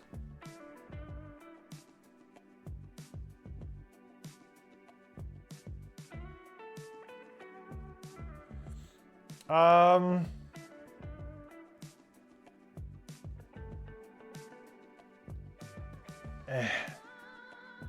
mean, I guess 21. I have to do this one because, I mean, 21 still needs to be open, so I guess we're doing team building. We'll just have to keep on top of it. I'm going to need constant reminders for that, chat. And then for our Frozen Fist, we have Let Them Be and Battle Legend. So Let Them Be is complete 8 side scenarios, numbered 65 or higher. That's interesting. Although not really conducive to us trying to finish the game. Earn 16 check marks from completed battle goals. Open 61 or 67. Now 67 has not been opened. I reckon we go Battle Legend. And I just try really hard on... I just have to be really good at doing battle goals. Really good at doing battle goals. And to be honest, I could buy that demon gem thing as well. And maybe that could help. I mean, they're both 67, actually, to be fair. 44. Oh, 44, right? No. Yeah. Let's go Battle Legend. It's an easy one to track. Can't really go wrong. It's probably going to be somewhere in the region of... Well, I mean, as long as I make sure that I complete them, as long as I use the gem, even if I fail, I'm going to get check marks, so... Maybe I can line up the retirements again? What, with this one, potentially? What, we literally just go and do side scenarios?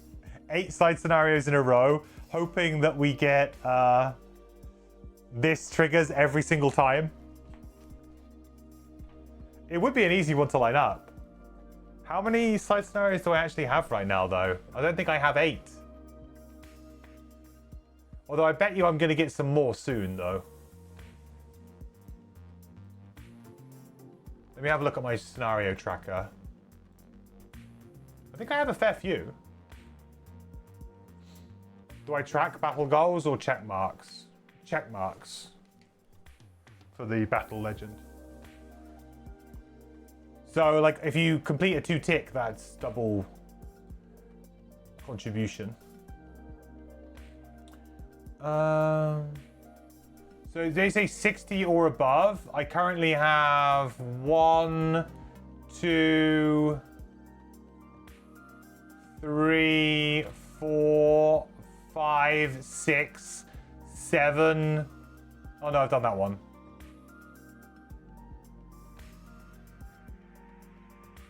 Oh, I have loads of side scenarios. I have a ridiculous amount of side scenarios. Okay, maybe we do that then.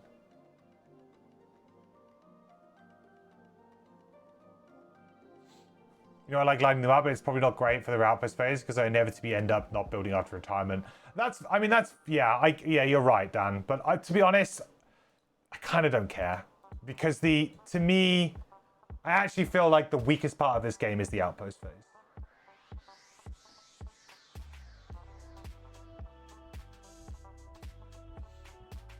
Why can't you build after retirement? Because you have no gold. And all of the new build... Well, to be fair, you can build. You just can't build the new buildings that you've just unlocked. because all of the new buildings have a gold requirement, and you start with no gold. You can fudge it by getting an item in the shop and then selling it back to the shop, and then you get some gold. But basically, it just makes it difficult. It can be done, but it's an inefficient way of doing it, for sure. Let's do side scenarios, dude. Because I was thinking about just going straight to a side scenario for my first mission anyway, because it's like, well, I want to kind of just learn them, like a low pressure environment.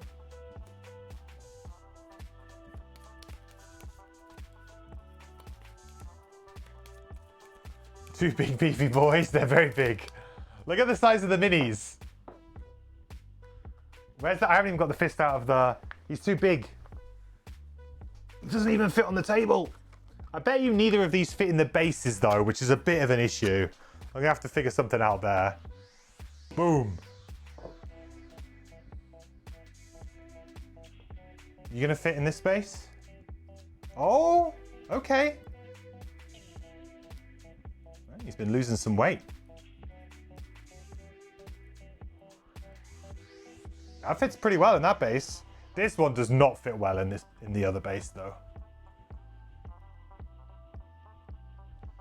I'm gonna have to maybe if I get a little bit of paper or something to pad it out. How could I make it smaller? I need to make, the ring just falls off because it's just too, actually.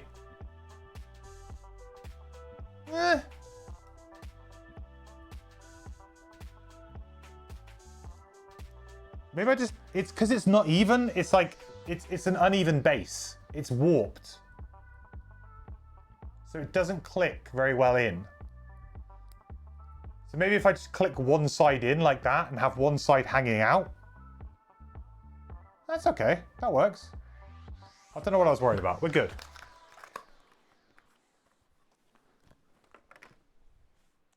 Look at these guys. What a good looking pair. What a good looking pair.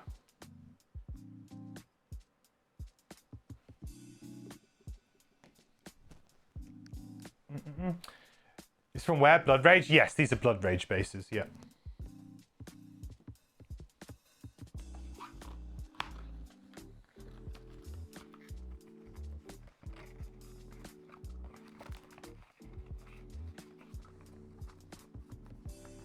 Yes, I can highly recommend if you own a copy of Blood Rage, you could repurpose some of the bases for this purpose.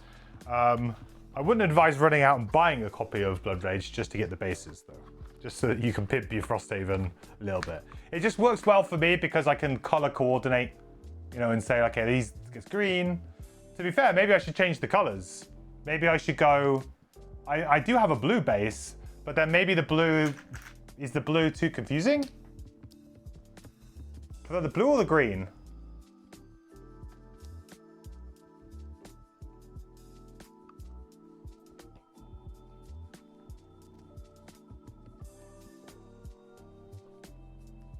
I guess the blue makes more sense.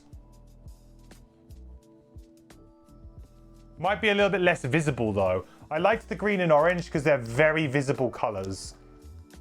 It's not often that they're going to clash with something underneath. The blue could get easily lost in the generic ice. Blue, got to color coordinate. Maybe we'll try. Maybe I'll do some tests off stream. Which one appears better on camera? Because the green to me would probably pop more on camera. But yeah, you're right. Thematically and realistically, I should color coordinate.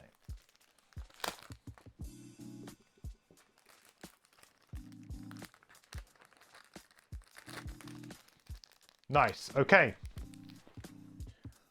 Right, so we've got our personal quests. Items then. Items. Ooh, baby. This is where the fun begins. So we get quite a good amount of gold, I believe. Quite a good amount of gold. double check again. So we get 10 times prosperity, so that is 6, so we get 60, plus another 20, so that's 80 gold. 80 gold. That's some big bucks. We have a lot of things we can potentially purchase. Got Iron Helm, we've got Chainmail. I think both of them probably want Chainmail. Neck guards. Shoes.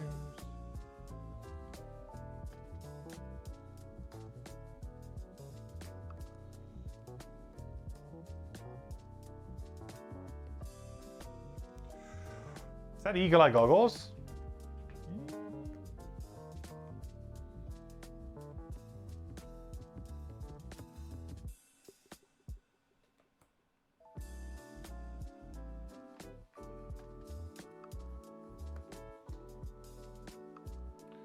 Got too many items.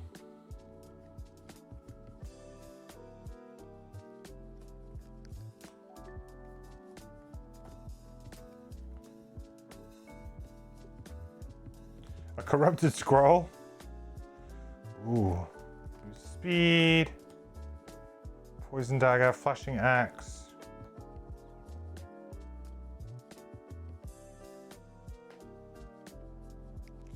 Skinning knife. Jesus Christ, so many items. Hang on, let me move this up a bit. And then we can get some more items on board.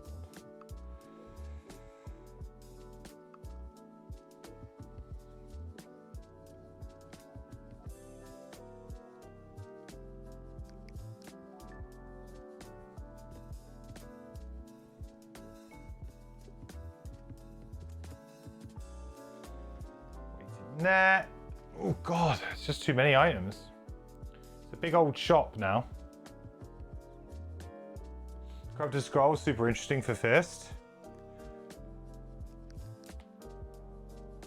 Yeah, interestingly, because we could perform the heal 5 and we get poison, but we don't really care because we could go early and remove the poison, right? That's a good point. It's basically just like a big healing potion for us, isn't it? Dead Raven. Any interest in the Dead Raven? Maybe.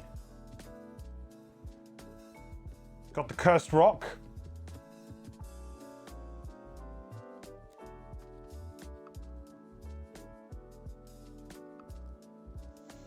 Tome of Elements.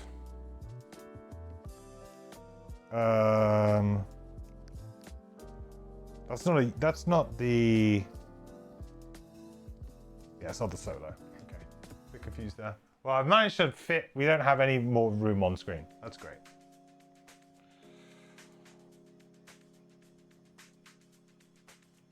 That's super good. Too many items. I'm thinking chainmail for both of them, right? I mean, you don't really get better than chainmail, even from the crafting of items. There's a few reasonable things to craft, but anything else interesting here? Wing shoes. Probably not that interesting.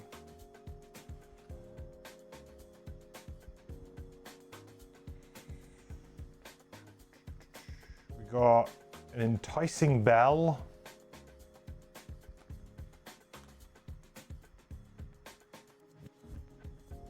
Mirrored knife.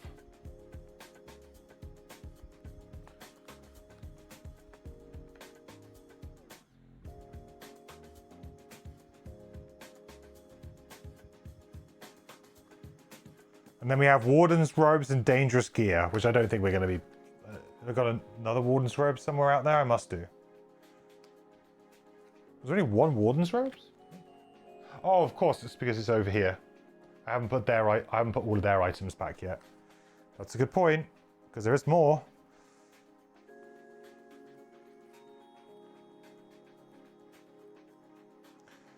Here are wardrobes, burst boots, Tri-corner hatch. Jesus.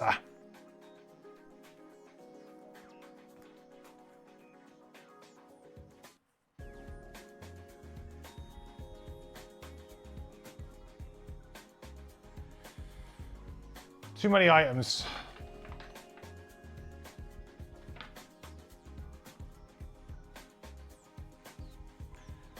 Tri-corner hat. I don't think we have any ranged, right? So I don't think we care about that.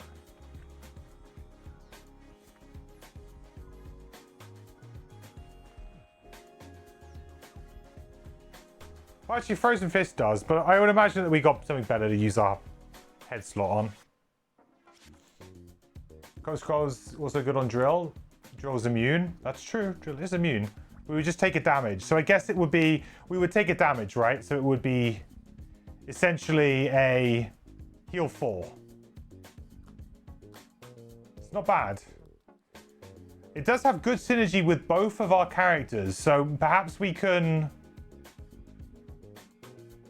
Perhaps we should just pick it up and just chuck it on one of them, right? Okay, well, let's figure out. We said we had 60 gold, right? No, we got more than 60 gold. We got 80 gold.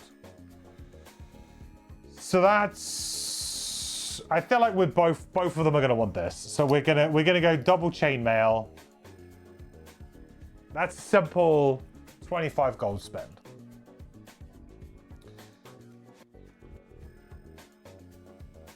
So 55 left to spend.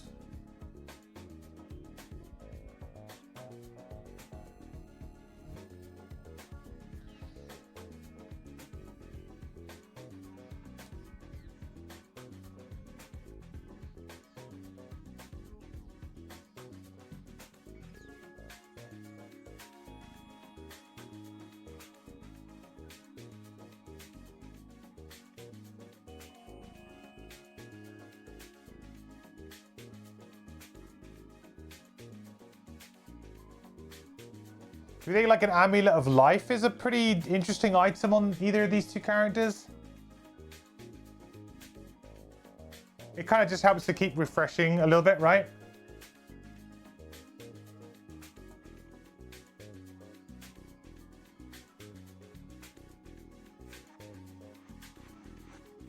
Iron Helm, of course, seems like, you know, a natural choice. Eagle Eye Goggles is interesting.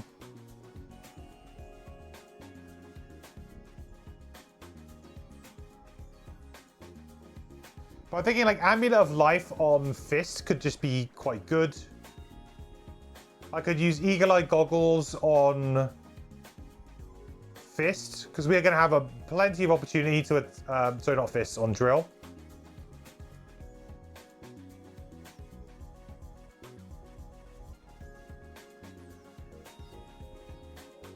Okay, so that's 25, 25.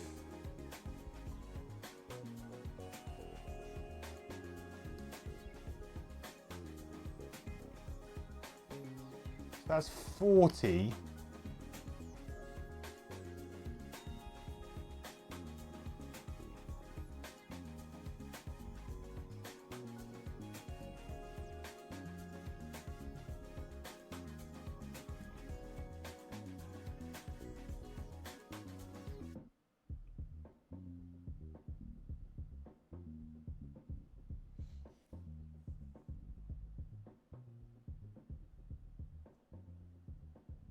Need some hand items. Or maybe some boots. Do we have much like in the way of jump? I didn't really actually check what our movement was like here. Not good. Well, we have some jump, innate jump. Well, we have a fair bit of, there's some burn jump. Okay, we have jump on a card. So no, we don't need jump boots.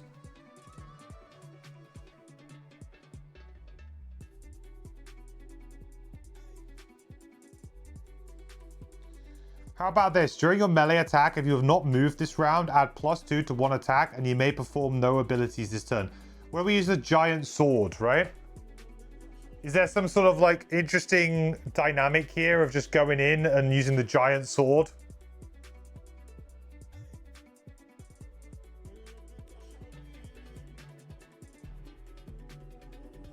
I feel like there's an interesting dynamic there.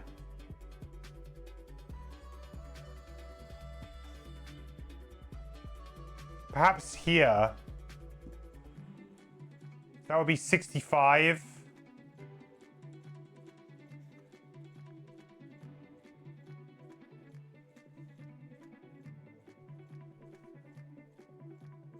Because we also have like a couple of bottom abilities that are just like heal, do nothing, like chill type things with this character.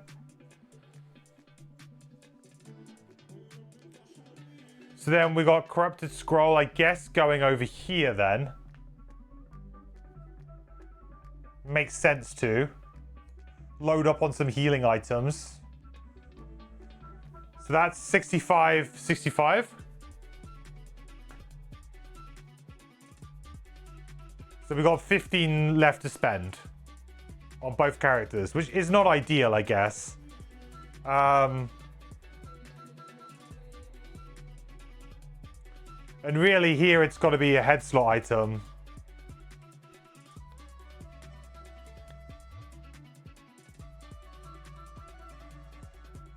Another Amulet of Life, maybe? Just heal.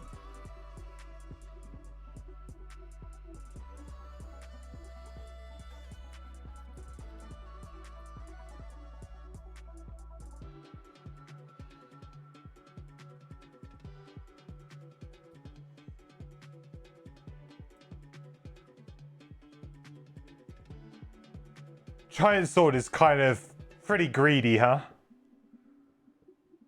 But I love it.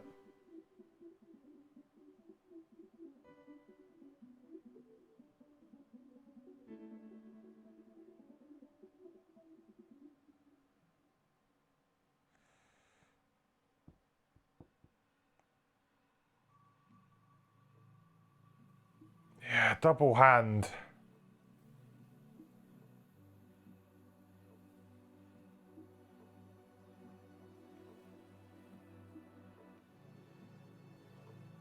Oh, man.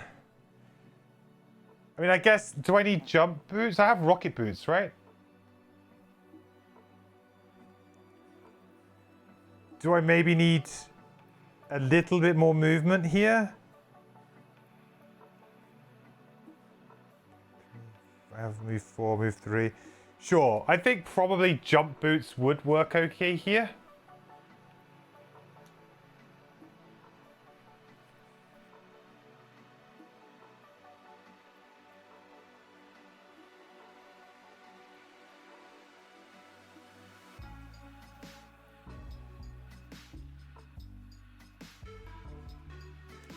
And then just Heater Shield. Okay, I think I'm okay with that. That seems like a pretty decent, like, I guess we've gone quite heavy on heal here. We've got some wombo combo damage potential here.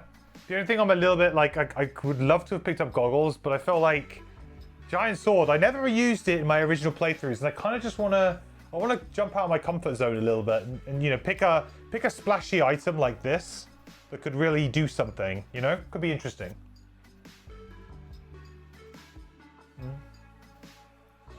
This definitely does not need jump boots. No, just checking it.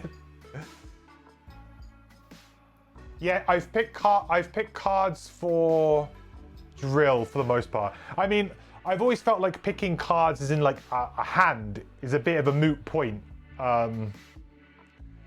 with Frosthaven, right? Because like most of the scenarios, a lot of the scenarios require you to maybe make a few changes. And then also I'm learning the character, so I feel like going on a really long discussion about this is my starting hand is probably not. I'll probably just face value pick what appears to be the best, or the cards that kind of support the mechanics the best, or make elements easily and stuff like that. Just kind of make things a bit smooth. But yeah, we've picked the level 2s and the level 3s though. We picked for Fist, we went for Draw of the Bedrock, and we went for Frozen Over as our 2 and 3. And for Drill, we went for Bronze Plating as our 2, and Electrical Discharge as our 3.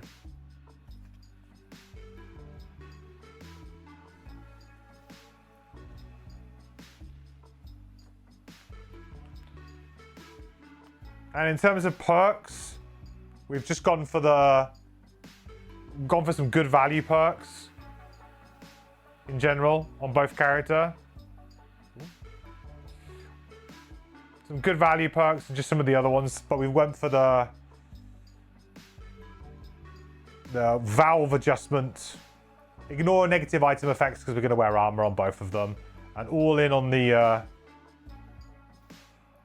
replacing -1 with a +0 pressure up or down. I felt like that. I was like, I need to get all of those because if I do that, that will make it way more forgiving. Like if I mess up, we should be okay. I'm gonna just draw a couple of those. We can probably figure it out. But yeah, no, it's all good. No worries, Dwarf. All right, well, that's all of these cards. They're all going to go back into the thing. So we've now bought all of our cards. But we can, of course, brew. Can we brew? Yeah, we can brew. We put some... we have some stuff in the combined thing. So we can get a couple of potions as well for these guys.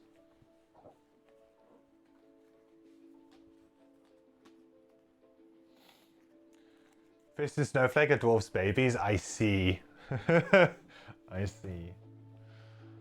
Well, I nearly picked Snowflake over Fist, but chat overwhelmingly voted for Fist. 100% ratio. Completely. Unfortunately, Snowflake got ratioed off of the entire planet.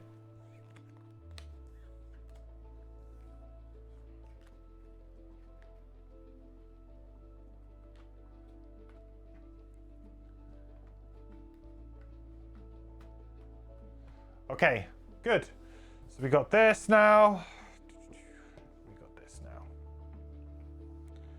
Looking good. So that's one small item. So we're only going to brew one small item here for sure.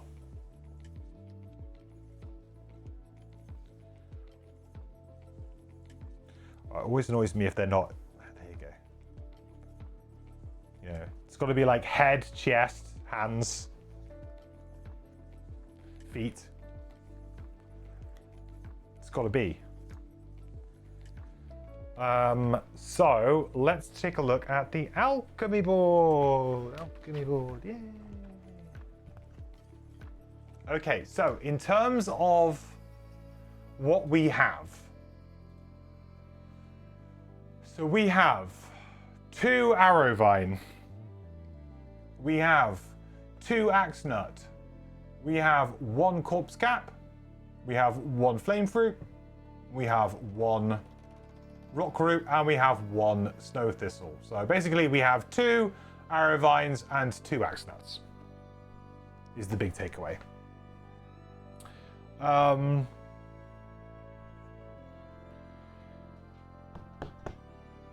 So...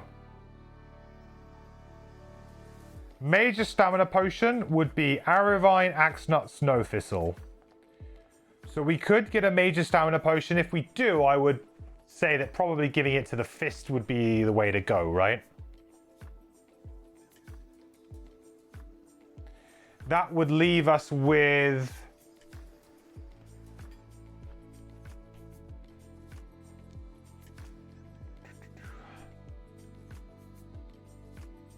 Yeah, I think I'm just going to do that straight up, because I feel like that's just the way to do it. Like, you just want it for that character. It's huge for this character. Axe Nut, Snow Thistle, and Arrowvine, we said, right?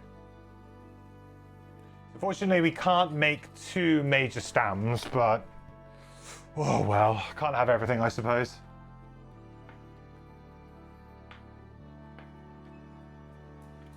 Did just chuck one of those in on the back of this. Where are you? There we go. Oh, hang on. The demon gem was in the wrong place. I forgot that the demon gem should have been in the... I mean, we're not going for it now, but that was in the wrong place. That shouldn't have been put in there. All right. Major stam. Right, make sure that goes into the purchasable items.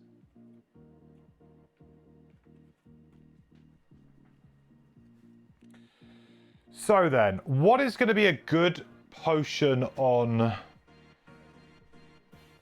drill?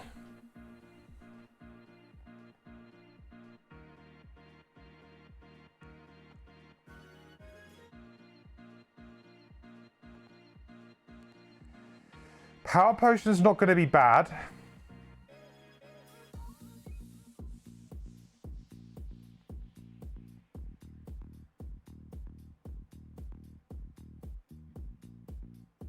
What's the major renewing? I don't even remember that one. Annoyingly, I haven't put my potions in like a separate pot bit, so I'm just gonna have to. Yeah, this is gonna be annoying.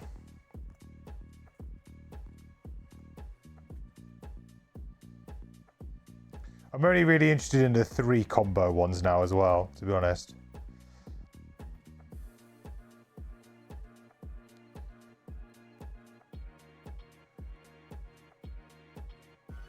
So we could make a major healing potion. That's a heal 6. Oh no, we don't have the snow thistle for that, so we couldn't make that right now. That's not possible.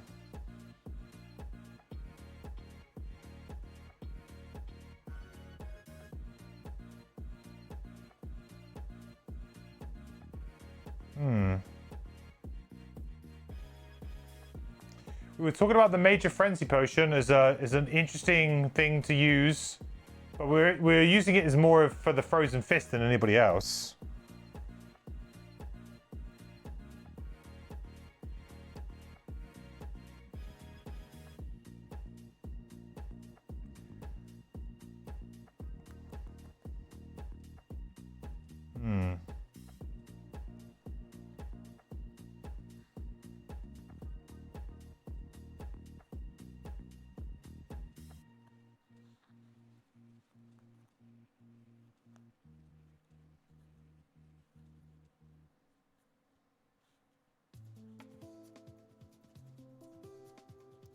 I don't even have that renewing potion. Where's that? Oh, there it is. Oh, interesting. I can recover one of my 2 herb potions with the major renewing potion. That's interesting.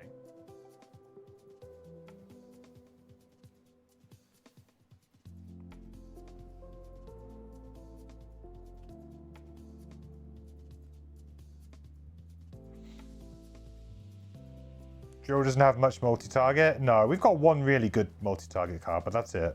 Don't have anything more.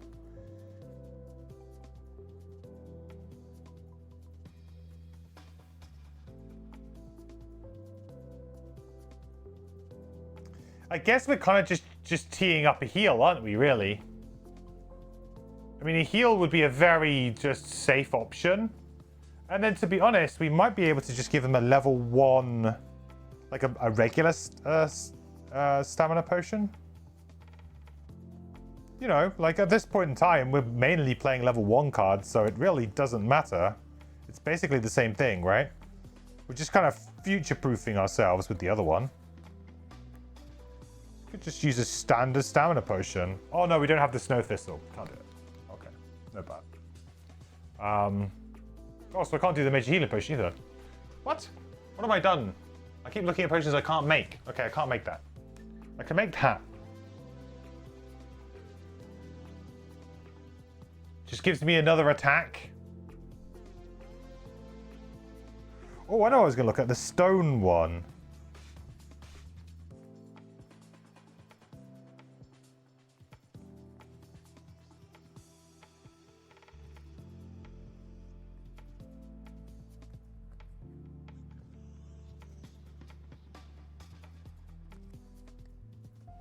Possibly a ward.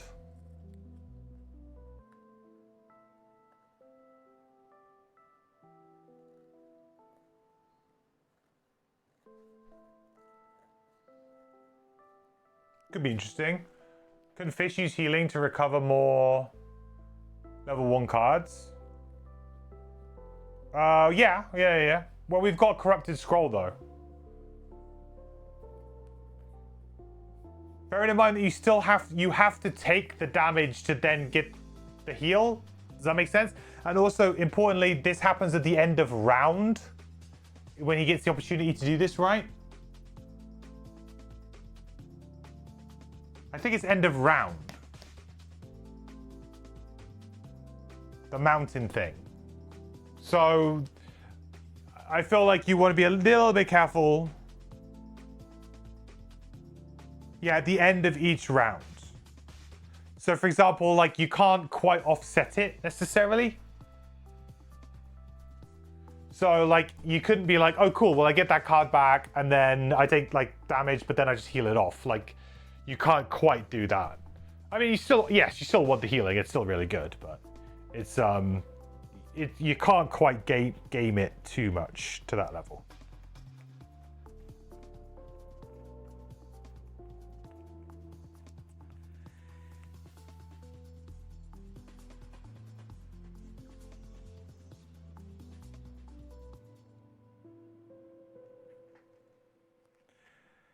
I could just give him a little one, a little heal. We have that.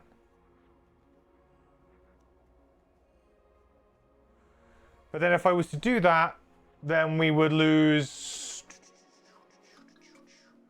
one arrow vine, right? And one rock root. So then we would be looking for something that's like corpse cap, axe nut, flame fruit.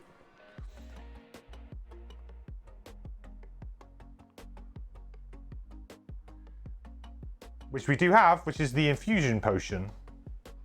Which is...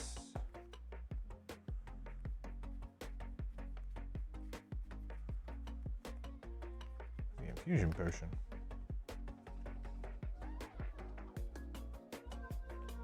During your turn, ignore one elemental consumption symbol on an action you played and gain its effect. I mean, that's pretty good.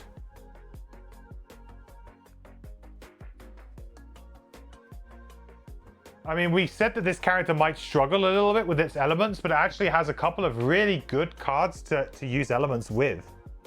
It's got one or two. Not loads, but...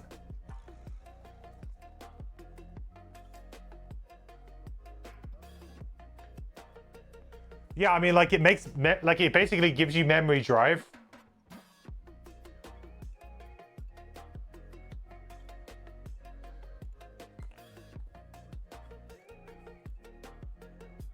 Works really well with pressure buildup, maybe.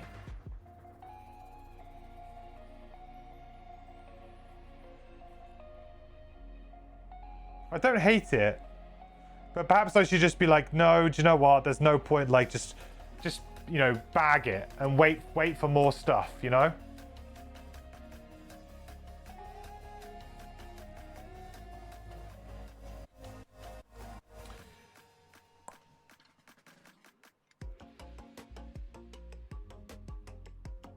Yeah, I think I'll just wait for more. Like we can get hubs pretty quick.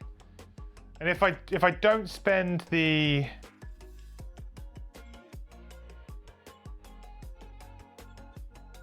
I need to plant snow thistle, so I don't really want to spend the second axe nut, the second arrow vine either, really. Because then I can just grow snow thistle and then I have a major stam again.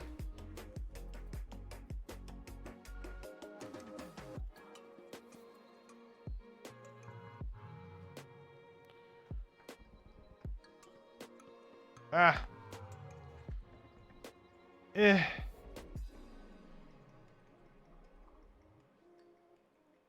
Ah, screw it, YOLO. Just this one.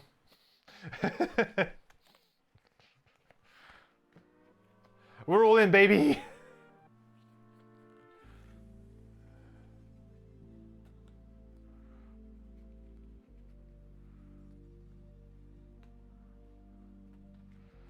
We're all in.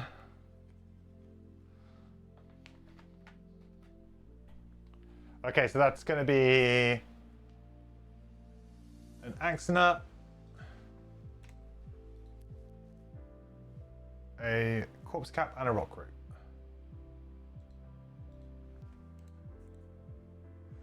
Oof, cleaned out. But if we can get snow thistle and stuff, we can do it. This also works really well with that that level 2 card, right? That we bought. Was it level 2?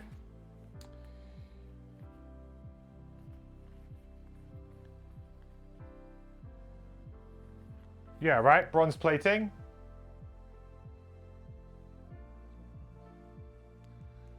Get the Major Frenzy in. Quick damage burst.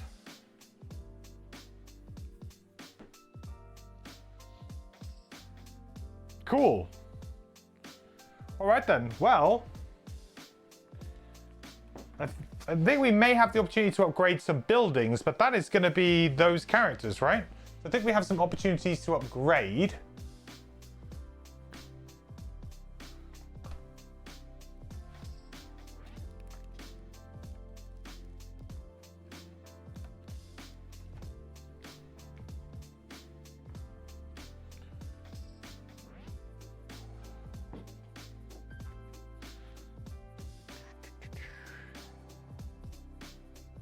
So can't do the mining camp, can't do the hunting lodge, can't do the logging camp, can't do the garden. Could do the craftsman. Feels a bit weird considering that we just sort of did that, but hey ho. Trading post maybe?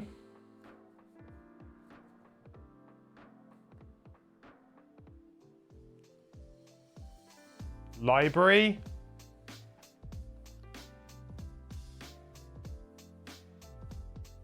Oh, or you just do the carpenter, right? Because the carpenter will reduce all construction costs by 1 material resource. So we kind of get them back.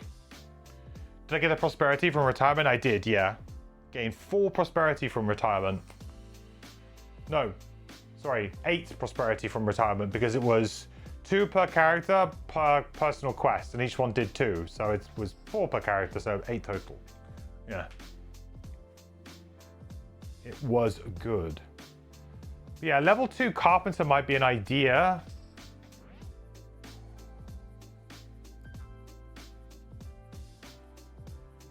I'm a little bit nervous about, like, if I need to keep, you know, materials and stuff, because if I don't, then, you know, I'll be like, yeah, let's build something next time, and then we won't be able to.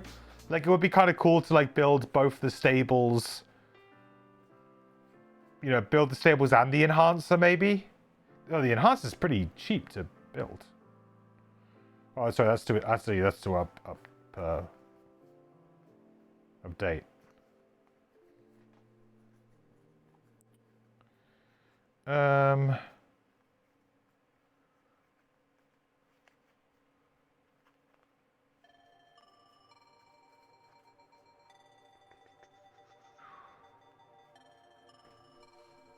Looking at the carpenter, aren't we?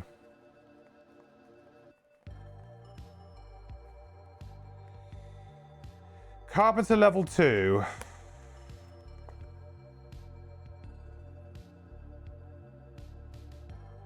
Oh, carpenter level 2 is not even very good. Just reduces all construction costs by 1 still, and the extra construction cost by 1 morale. So it just basically doesn't cost you the morale. Well, that's rubbish. Well, maybe we didn't bother then. I thought maybe it'd have a more of a long-lasting effect, but it doesn't.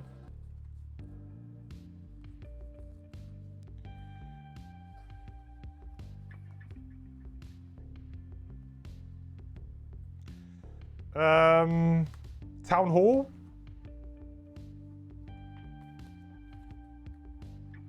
Yeah, why not? We do the town hall.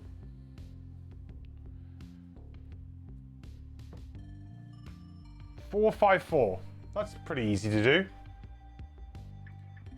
4,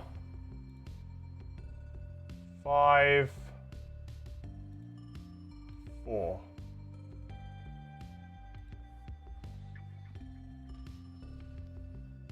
Just feels like I should just use the building phase when I can, right?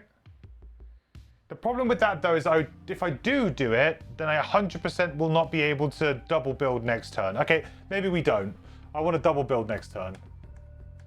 Yeah, let's not overthink this. Because if I do this, yes, sure, I get like I can draw some more challenges maybe from the deck, but ultimately I think like 2 is fine right now. And realistically, I want to be able to build both the enhancer and maybe the stables next time. And they are a bit pricey, I think. I might not even have enough right now, as we say. So we need 6 wood. Okay, that's fine. Or we're going to be low on wood, for sure. We're going to need to get wood.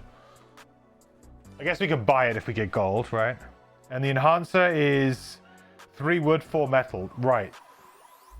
So we have enough of everything apart from wood to do above a double build. We need 1 more wood. And of course, we need 20 gold. So we need to find, in the next scenario, we need to try and loot 20 gold and 1 wood, ideally. Of course, we can buy wood if we get loads more, so that's not a problem. But then we can go for the double build and build both enhancer and stables in a single go. I think that would be quite cool. I think that's the plan. Right, the last thing to do then really is to give these guys names, isn't it? Really? So, what do we think? Anyone got any ideas? Ideas? I'm looking for ideas. What have you got for me? We need some names. We didn't name the last set of characters, which was a big oversight on my part, which I apologize for. But now we need to name these guys.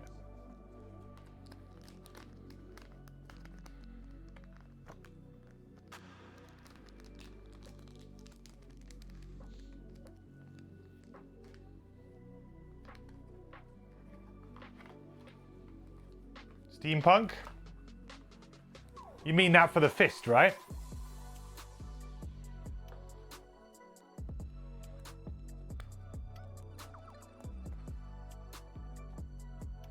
To be fair, Frostpunk, excellent game, actually fits the name for this party quite well. If we could name, we should name the party Frostpunk.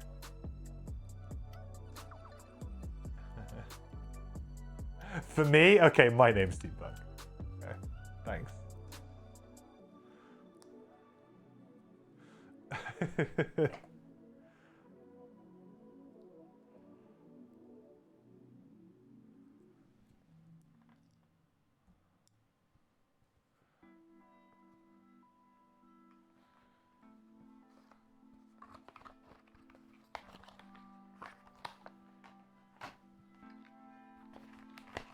Blitzcrank. That's kind of cool. I like that. Blitzcrank. I like that.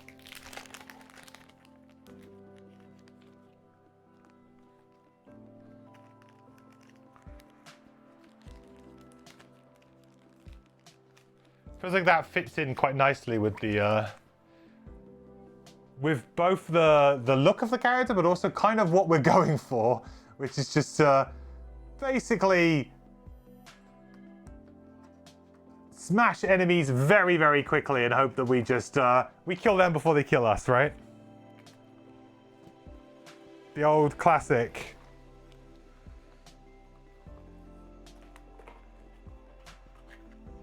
Joey Drill Jr.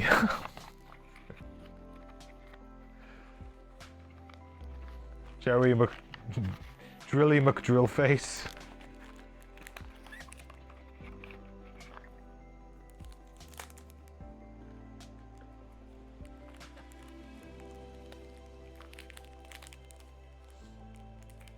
You wore your steampunk outfit to work, the Halloween party today. Oh, nice, dude. Is that early for Halloween, or is that... When is Halloween? Is it... Oh, I suppose it's like this weekend, isn't it, or something? Is it this weekend or like next week? I feel like I haven't done anything spooky. We haven't like decorated the house. Like, not that we usually do. Sometimes, you know, we might do like a pumpkin or something, but we haven't done anything this year. It's been really bad.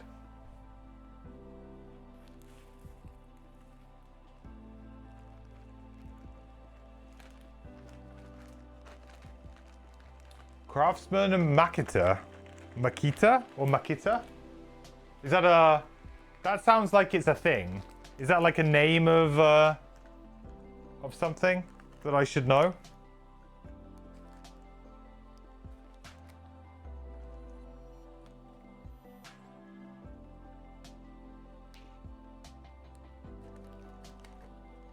brand names of power tools. I know that Nikita is. I thought I thought it was an anime for a second. I was like, oh, all right. Yeah. I haven't heard of that anime.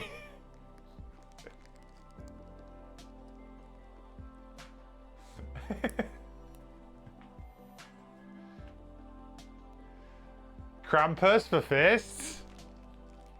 He is kind of Krampus looking. Fits the theme. He's a very festive character.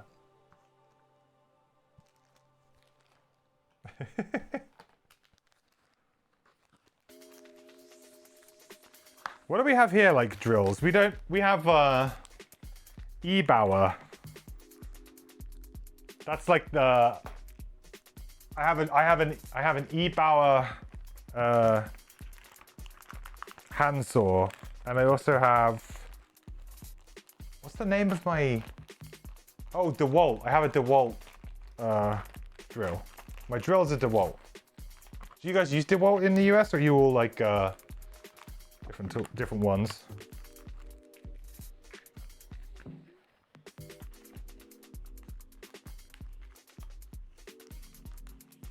DeWalt is a great drill name. It's kind of on the nose too. I like it.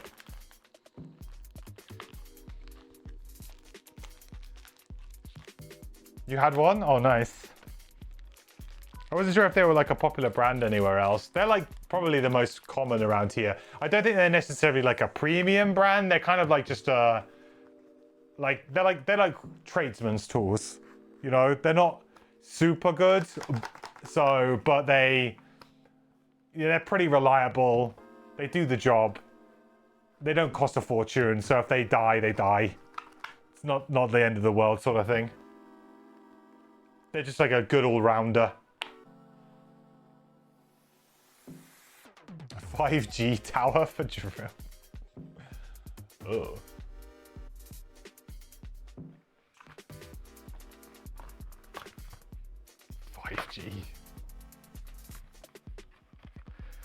All the people complaining about that seem to have stopped complaining about it, huh? Kind of didn't. Kind of after kind of COVID died down, they kind of didn't seem to care about that as much anymore, huh? Didn't seem to bother them as much.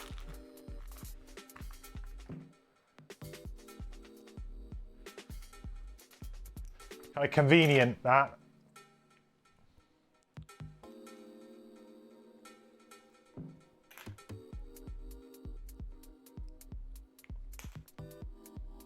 What about Fist? We need more names for Fist.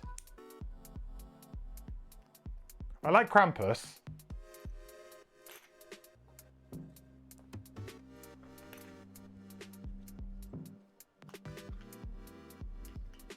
Oh, damn it. I knew I was missing something.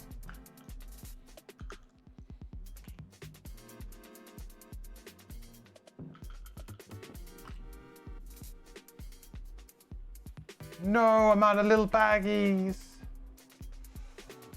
Oh, call yourself a real board gamer? You've run out of little baggies? Unbelievable. That's right. It's a joke. I've got more here.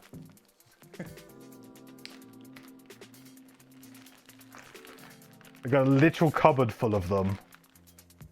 Although I accidentally ordered a really small size.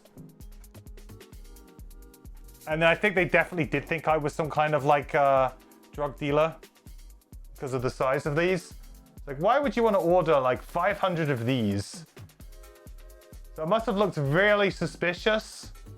But honestly, I just accidentally ordered a too small a size.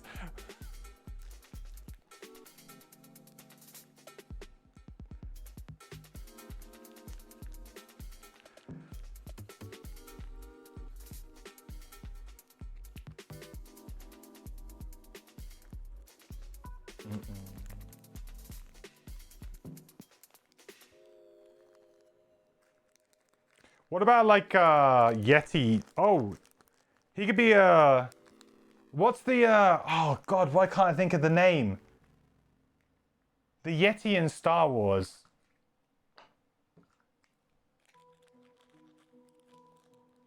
Why can't I think of his name? You guys know which one I'm talking about? The one there Luke cuts his arm off?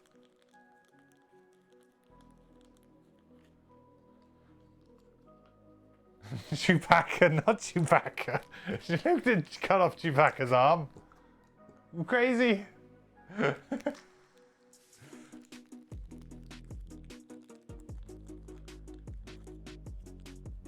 God damn.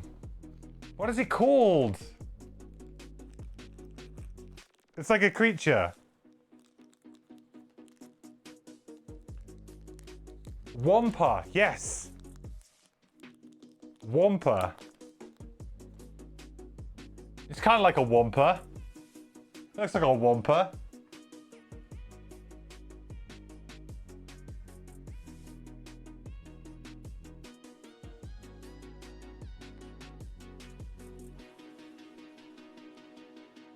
Although maybe it's better to come up with like a duo name. If we're gonna go with DeWalt, which I think DeWalt is actually a really cool name for the drill. We go for like DeWalt on the drill. And then could there be like, I'm trying to think, like hammer brands. He's like a fist, right? He's like pounds it like a hammer. Hammer brands.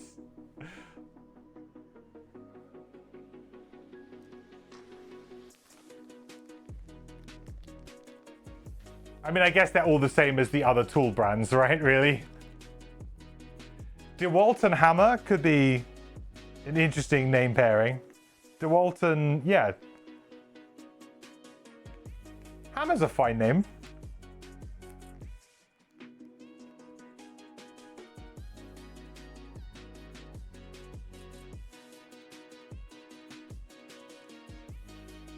I could dig that.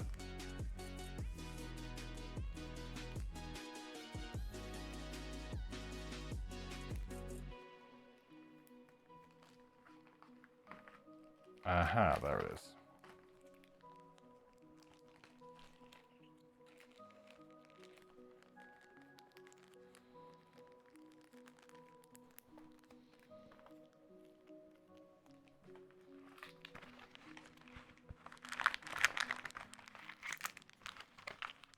Just packing away. Hive and Meteor, seeing them go away. Sad times. Back to the box with you. Unfortunately, the number of standees is going to cause me a bit of an issue here on Hive. They're not going to fit in the box.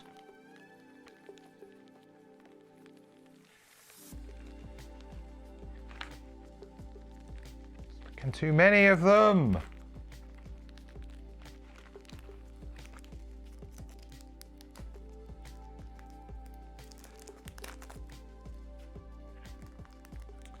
I like the Walton hammer.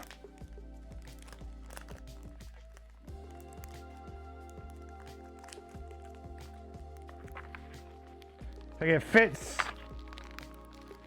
Kind of describes what they're doing. It's a good duo name as well. You know, it's got layers.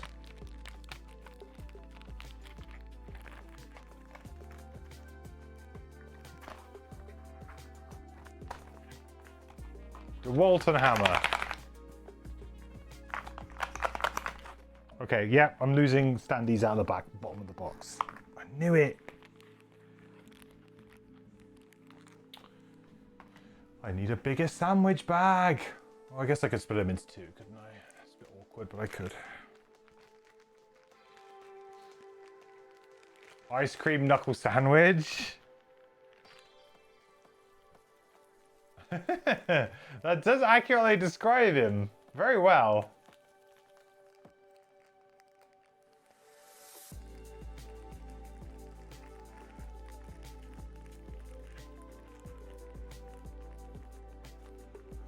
Although it seems like it's like almost quite a nice thing. It's like, oh, ice cream.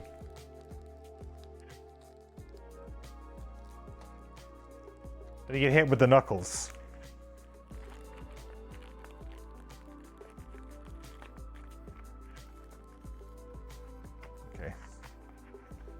Splitting him into two seemed to be the name of the game there. That worked much better.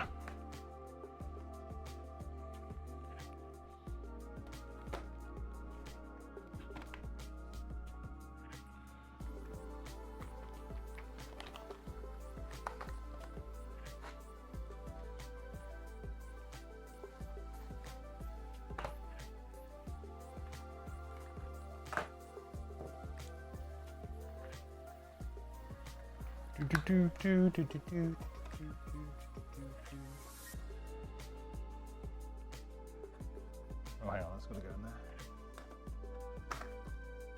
I'm kind of intrigued about Coral, because Coral is a big box for the minis.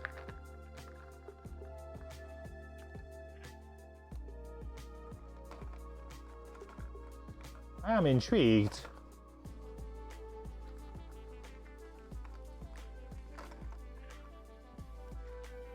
It is the last of the big boxes.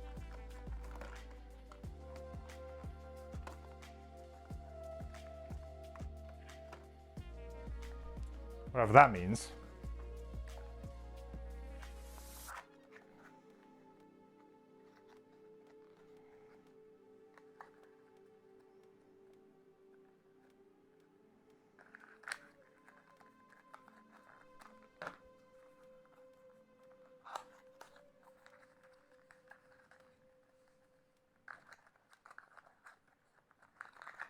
Back into the box with you. Bye-bye.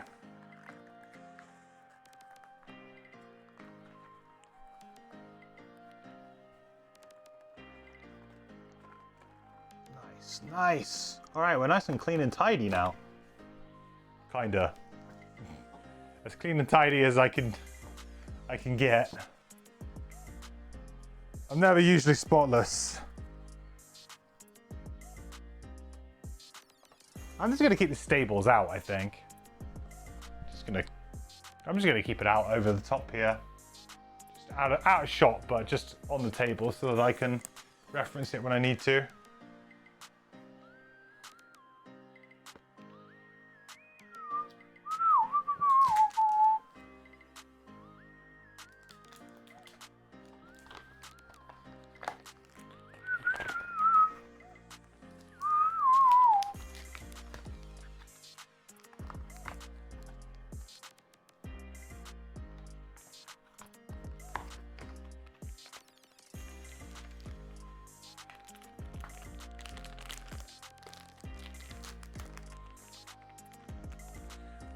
Man, these plastic, the plastic with the cards,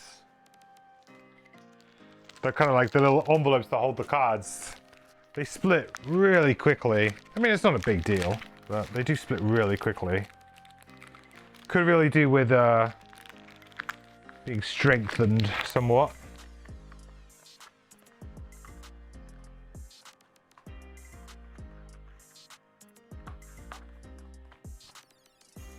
Oh, why did I put that back in there? I didn't mean to do that.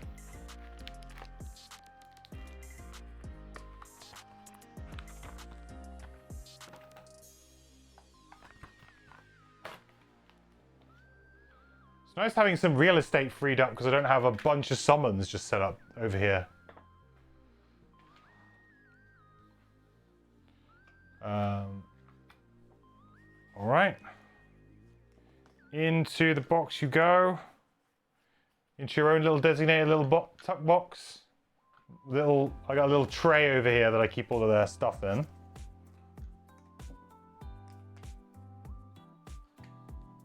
Gotta still figure something out for this, I think, but we'll figure it out. But yeah, he's got a little case, he's got a little area. It's cool that it's on here though. It's very cool that we've got the ability to just track the pressure on there.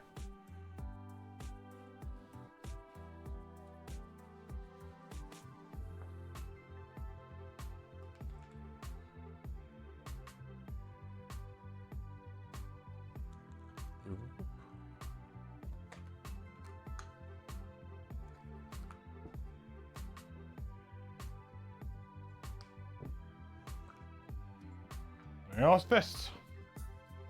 Oh, I've just found one hive counter. Always. Always.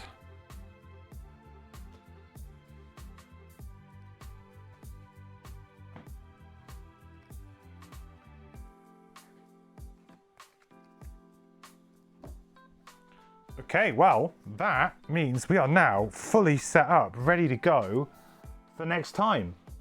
Just need to pick a scenario and go. But we are now all ready to go. Last thing to do is to...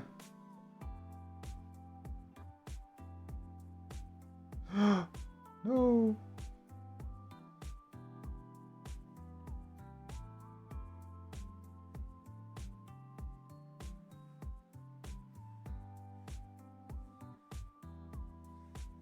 Oops.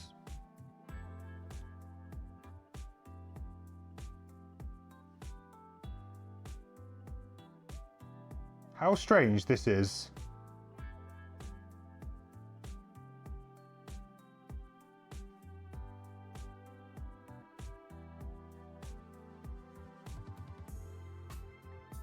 Okay, it wants me to use the brand name. Sure. I mean, that is the idea. Oh no, it didn't work. Oh, there you go. There it is. Oh, it's a different name depending on what you're... Oh! Okay. So I'm going to have to change it on each individual one. So when it's here, it needs to be... I was wondering what that was. DeWalt. Low. And that is... Oh, it's usually that you can give him like different names depending on... Now I feel like I want to meme on that a little bit, but maybe not for today.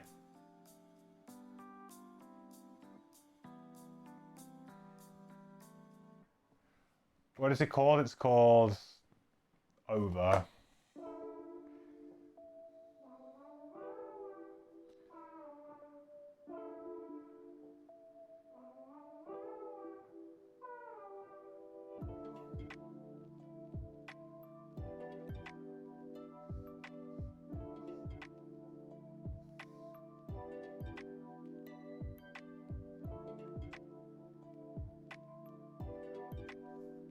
And then this is going to be DeWalt regular.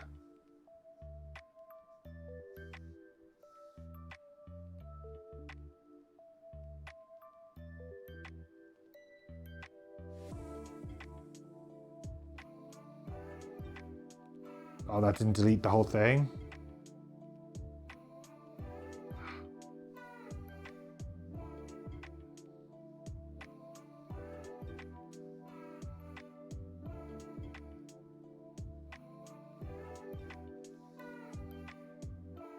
Okay. No, it's cut the mosaic. Okay, I need to change those two. Select all, delete.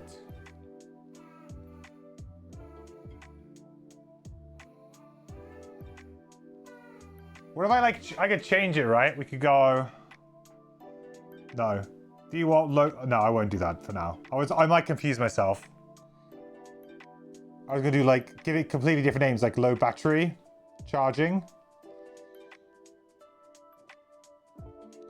What was the other one that was wrong? Over.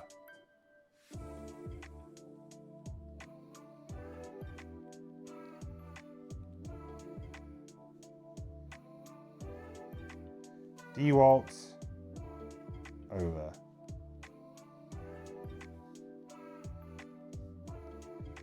Boom! Nice. Cool. Well, there we go, folks. There we have it. I know it took a little bit longer. It took 2 streams rather than 1. But it was good because we needed the time to look at Drill properly, have a good little assessment of it. So I'm very happy that we did. very happy that we came up with that. And yeah, really super excited to play a little bit more of, to play these characters for the first time next week. So we'll probably start on Monday. Monday will be the first stream with the new characters. I think so. Yeah. Scout wins. That's the blessing from Scout. That's the blessing from. Isaac, at this point, can we get your approval to add an additional attack modifier deck for allies in the digital version?